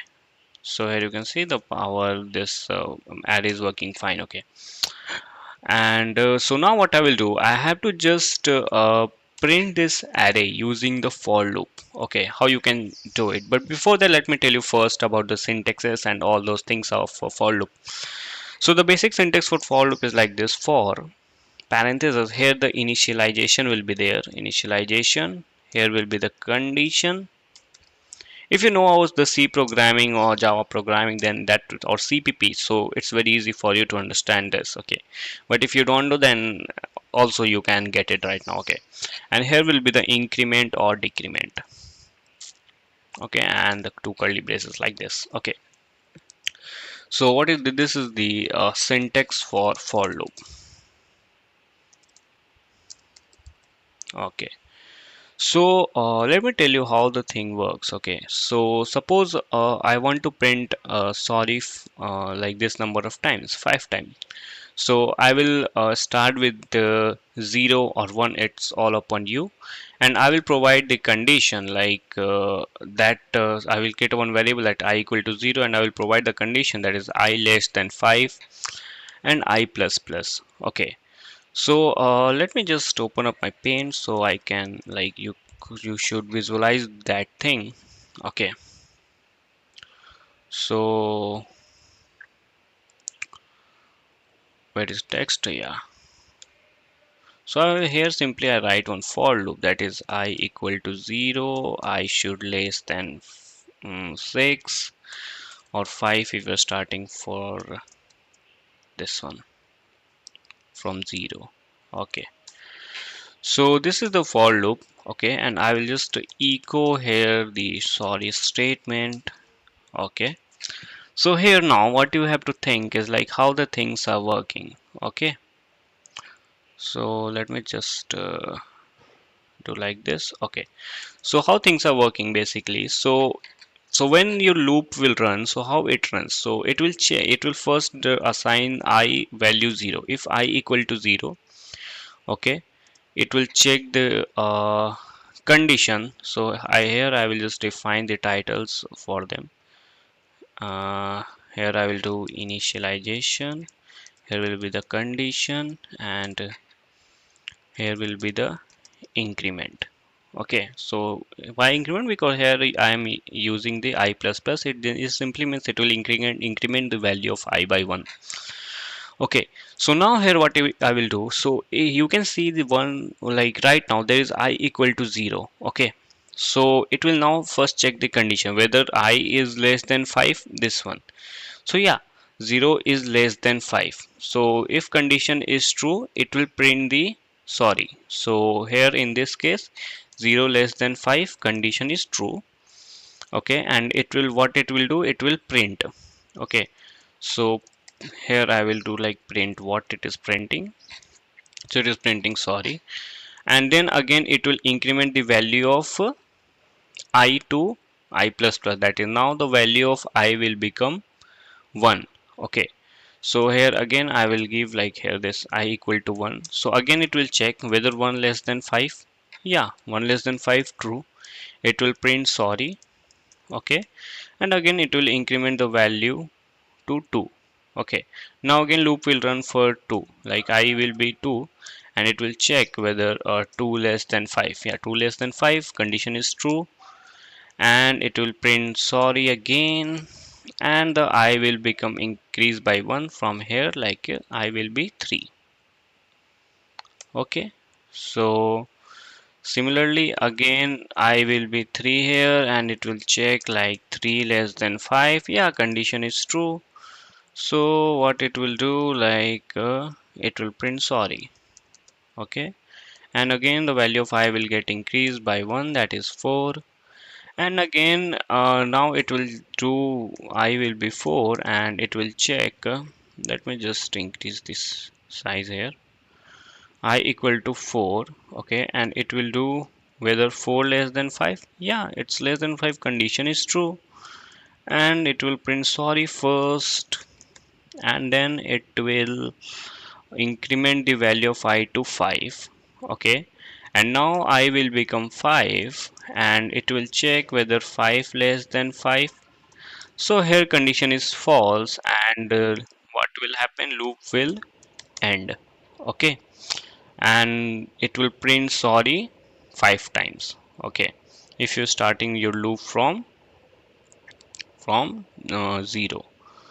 Okay, so this is the simple working of the for loop, like how things are working. So now let me just tell you about with the experiment part how you can get it. Okay, so let me just open up this one and I will just comment out these things. Okay, and for loop, and I will initialize the value of I from 0 to I less than 5 because I have to print 5 times I plus plus echo sorry. Okay, just control S to save. Again, let me run the script. Which number it is? 12. Okay, it's not this one, sorry. Bara, yeah. So here you can see 5 times sorry has been printed. Okay, but what if you want like if you do less than equal to 5? So in this case, suppose less than equal to 5, so it will print you it will print 6 times.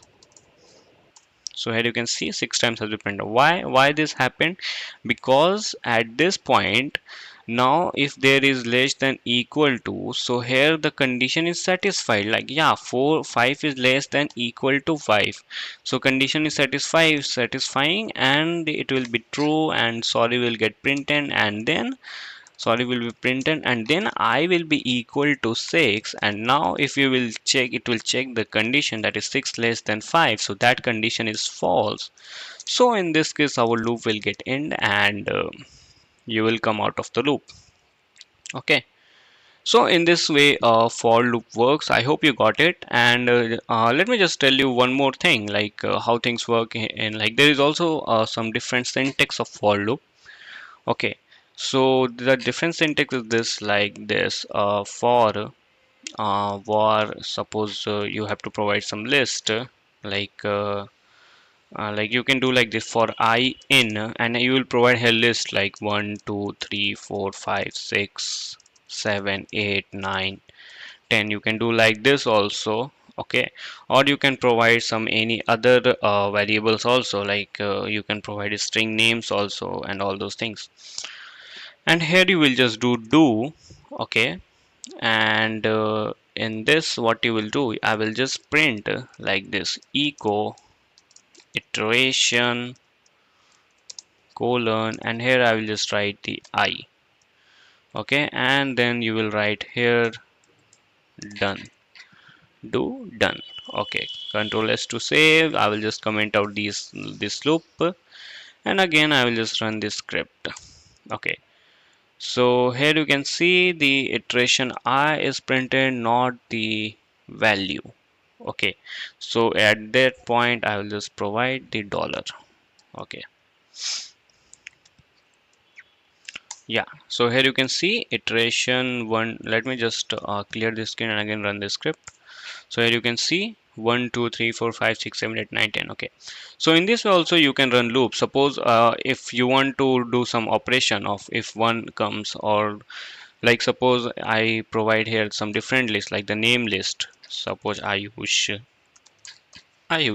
Okay, so here suppose if you want to do like this if and the condition which you will give, like dollar I equal to Ayush. So in this case what you should do, like then echo what should we echo, like you can echo like yeah like this, Ayush is a good boy. Okay, and you have to just write what you can say, close the if condition. I will save it and I will just run this. So here it is showing some kind of error, like unexpected token then at line number 29. Wait a minute, I have whether let me write like this first, and I will do it in the colon, not colon. Okay, why it's showing error? I'm not getting.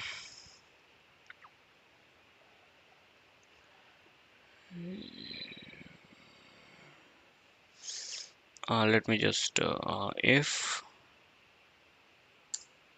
dollar $I equal to Ayush, then echo fee. Yeah, it's correct. Wait a minute.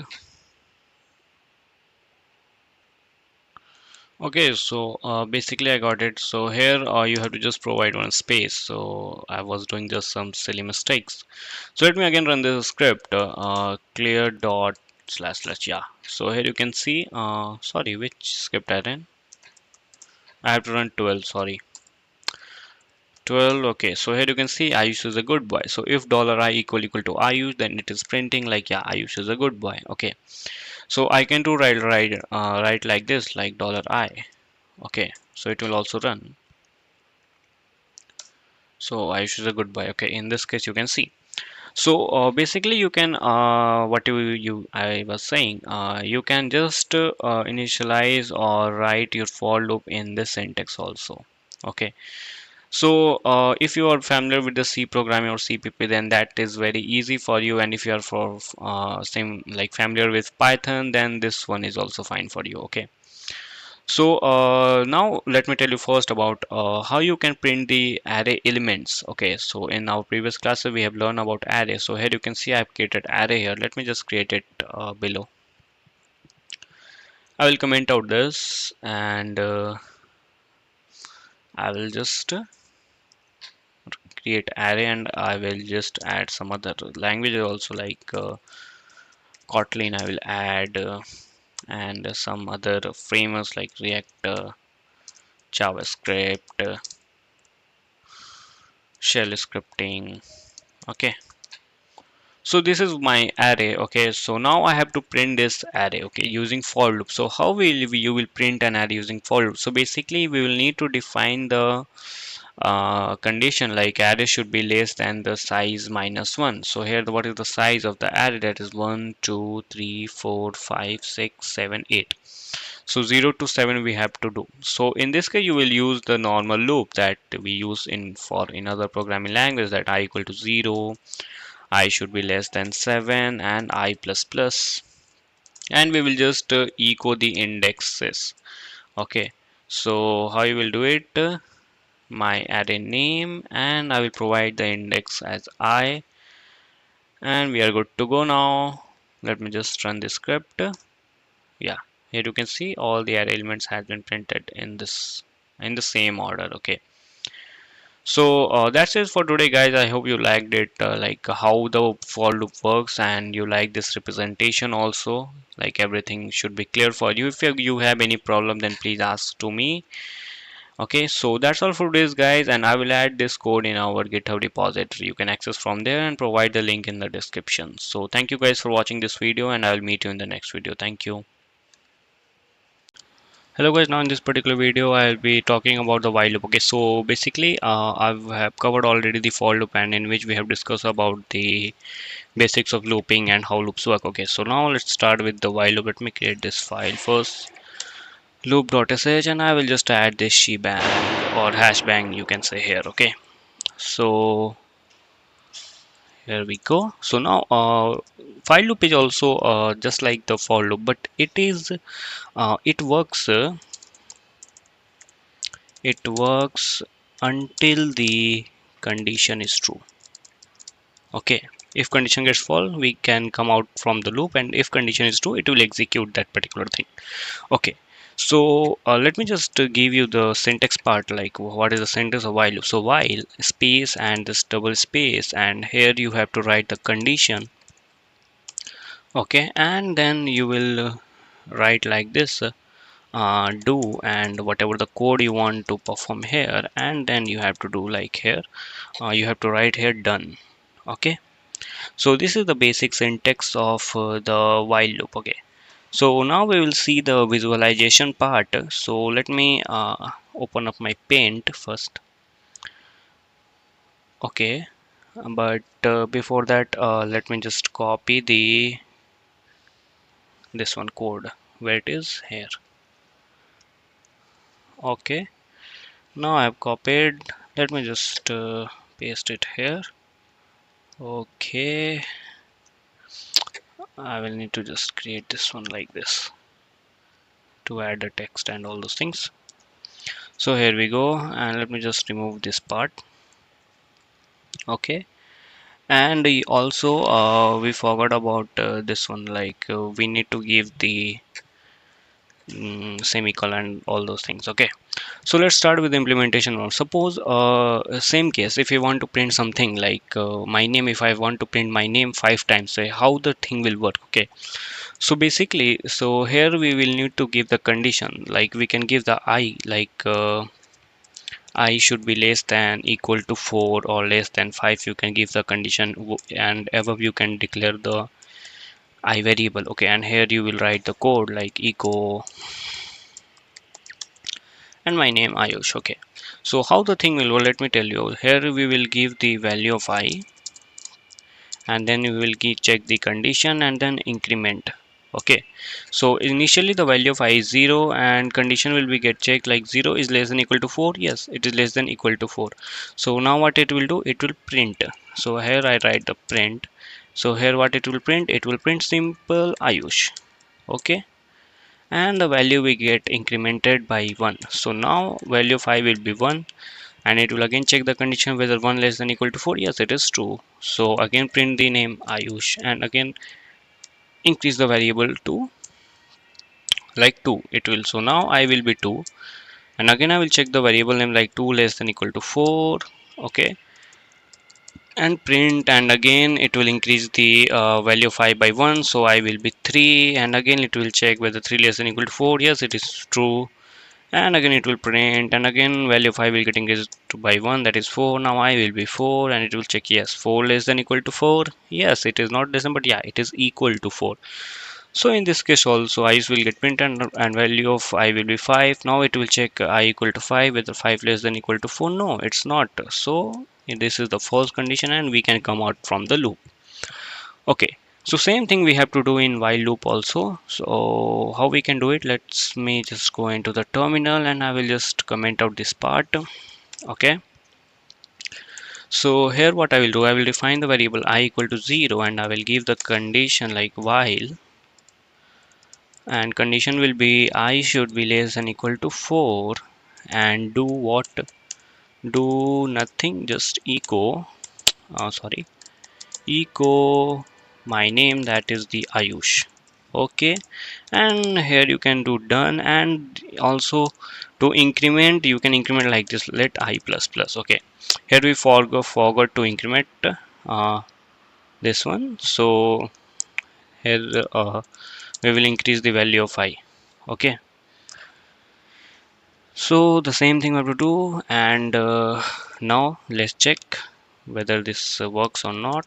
So I will just give the appropriate permission. Sorry, 12 underscore while loop clear dot slash 12 underscore while loop.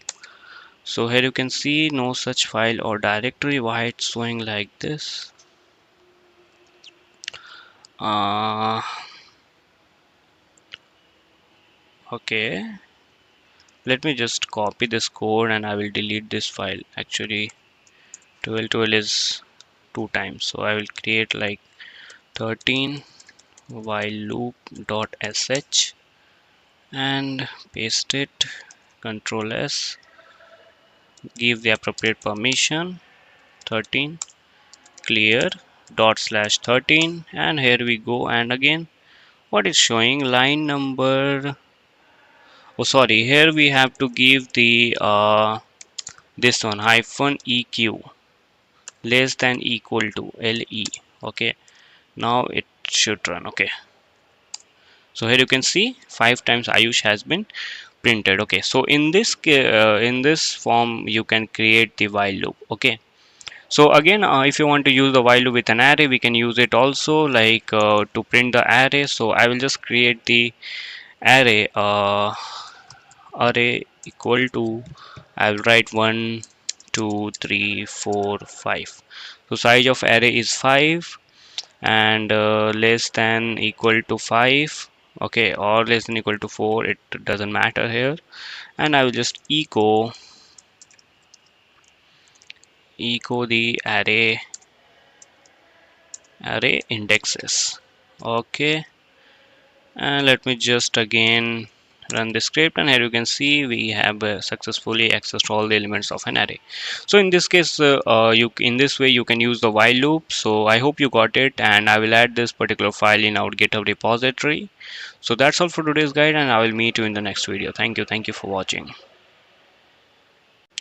Now in this video I will be talking about the until loop. Okay, so already we have covered the for loop, here you can see, and the while loop. Okay, so now let's start with the until loop. Okay, so before starting, let me first tell you about this, what is this, how this loop actually works. So until loop is basically, it works,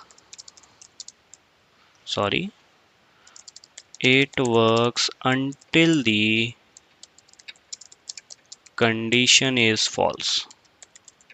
Condition is false. Okay, so it's quite interesting, like it works when until the condition is false. Whenever your condition becomes true, you will come out of the loop, just like the reverse of the while loop. Okay, so it's just like you, if you will say like 2 is greater than 5, so yeah, then in that condition the loop will run. If you will say like 6 is greater than 5, now in that condition this loop will not work, like you will come out of the loop. Okay, so I will do a visualization for you, and I will open up my paint to show you. But before that, let me just write the syntax here. Sorry, what happened here? Wait a minute, guys. I will open the paint in different window. Yeah, and I will open up my terminal. Okay, so now let me just create the syntax for you. So the syntax is very easy, just like the while loop. So you have to just give the until, and the whatever the condition you will provide here, condition, and the do, and then here you will write the code, and done. Okay, this is the basic syntax, and the increment decrement whatever you want to do here, you can do like this. Okay, I plus plus or whatever. Okay, so here you can see, I will just copy up this syntax, and I will open up my paint, so that will be easy for you to understand. So I will take the same example of printing the name and all those things, because that will be easy for you to understand. Okay, so here I want to print my the same thing like my name, so I will provide the variable I equal to 0, and I should be less than equal to 3. I will choose right now, so it will print I think 4 times, and then I will increase the increment, let I plus plus, and here I will write the code. The code will be like Ayush. I will just write like this, and here what you have to do, you have to give the wrong information, like false condition you have to provide.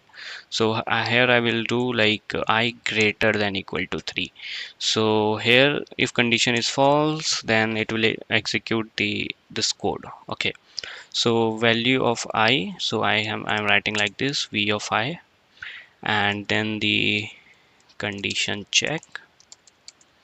Okay, and then increment. Okay, or I can write like this, print also. Okay, so currently value of I is I equal to 0, so 0 greater than equal to 3.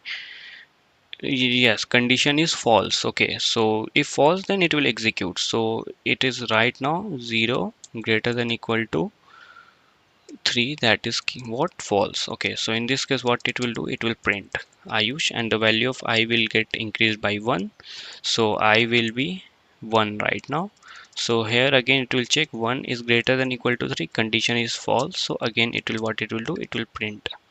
Okay, so it will print now, condition will increase by 1, that is now I will become 2, so I equal to 2. So here again 2 is greater than equal to 3, so again this condition is false, so Ayush will get printed. Okay, so now I increment by 1, that is I will become 3. So now for I equal to 3, so 3 greater than equal to 3, Yes, condition is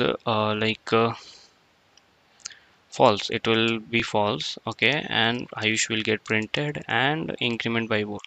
Now I equal to 4, so 4 is greater than equal to 3. Yeah, condition is now true, so now you will come out of the loop.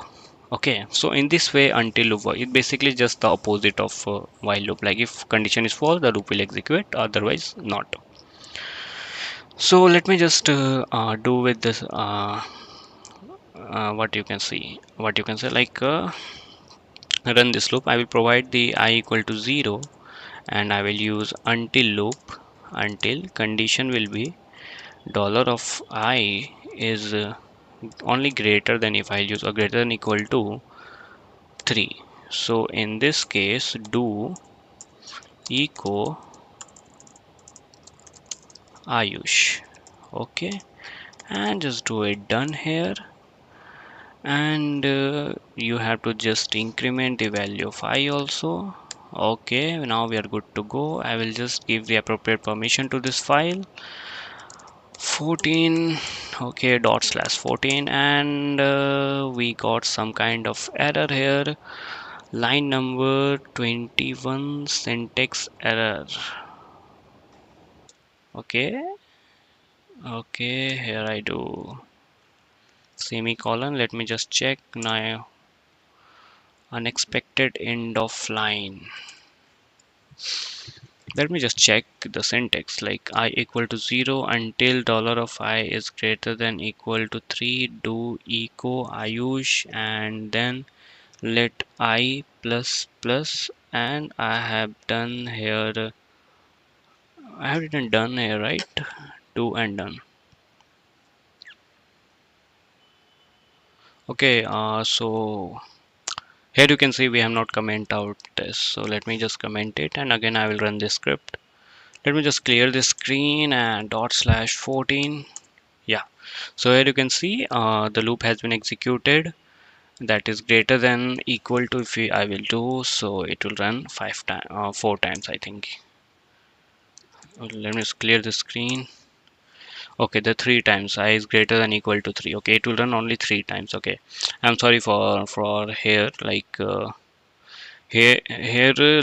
condition will get true. Yeah, condition will get true here because it is equal to 3. So in this case it will come out of the loop, and there will be no further check. Okay, so it will print only 3 times. Okay, so now what I will do, I will let me just try what you can say, we can print the table. Okay, so you can print the table of any number, like if you want to print the table of 5. Okay, so you can do like this. You can write the expression here, like whatever the expression you write, like dollar. Let me just write for you. I will just dollar parenthesis, and you have to provide the number, that is the any number 5 into, and you will do like this dollar I, and here just do 0, and here you provide 10. Okay, and I hope it should run.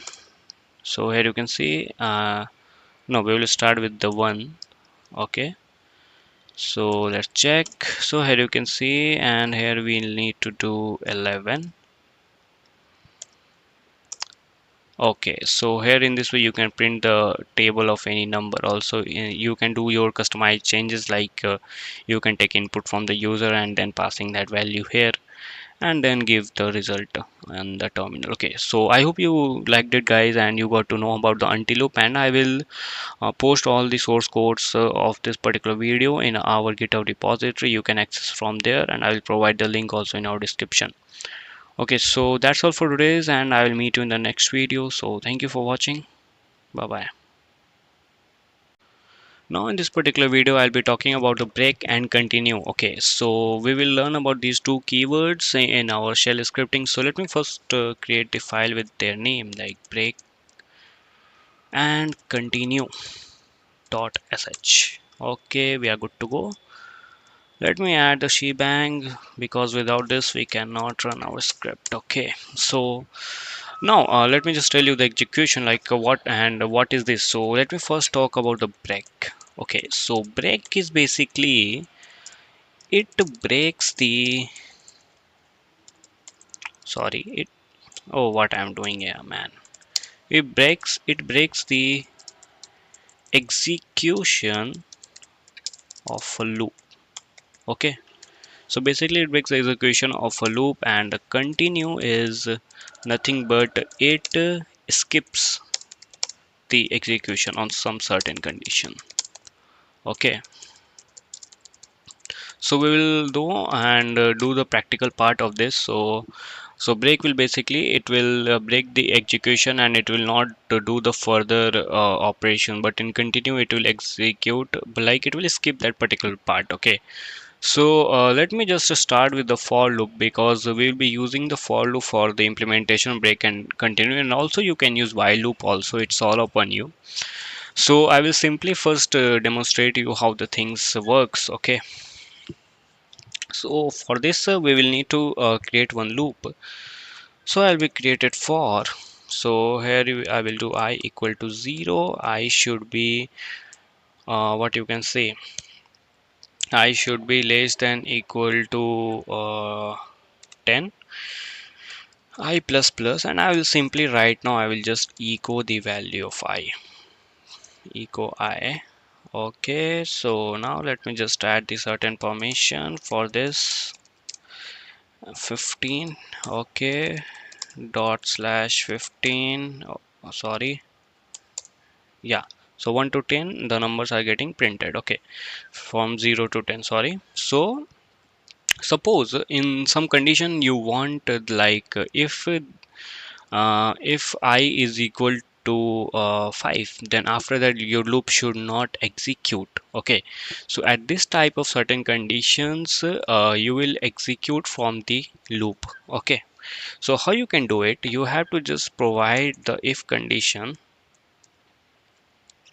like this. If sorry,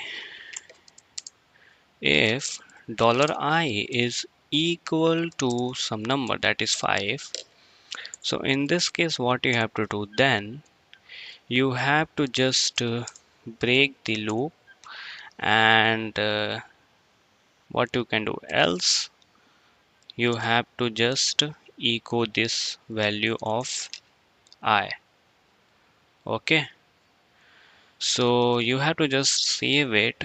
Okay, and I will run the loop here again. So I think I'm getting some kind of syntax error at line number 13.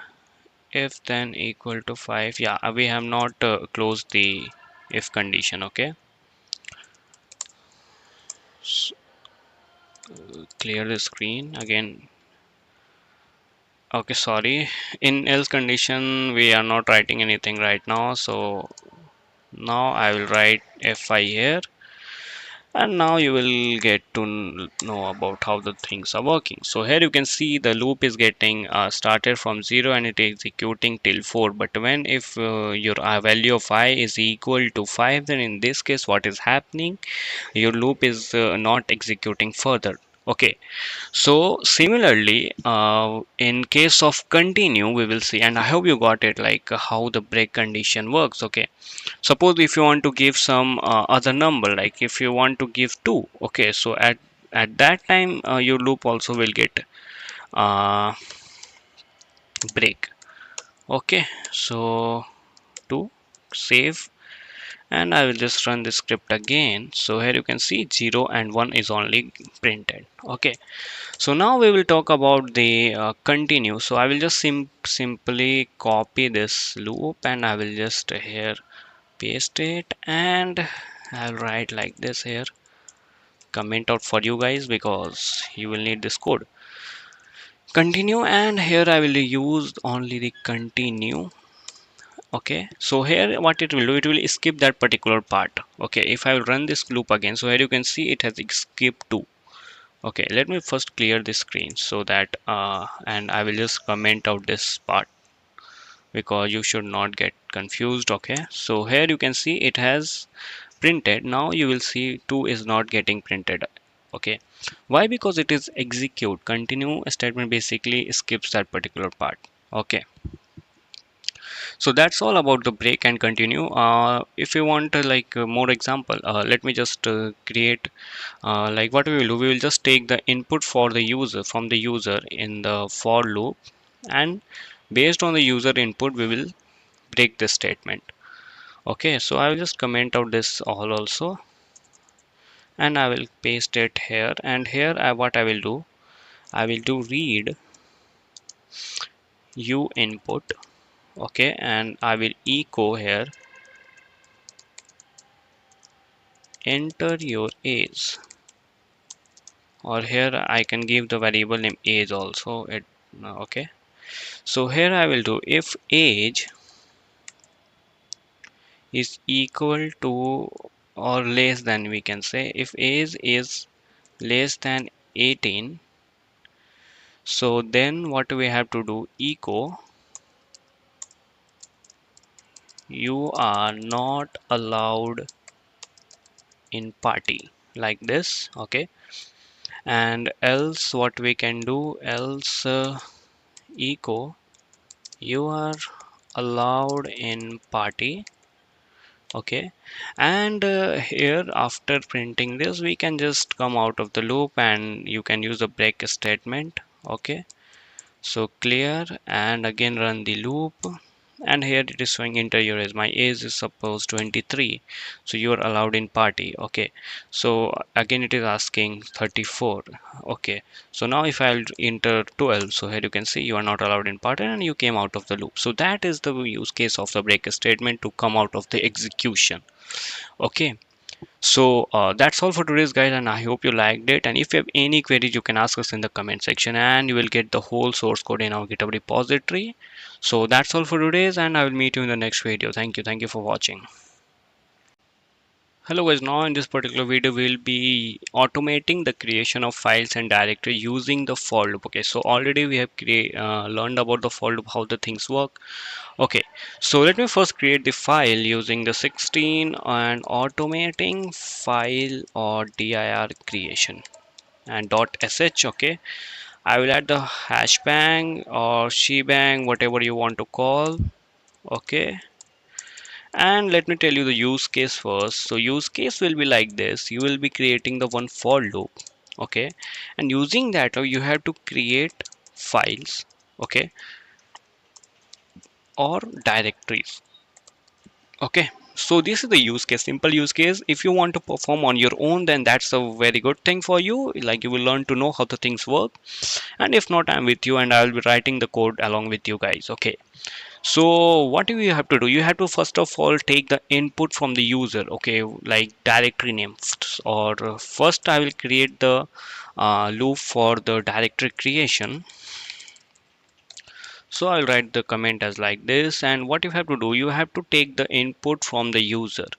Okay, so we have to do read dir name. I will write the directory name dir name, and I will use the loop for I equal to 0 to I less than equal to 5. So suppose I have to create 6 directories, so I will use 5 directories, so I will use I less than equal to 4 and I plus plus. Okay, and here what you have to do, you have to create the directory.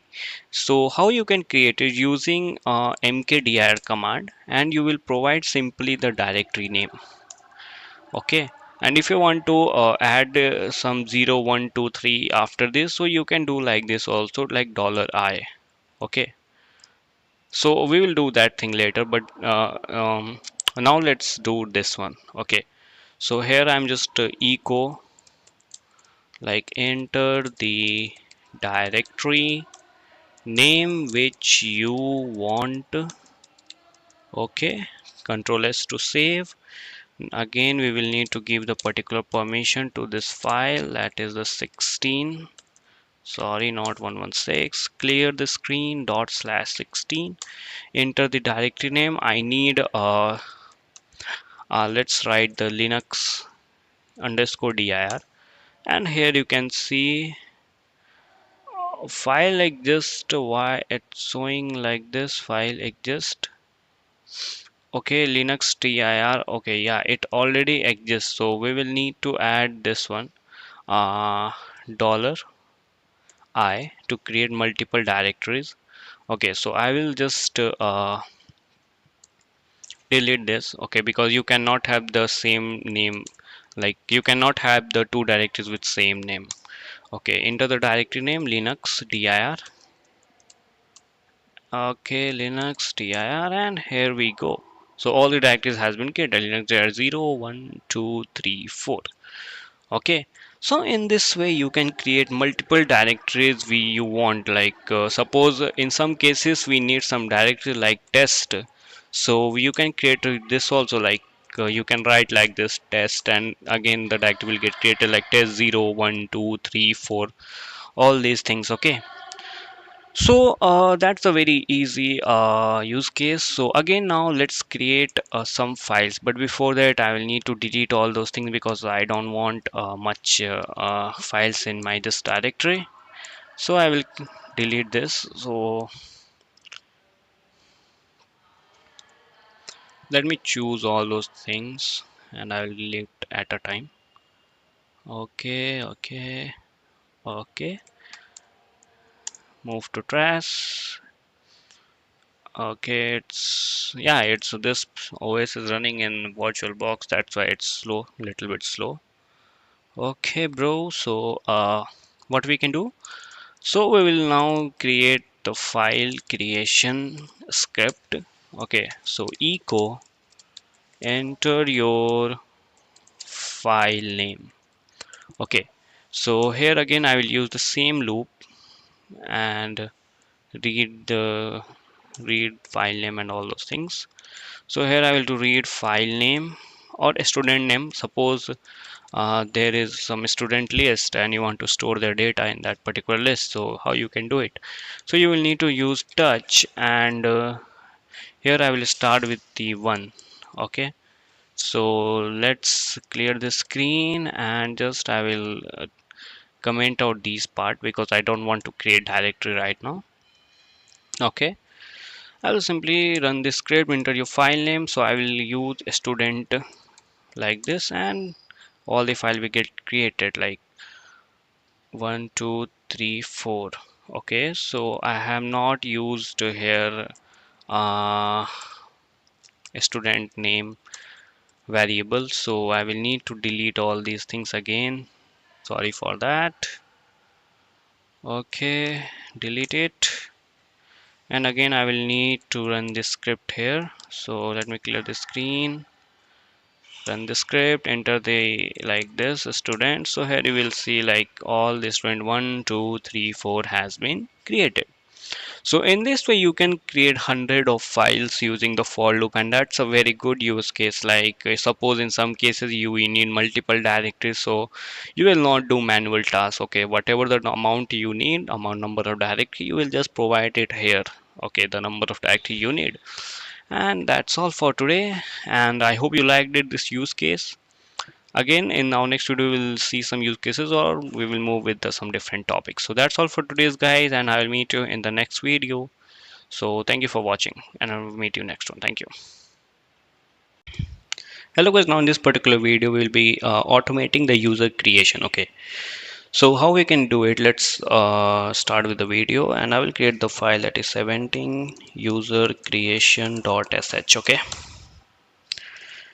just add the hashtag.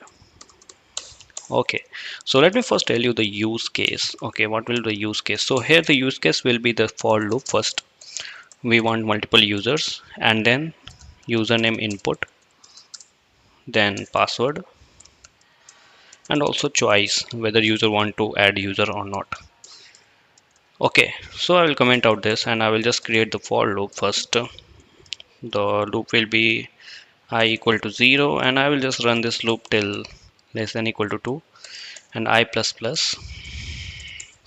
Okay, so here first I will take the input from the user. So I will first use enter your choice. Okay, if choice is 1, then we will add user, otherwise no. Read choice. Okay, so we will read choice and we will apply the if condition here. If so one space here, if dollar choice hyphen eq, it means equal to 1, then what we have to do, then we have to take the username input, read username. So here I will do just echo enter the username. Okay, and next I will take the input echo enter the password, read password. Okay, so now till now we have like we will take the input from the user. Okay, so the command that we use to add the user, that is the user add.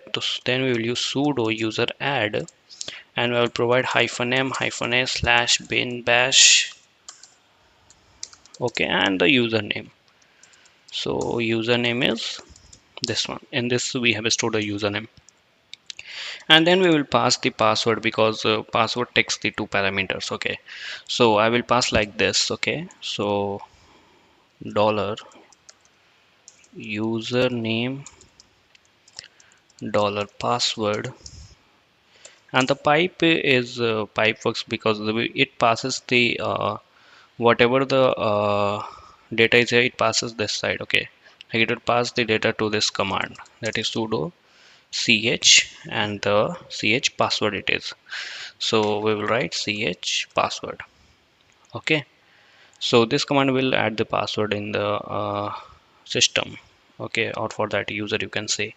So now the else part will be, else just break out of the loop and close the if condition. Okay, I will just clear, and I will just add the permission dot slash 17. Enter your choice, my choice is 1. Enter username, I will enter like hello world. Password Linux machine. Okay, so here you can see authentication. We are getting some kind of error like user hello world. Okay, password not changed, enter your choice. Let me just enter some other number to break out of the loop. Okay, let me check with the code again. So read choice, we are getting the choice. Enter the username, that is the read username, then read password, then sudo user add hyphen m hyphen s bin bash, and we have passed the username here. Okay, then echo username, and here you can see the password. Okay, we have, okay, there was a mini mistake. So again let me just run the command. So but before that let me just delete that user, del user hello world, I think it was. Okay, done. So again just run the script and enter your choice, my choice is 1, and username Ankit I will write, and password I will write mm, hello world. Okay, so now it is asking me to again enter my choice whether I want to add a user or not. So I will know I don't want, so I will write 0. So we are out of the loop. Now I will log in into the Ankit and enter the password hello world. So here you can see who am I. If I will do so, it is Ankit. Okay, so in this way we can like automate the user creation. If you want to add multiple users, suppose if you want to add only one user at a time, then you can use this commands. Okay, these much of a script, and you don't need any if condition and all those things. Okay, so in this way you can automate the user creation. I hope you liked it, and if you have any query, then please you can ask us in the comment section. So that's all for today's video, and I'll meet you in the next one. So thank you for watching. Hello guys, now in this particular video we will be learning about the test command. Okay, so before starting let me first create the file, that is 18 test command you can write .sh. Okay, so let me just add the hash bang. Okay, bin bash. Yeah. So before starting this particular tutorial, let me first tell you about the basic like description about the test command. So basically, test command is basically uh, used to test the particular expression, test the particular expression or particular condition. Okay, so if condition is true, then it will return 0, otherwise return 1. Okay, so if condition is true, it will return 0, or otherwise it will return 1. Okay, so it's basically like one of the another method of writing this expression. Like whatever we write in this if condition, whatever the expression we write here, whether 5 is equal to 5. Okay, so it just we can just replace these part using the test command. Okay, so but also there are many many functionalities or many options are being used with the test command. Like if we want to check whether two strings are equal, whether there is some file exist or not, whether the file is empty or not, whether the file or directory, like if we want to check whether some particular directory it is directory or not, or some mathematical operation like equal to, greater than, all those things. Okay, so we can do all those operations. So let's start. So first we will start with the string comparison, like whether two strings are equal or not equal to, whether a string is empty or not, all those things we will do. So how we can do it, let me just create the two variables, that is a and b. So I'll write my name Ayush and b equal to Ayush in this. Okay, double quotes, and now I will write the if condition and I will use the test command, if test. So it is basically like what we can say, advised to use the double quote for the variable while using the test command. Okay, if $1 equal to $b, then what we have to do, then we will just echo a is equal to b. Okay, and I will just write the else all part also, else echo a is not equal to b. Okay, just close the if condition and clear the screen and chmod plus x 18 dot slash 18. Okay, so here you can see a is equal to b. Now what I do, if I just change the b. Okay, so here you can see a is not equal to b, equal, not equal, it's equal. Okay, let me just clear the screen again and run the script. Yeah, so here you can see a is not equal to b. Okay, also test command offers many more functionalities, like string size if you want to get. Okay, so how we can do it, using hyphen n option. Okay, like not basically string size, it basically checks whether a string is what we can say, empty or not. Okay, so how we will do it, using test hyphen n dollar a we will use. So basically if there is some string, then it will echo string is not empty. Okay, empty. Okay, so hyphen n option is checks whether there is a string or not. If a string is not empty, then it will result true, it will return, it return true if it is not empty, otherwise it will return false, that it means the string is empty. Simple. So how you can do it, string is empty. So we are checking a, for a, so for a there is a string, so it should return string is not empty. So string is not empty, it is returning. If I will just pass hyphen b, dollar b here, so it should return a string is empty.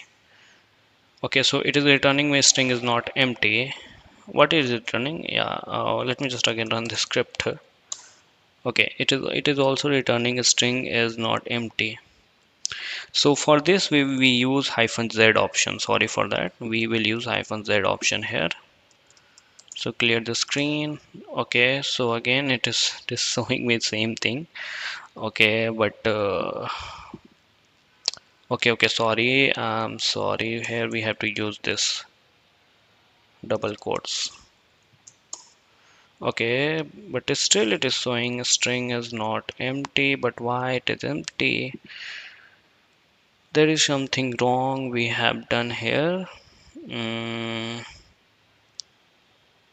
yeah, sorry. What we have to do here is string, this is empty string. So this condition is getting true and it is just displaying me this echo message. So that's wrong. If I do something else here, condition will get false and then it will display me this. Okay, so there is nothing much. So we have to just replace this echo with above one. String is empty, or here we can just do string is not empty. Okay, so now it should return a string is not empty. So here you can see string is not empty. If I will just remove this part, it will display me a string is empty. Okay, so it was just if it is true, then it will execute obviously. Okay, so in this way you can do a string comparisons also. So now moving forward in numerical part, what you can do if we want comparison like equal to, greater than, all those things. So how we can do it? Let's just do it.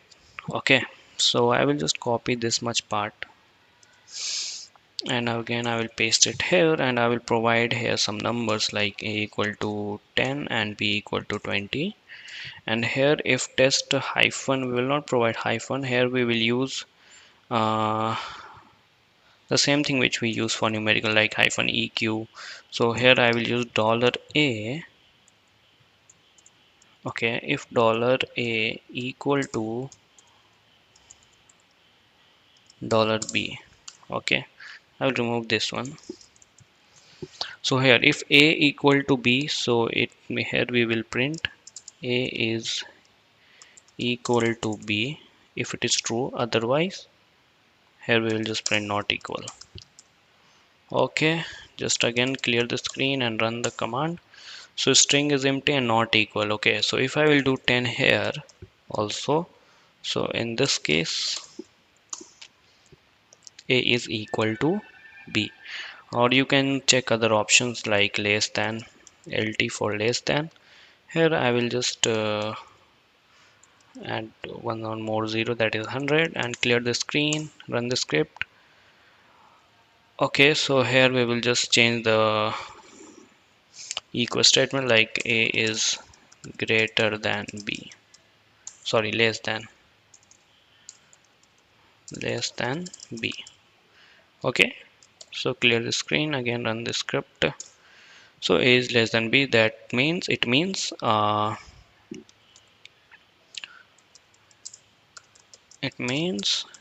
this statement is true and this one is executing. And if I write here, so here we will see not less than b, so not less than b. So in this case you can use multiple things using test command, like you can play with the numerical part, string also. Okay, so instead of this double bracket, whatever we use in this one like double bracket and spaces, so it is easy to use this one. Okay, so now moving forward we will use some like file comparisons also. So how we can do it? Okay, so I will provide the file name, not file name. mm, I will use these much of file or hello.txt to play with it. So there are multiple options which we can see, like -s option, which is used for checking the what we can say, checking the if file is empty or not. Okay, so let's start with this. So here I will just add the comment, that is the file comparisons. Okay, so here what we can do if test hyphen s, and I will provide the file name. My file name is hello.txt. Then if file is empty, hyphen s is used to check if file is empty or not. We will just echo file is empty.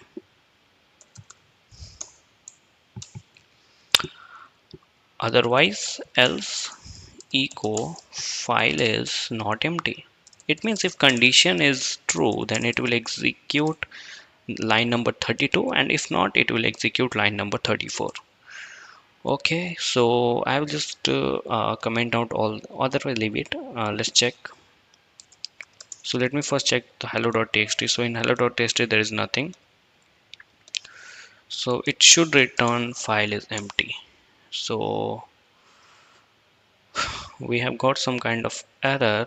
So the error is we have not closed the if condition. Clear the screen. So file is not empty, it is showing. Why? Because I don't know if file is empty or not. So the file is empty, it should display. Let me just create one more file, test1.txt. so it is absolutely empty file. So again here I will provide test1.txt. Clear the screen. So again it is displaying me file is not empty. Why so? Okay,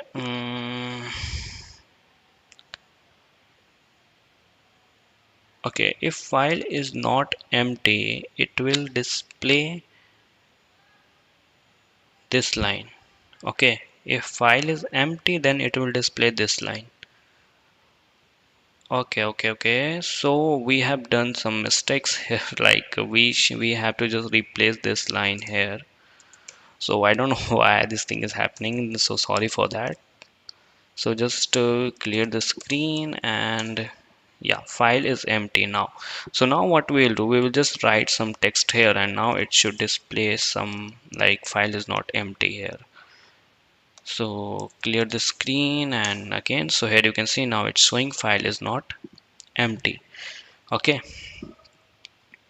so also there are many flags we can use, hyphen d and all those things. Okay, so there are many flags which we can use to check. If hyphen d is used for check, I think, whether the whatever you are passing, that is it is directory or not. Okay, so I will create one directory that is let's create one directory that is dir1. Okay, so here I will just pass dir1.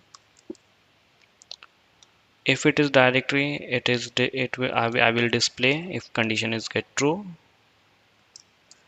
it's a directory, or it is not a directory. I will display here it is not a directory. Just run the script. Okay, so it is a directory, and I will provide some different name here. Like suppose I provide hello, what was the file name, that is test1.txt, and now it should display it is not a directory. So yeah, it's correct. Okay, so I hope you liked it, guys. We can use test command while providing the conditions in with if conditions. So okay, so that's all for today's. I know there were some mistakes today, so sorry for that, and I will meet you in the next video. Okay, so thank you for watching. Hello guys, now in this particular video we will talk about functions. Okay, so what is function and how everything works, we will discuss all the things in this particular video. Okay, so actually already I have created this function.ss file for you. If you not, then you can also create this one. Okay, so let me first discuss about the function. What is function? The basic idea about it.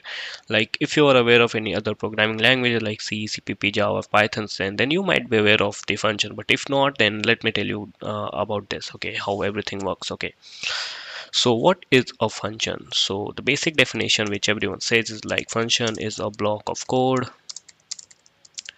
which can be used again and again.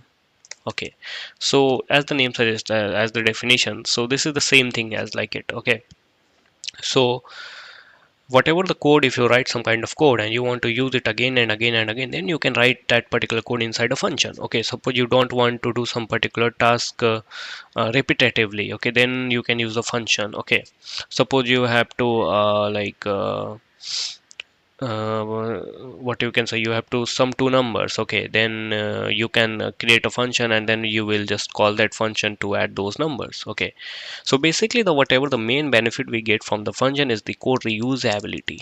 Okay, it means we can reuse that particular code again and again. This is the basic idea about the functions. Okay, so now let me tell you about the basic syntax. So what is the basic syntax of the function in the cell scripting? So how we can do it? So basically the basic syntax is the function name, whatever the function name you want to provide. Okay, the double parenthesis and the simply this curly braces, and inside that curly braces you have to just write the code. Okay, whatever the code or whatever the operation we want to perform. Okay, so this is the basic syntax which we will be using inside this whole tutorial. So now let me just create one function with the name greetings. Okay, and I will just echo something like good morning, good morning Ayush, like this. Okay, and to call the function you have to nothing, you have to just write the name of the function greetings. Okay, and now let me just move into the this particular directory. Okay, and now what I will do, I will just provide a certain permission to the file chmod plus x 19 function.sh. Okay, clear the screen dot slash 19. Okay, so here you can see good morning Ayush has been printed. Okay, so here what happens, suppose we want to again call that function, so we can just call it again here. What happened, let me just copy it again, greetings, paste it here. Okay, so again it will print good morning as two times. Okay, why it happens, because here you can see the name of the function, and we are just echo this thing good morning Ayush, and then we are calling the function. Okay, so with function calling, whenever you call any function, then it calls this function and whatever the code inside it, it gets executed. Okay, so this is the basic functionality of the functions. Okay, sorry. Now moving forward, we need to talk about like parameterized function and the returning value. Okay, so what is a parameterized function? Let me first discuss about you. So basically in function what happens, you pass some parameters. Okay, and with on that parameters we do some kind of computation and all those things. So I will just create the sum function. Okay, I will just remove this thing and I will create now parameterized function. Okay, so the name of the function will be sum Ayush. Okay, and I will just echo the sum of $1 and $2 is not like this. Before the parameterized function, let me just discuss with you simple function how we will do it. Like suppose if a equal to 12 and b equal to 13, then c equal to $a plus $b, and you have to just echo the value of c. Echo the sum of $a and $b is you have to just echo $c here. Okay, just save the code and we will just call the sum function and then we will get the result as 25. Okay, so we have got some kind of error in line number, sorry, we don't have to provide this parenthesis here. Okay, so okay, we are getting error, not error, the same string, because we have not added the expression in a right way. Okay, so here you can see for computation, like we know, like we need to do like this. Okay, then and only we can compute anything. Okay, so here you can see the sum of 12 and 13 is 25. So suppose if you want to change number, okay, so 13 and 14, so we can get now result as 27, I think. Yes, 27. So here the thing is we need to change that thing in our this inside function, but what do we want to pass the value while calling the function? And in that case we need the parameters. Okay, so how we can do it? So in shell scripting we basically pass the parameters as this one, like from here we will pass suppose 12 and 13, and then it will act as the $1 and $2. Okay, so in this way we can get. So now for this I will just like provide a equal to $1 and b equal to $2. Okay, and all things will remain same, and I will just pass the parameter here 12 and 13, not 12 and 13. Let me provide just, okay, 12 12, and let me clear the screen and again this. So here you can see the sum of 12 and 12 is 24.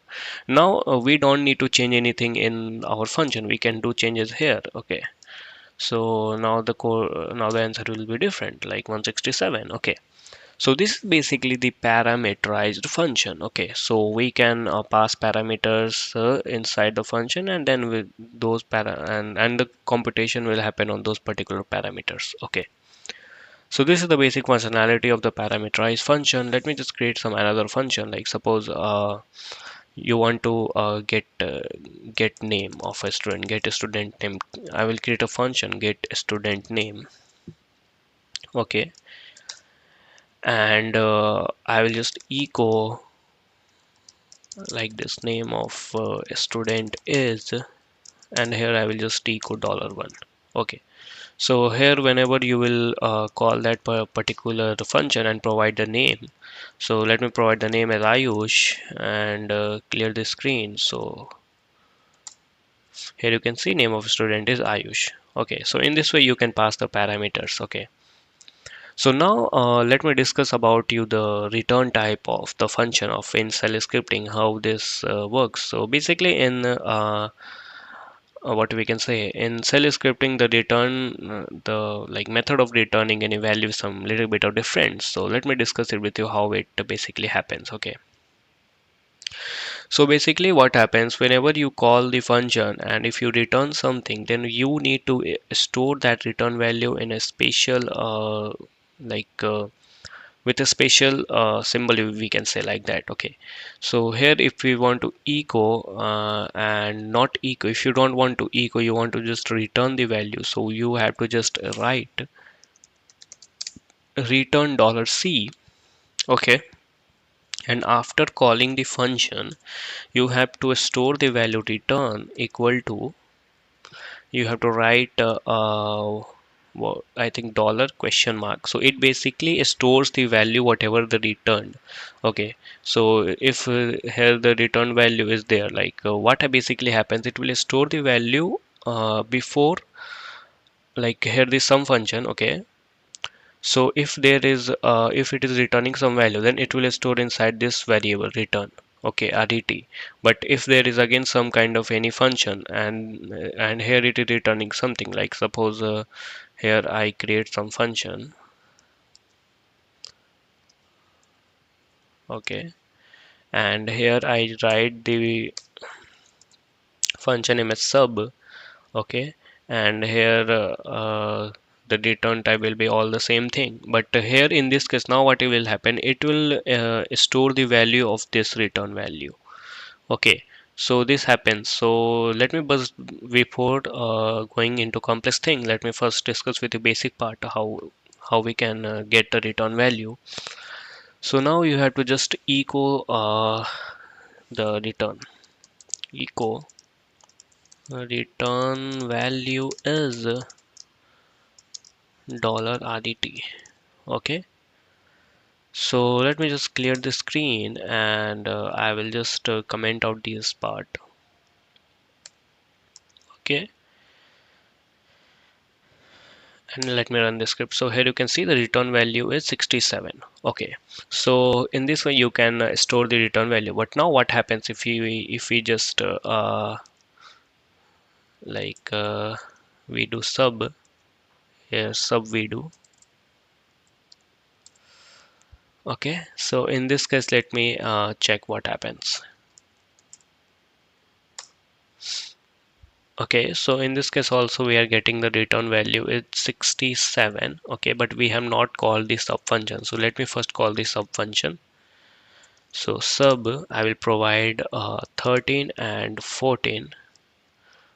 Okay, not 13, 14, 13 and 12. And here I will write $a minus b. So value should be 1.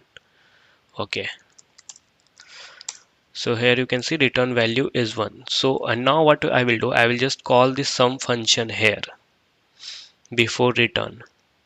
So now let me check what will be the return value. Return value will be now 167. Okay, so now I hope you got the idea about how the value is stored inside this ret variable. Okay, so whatever the function is calling before this, so that value is getting stored inside this variable.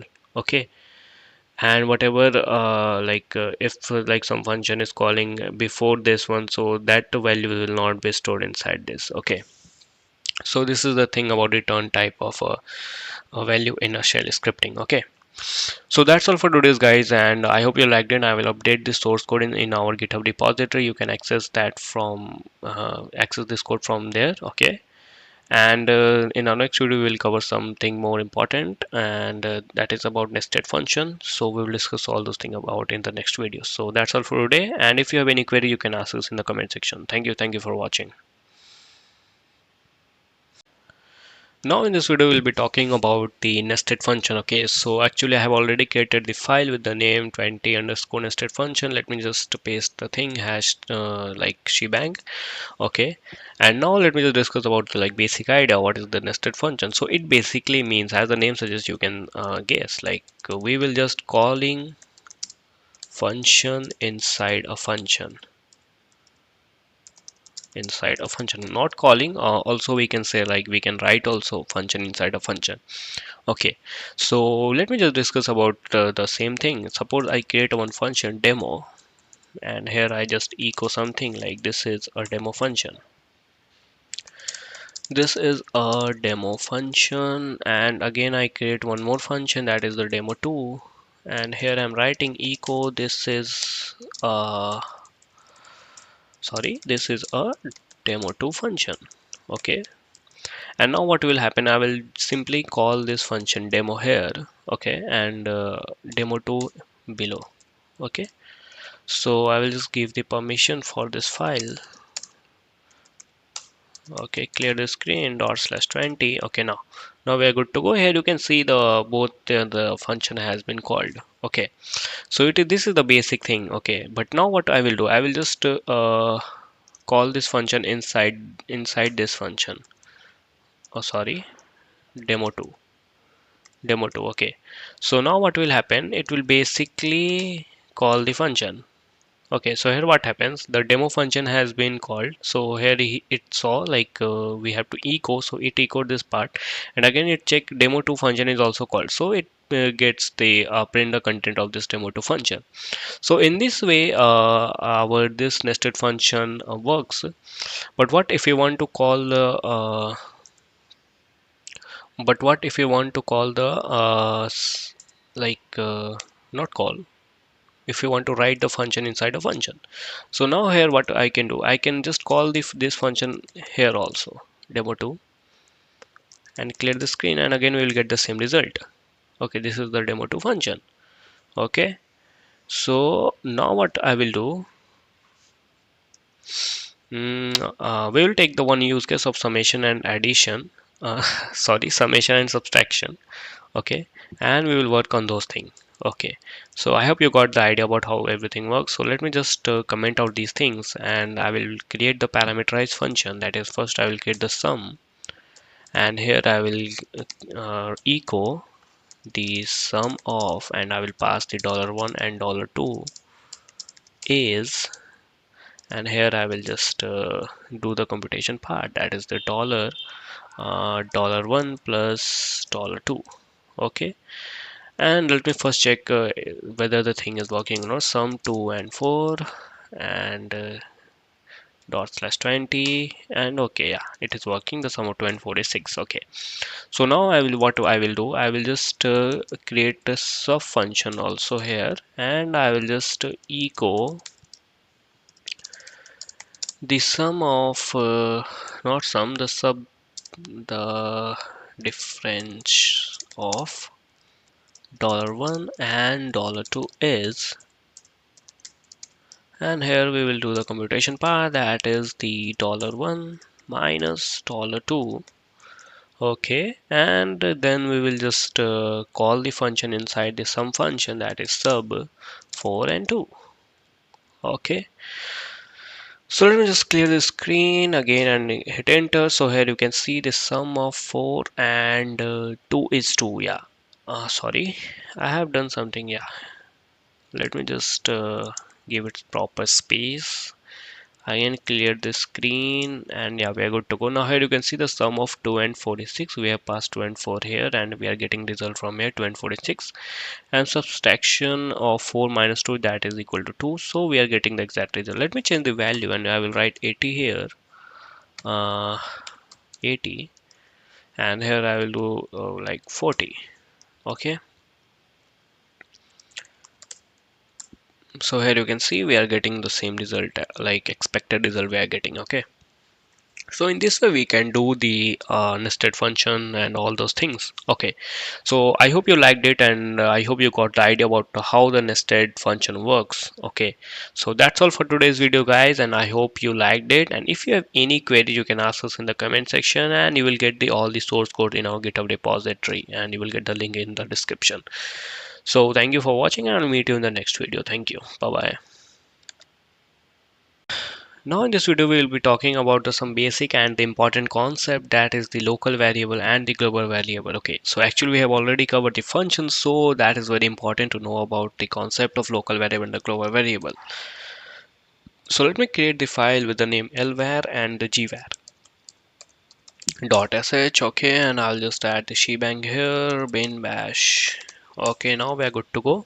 So I will start with the basic definition of the local variable. So if you like, I will just write local variable. So we can define the local variable as the variable uh, which is sorry, uh, which is declared inside a function is called as local variable. Okay, sorry for mistakes.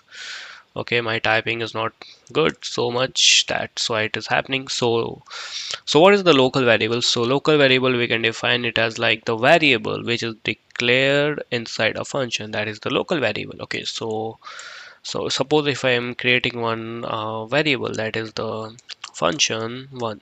Okay, name of the function is function 1, and I am defining a variable that is a equal to 20, sorry, 10. So in this case, what is this? So a is nothing but the local variable.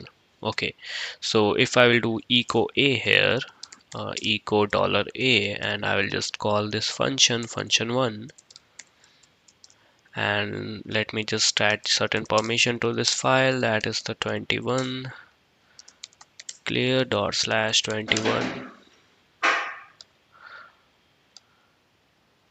Okay, so now I will just run the script 21 underscore. Okay, so it's not okay, let me just again, yeah, clear the screen dot slash 21 now. Okay, so here you can see we are getting the value as a value of a as a 10. Okay, so this is the local variable, like we have declared this variable inside a function, so that we can access this inside this function only, not outside of this function. So if you want to print uh, without function calling, okay, I will just print here echo $a, So let's see what happens. So it will, I don't think it will print anything. Clear the screen again. So here you can see we are not getting any kind of result here.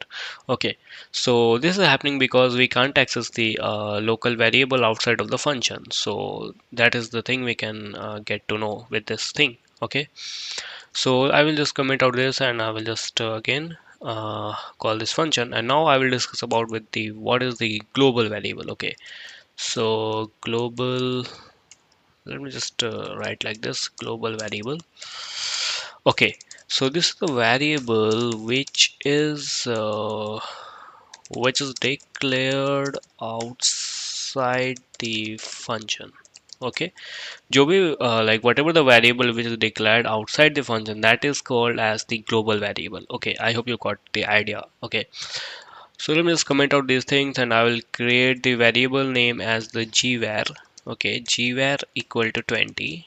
Okay, or I can just define the string like I am a global variable. Okay, so this variable can be accessed from anywhere of your program, like inside the function or outside the function. So if I will just call here echo $gvar. Okay, so here we can see the result as the global variable. Okay, so here we are getting the result, I'm a global variable.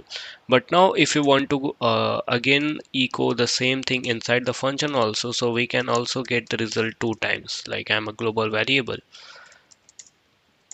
So here you can see 10, and then I'm a global variable. So you you should see the like how the function is executing. Like when first what is happening, we are just printing this global variable, and then we have called the function. So after calling the function, we are getting the first, it is calling this local variable, and then it is calling this one gvar, that is the global variable. Okay, so this is the simple concept of the local variable and the global variable. I have discussed why, because we have already covered the functions, and this thing you should know about it. Okay, so that's all for today's guys, and I hope you liked it, and if you have any queries you can ask in the comment section, and I will post all these things in our GitHub repository. Okay, so thank you for watching, and I'll meet you in the next video. Thank you. Hello guys, now in this particular video we'll be creating one of the script, that is the file integrity checker. That is the basically a simple script which we will be using to check the integrity of the file, whether the file has been changed or not. Okay, so basically for this tutorial we'll be using one of the tool, that is the MD5 sum. Okay, so let me just show you the demonstration of this particular tool. So basically this tool will generate the hash of the particular file. So if you will check the hash of this hello.txt, so here you can see this is the hash. Okay, so but now if we'll change the something like let me add again 1D here, and again let me check the hash, so there will be change in both the hashes. So here you can see the difference. So basically what we'll be doing, so we'll be using this tool, and we'll be creating two functions for generating hash and checking hash, and we will check if both the hashes will match from the previous hash. Then there will be no changes, we will display that as an output, and if there is changes, then we will display output as like there is change in a file. Okay, so let's start with the creation of the script. So let me just add the one file, that is the file integrity checker, file integrity checker.sh. Okay, so now what we will do, I will create two function. So let me just pin bash shebang has been added, and we will give the two options for the user for generating hash and the create checking hash. Okay, so but before this I will just create the function, that is the generate hash. Okay, and we'll be covering all the concept which we have covered till now, like mostly function will be covered in this particular video. Okay, so now I will just ask the user to enter the file name of which we want to generate hash. So here I will ask the user, enter the file name please. Okay, and I will just store the file name in the read file name variable. And then now what we will do, we will just generate the hash and store that hash into the file, that is md5 sum, and we'll provide the file name, and we will just file name dot md5. We will store the output in the md5. This output, whatever the output we are getting, this one we will store in this md5. Okay, and then we will just echo hash value stored in dot dollar file name, whatever the file name we have, file name dot md5 file. Okay, so this is the generate hash. Let me just call the function and let me check whether everything is working fine or not. Clear the screen dot slash, but before that I will need to provide a certain permission to this file, that is chmod plus x, that is 23. Clear the screen dot slash 23. Enter the file name. I will just write hello.txt here, and here you can see hello hash value is stored in this file. So let me check. Okay, so here hash value has been stored, we can check here. Okay, now coming back to the script, so let me just clear here generate hash. Now what I will do, I will just what we can say, check hash value will check hash, check check hash value. Okay, and echo enter the file name. Now we are just checking the hash value and we will match the hash value with our previous value. Okay, so echo enter the file name. Again we will enter the file name and we will just read file name. We are creating the variable and storing this in the file name, and now we will generated hash, we will create one variable value generated hash. Okay, don't confuse between generate hash and generated hash. Okay, and here we will store the output of the previously whatever the previous hash which has been generated in the md5 file. So we will store the value like this value we will store in this variable generated hash. How we can do it, we will just read the file name, that is dollar file name dot md5 we will add. Okay, and then we will again we will just store the like current hash or current output. So how we can do it, dollar, and we will just do md5 sum, and then we will just provide the file name. Okay, now we are good to go, and then we will use the if conditions here, like if we will just do like this, if, and we will pass the double quotes and dollar gen, let me just copy this thing, if dollar generated hash will be equal to, we will use here equal to, again double quote, dollar output, then in this case what we have to do, then echo there is no change in file. Okay, and in the else condition we will surely add the echo statement, that is there is something change in a file. Okay, and then we have to just block the if condition, we have to just close the if condition. Okay, and now what we have to do, what we can do,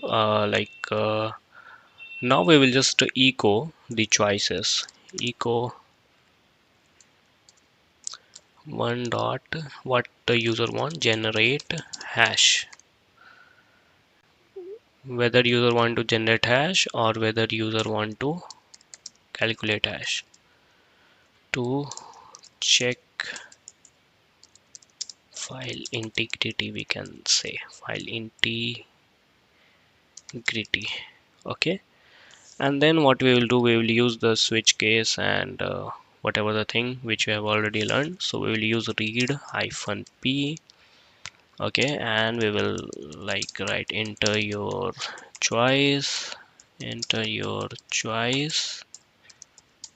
Okay, and we will store it in the choice variable, that is the choice. Okay, and then we will use the case dollar choice. Okay, in and if this is the if this is 1, then what we have to do, echo gen generating hash, and then we have to just call that function, that is the generate hash. Okay, here we go, generate hash. Okay, now we have to just remove this part. Now if 2 is selected by the user, then in this case what you have to do, and here you have to just break this one. Okay, 2, then we have to just echo, we can do checking file integrity. Okay, and we have to just call this function, that is the check hash value. Okay, and we have just closed this one, and the if any other value, that is the default, if we get the default, then in this case we have to just echo invalid choice body, invalid choice. Okay, and we have to close this case. Okay, now we are good to go. I hope everything is ready, and we will just run this script again or clear the screen. Okay, and I will just remove this file here because we will be using this file. Okay, and I will just remove this one also. Okay, now run the script. Okay, what is the choice? First enter the file name hello.txt. Okay, hash value has been stored inside this file. Now we will do again, run the script, and now we want to check file integrity. Enter the file name hello.txt. Okay, so there is no change in file. Okay, but now what I will do, I will just again do hello.txt, and I will add this one e. Okay, and again I will clear the screen, again run the script. Enter your choice, that is the second check file integrity. Enter the file name hello.txt, and here you can see there is something changed in a file. Okay, so in this case you can see we have changed the file here name, like we have added e, so it is showing me that there is something changed in a file. So our this script is running actually fine. So for your like if you want to go on some advanced level, you can use try except block, all those things. Okay, for if file doesn't exist, you can just pop up an error or echo the statement like file doesn't exist, all those kind of things. Okay, so that's all for today's guys, and I hope you liked it, and we have used multiple things inside this. So this is basically the longest script which we have entered till now. So that's all for today's guys, and I will meet you in the next video. Thank you for watching. Now in this video we'll be creating one of the script, that is the cloning repository. Okay, so basically this script will, what it will do, it will basically clone the whatever the repository if you want to clone from the GitHub. So basically we will be doing in this particular script. So let me just create the file, that is the 24 underscore clone repo dot sh. Okay, now we're good to go. We have to just so this is the basically a very simple script which we'll be doing right now. Okay, so the way to, let me just tell you the use case how the thing will go. Basically we will read the like link from the user. Okay, we will use the git command. Okay, and it will basically automatically create one of the folder inside our inside our system. Okay, so this is basically a simple use case which we'll be doing inside this particular video. So how we can do it, we will use the concept of the local variable, not local, global variable, and we will use the functions also. Okay, so how we can do it, if you want to do it on your own, then that is a very good thing. So now let me just echo, enter the repository link. Okay, so we will ask the user to enter the repository link, so we will just read this thing inside the repo link variable. Okay, and I will create the function get repo, not like this, get repo. Okay, and to parenthesis echo, and here I will just echo getting repository please wait, like this. And we can use the command git clone. Okay, and git clone and the repo link will provide. Okay, so now what I will do, we have to just call this script, call the function, sorry, get repo, and provide a certain permission to the script, chmod plus x24, clear the screen dot slash 24. Okay, enter the repository link. So let me tell you, we will be repo uh, what we can see, cloning this link, okay, or this repository cell scripting tutorial. So let me just go back here and control shift V. Now enter. So here you can see cloning repository, please wait.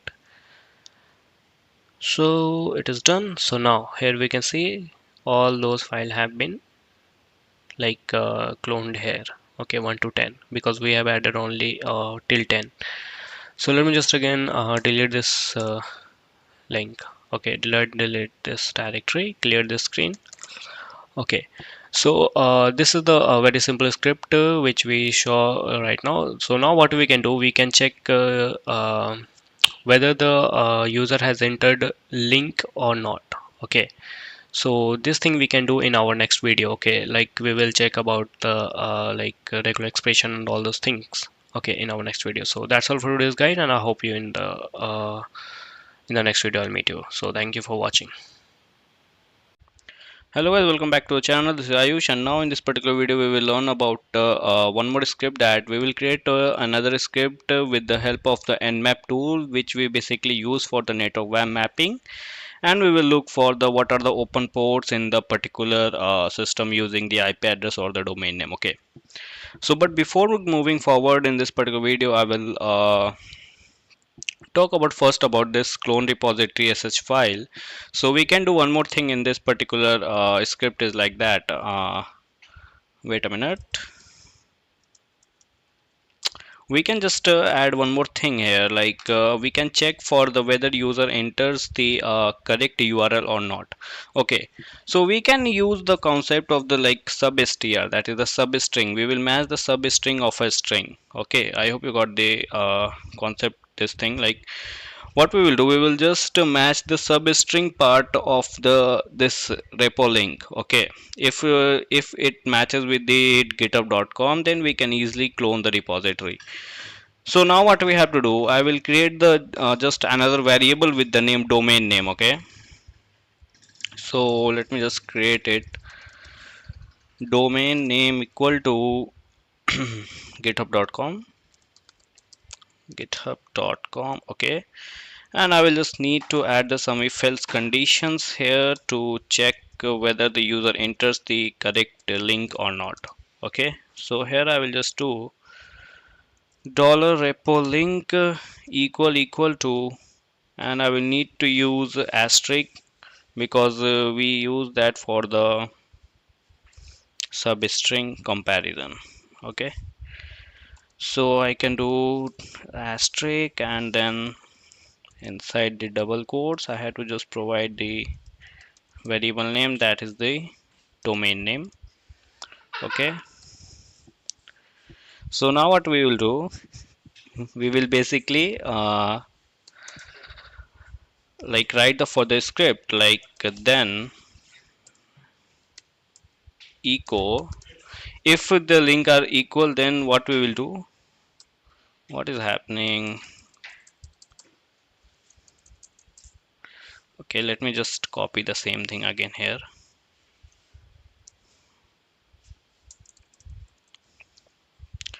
Echo, then we will do this, else what we can do, else we will just echo please enter valid link, and we will close the condition part here with fee. Okay, so I hope everything is correct. So now what we will do, I will just run this script again here. So okay, I will run the script, but before that I will just copy this link. Okay, so just paste it here and the terminal. So I will just run the script using 24. Okay, clone.sh, enter the repository link. I will enter the link. Okay, so here you can see we got some kind of error. On which line we have got? Line number 14. Okay, if repo link equal to asterisk. Okay, we forgot to add space here. Control S, clear the screen. Okay, now I will just add first google.com, so it should yeah, show please enter valid link. Now what I will do, I will just paste the repository link, enter. So here you can see it is cloning into cell scripting tutorial, and here you can see the directory has been created with the name cell scripting tutorial. So our script is running fine, because if you are entering some wrong URL, then at that time we are getting the this statement is running like please enter valid link. So it means this thing is getting verified. Okay, so that was the part which was remaining in our previous video. So now what I will do, I will create one more script with the name sorry, let me just create it, 25 underscore nmap. Yeah, we can do nmap.sh.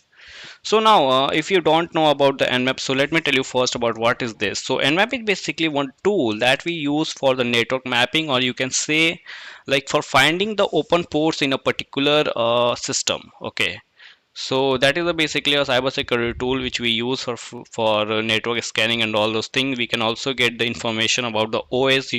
Okay, so just like other commands, like for ls we have l option, a option. So similarly for nmap also we have different options. Okay, which we will learn in this particular video. Okay, so let's start with the scripting part, and let me just give you the use case how the thing will go on. So the thing is basically what you have to read the host name. It basically means whether you want to take the domain name or the IP address. It all depends upon you what do you want to take as an input from the user. So you have to take the host name, and then further what you have to do, you have to just use the nmap commands. Okay, to just what we can say, mm, to just scan that particular host name. Okay, so this is the simple use case which we will be going to use in this particular video. So for that, first I will need to enter the take the input from the user, that is the host name. Okay, so let me first clear the screen, and now I will just echo. Okay, wait a minute, what is happening, which key is I think some keys are okay, wait a minute, some keys are pressed automatically. Wait a minute, yeah, I think now it's not happening, nothing is happening, sorry for that. So now what I will do, echo enter the host name. Okay, but before that let me show you the how the thing is work. Okay, the actual thing works. Okay, so let me just search for the nmap. Okay, so you will get the official website of the nmap.org, that where it tells like it's a free and open utility for network discovery and security auditing. Okay, so this is the basically one of the tool, and there is also one scanme.nmap.org. This is the what we can say testing website through which we can test for any for this domain name. Okay, like it's legal to test this domain name because they have already authorized peoples to test this particular domain name, but you cannot test any other domain names without their permission. Okay, so if you do, I will not be responsible for that. I'm clearing this thing in this particular video. Okay, so now let me just okay, I think my internet is slow. Wait a minute.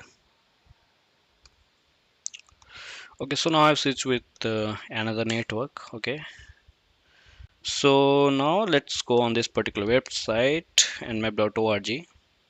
So here you can see the whole documentation part. If you want to read, you can read. Okay, so let's go with the reference guide. You can go with this or docs also. So this is the reference guide.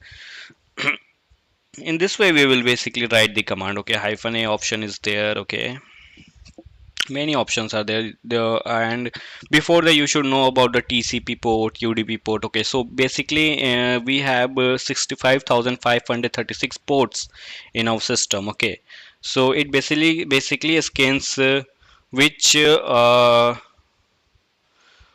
port are open in your system. Okay, so now let's move with the scanning part. Okay, so let me just check whether this website is accessible or not. I think it should be. Yeah. So here you can see, go ahead and scan me is the title of this particular website. Okay. So now what we can do, we will just create this script and we will use this nmap tool and some other options. Okay, to run our script. Okay. So now let's do, so echo enter the host name, read host name. Okay, we will just read the host name, and now next what we will do, we will just take the our password. Okay, the system password, because some of the options required sudo permissions, so for that we need this enter system password. Okay, so here you will learn one more thing. Hyphen s or hyphen fs option provides, like, if you will enter something it will not be visible. Okay, so that is the benefit of using this option. So here we can store with system password. Okay, and then what I will do, I will just create one function. Okay, or not function, before that yeah, I will need to create one function to work with the cases. Okay, I will just create different cases for different options. Okay, so how we can do it, so we have to just write the function name. So I will write the function name as the nmap function. Okay, like that I can write. Okay, and in this I have to just provide the some options. Okay, so how I can provide, like, I will need to write echo dollar. Okay, and then I will just need to write like this. First option will be, or I can write like this, one dot and normal scan. Okay, and we will use slash n for new line, where two dot and then TCP scan. We'll be doing three types of scan in this particular video: normal scan, TCP, and the UDP scan. Okay, three is UDP scan. So these are the three options which will be available to the user. And then what I will do, we will what we can say, we will take the input from the user. Okay, choose option which you want to prefer. Okay, so here we will just write the option. Okay, and now what I will need to do, I will need to write different cases. So if user enter 1, what should happen? If user enters 2, what should happen? All these cases I should write. So we have already covered it in our previous videos, so how you can deal with the cases. Okay, case option in, if 1 is provided, then what you have to do, I will just echo a thing like if 1 is provided, I should write like this, echo like this, normal scan. Okay, like this we are done. And then what you will need to do, echo, I will just provide the system password to the sudo command. Okay, so right. Okay, so now what we will do, we will just pass the sudo and we will use the capital S, like hyphen s option, because we are getting the password from this particular system password. Okay, that's why we are using this option. And now we will simply use the nmap, and if you are going with the normal scan, so at that time we have to just provide the host name or the domain name. Okay, so we can just do like this, host name. Okay, so this is the first case which we will be dealing with that.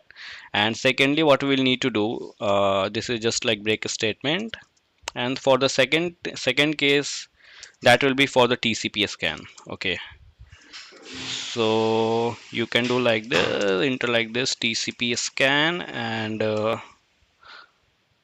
these much dash. Okay, and same thing we have to do, just we have to change the option. Okay, so you can just copy and paste things easily.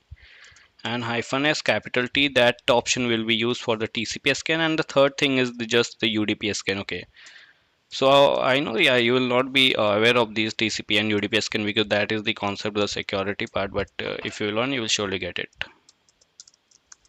UDP scan, okay,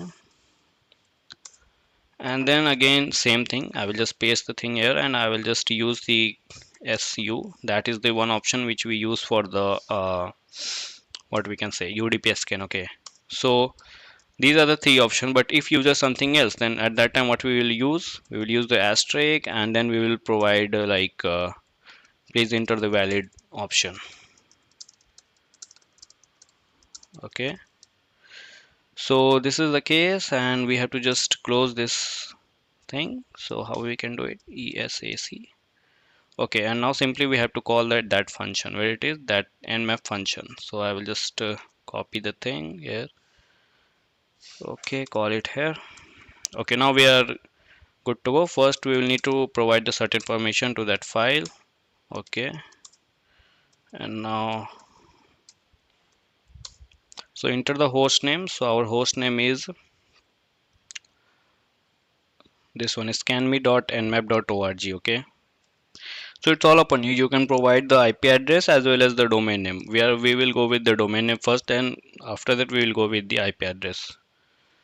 Sorry, we will need to provide like this: scanme.nmap.org. Okay, you will need to enter the system password. Okay, so here we are getting some kind of error at line number 42. Okay, wait a minute. Oh, sorry, I have done some mistake. I have to just enter the name of the function. Okay, again same thing, scanme.nmap.org. Okay, so what type of scan? I just want the normal scan. So let's check. It takes some time, so you will need to wait. And let's again check the IP of that particular domain name, scanme.nmap.org.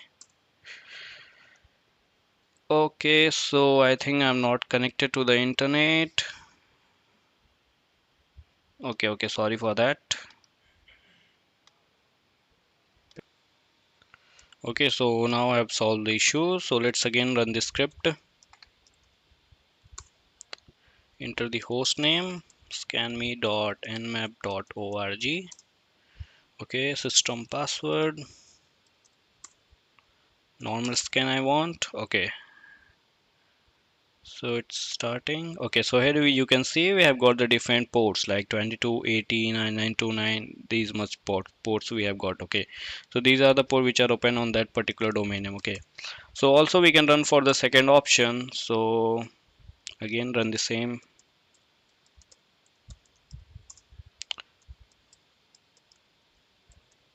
Okay, second TCP scan. Okay, let's wait.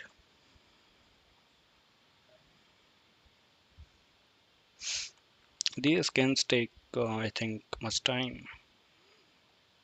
We will need to just wait.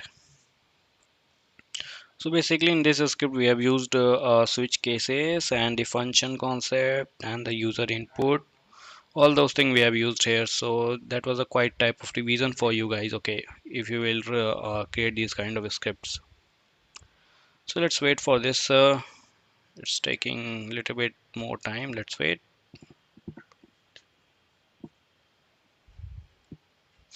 Okay, so we have got all the TCP ports which are open on that particular domain name. So here you can see 2280 888. So these are the all ports we have got. So these are the open port. These are some filtered, open, filtered. So you will if you will search about on Google like what is the difference between open and filtered port, you will surely get to know. And these are the services which you can see here. Okay, so that was the basic the thing about the scripting, like how we can use the different tools with the with bash script. Okay, So that was the tutorial for this, and I hope you liked it. If you have any queries, you can write down in the comment section, and you will get the source code of this particular video in our GitHub repository. So that's all for this video, and I will meet you in the next one. Thank you so much for watching.